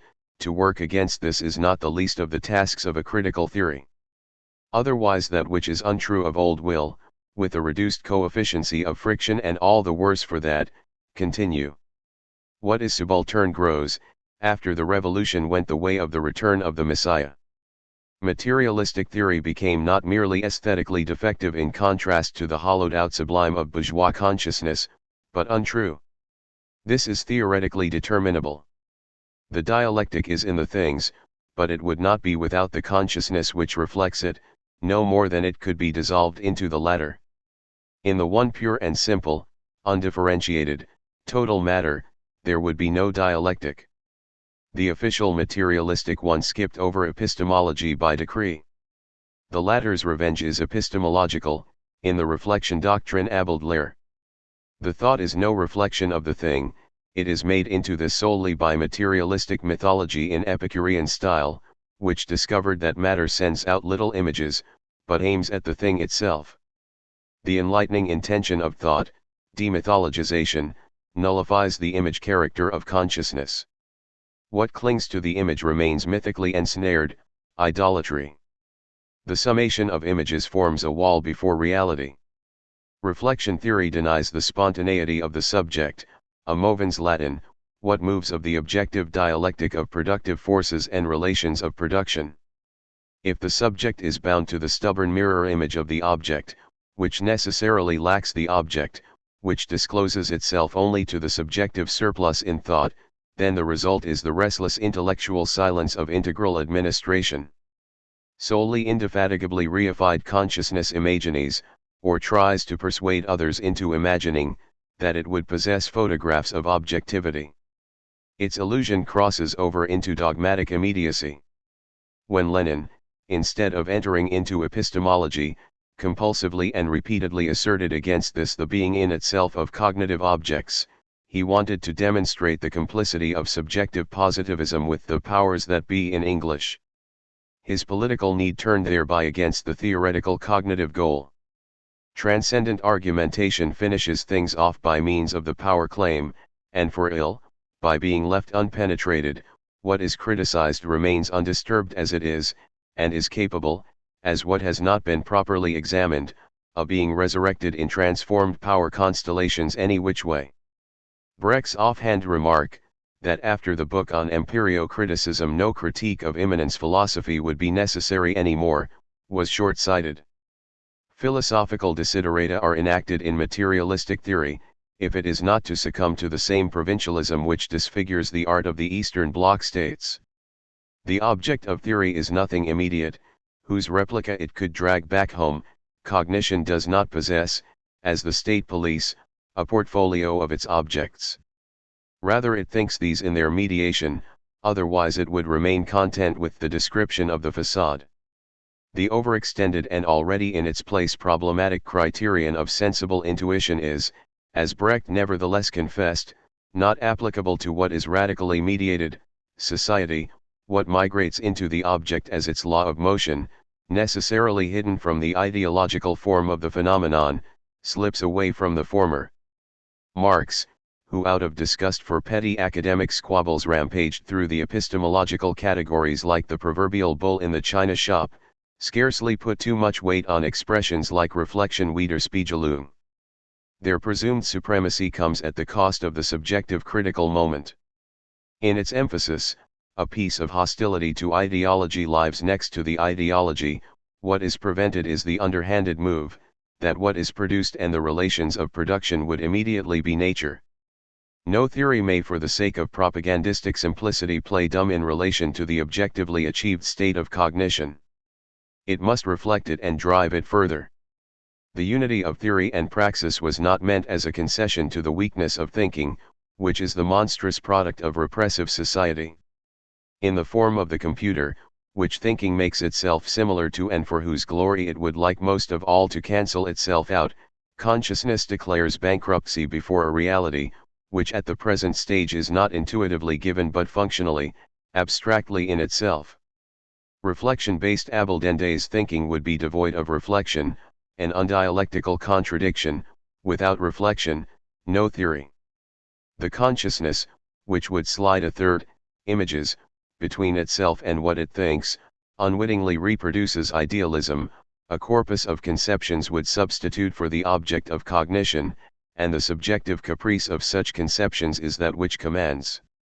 The materialistic longing, to comprehend the thing, wishes the opposite. The full object could only be thought devoid of images. Such imagelessness converges with the theological ban on the graven image.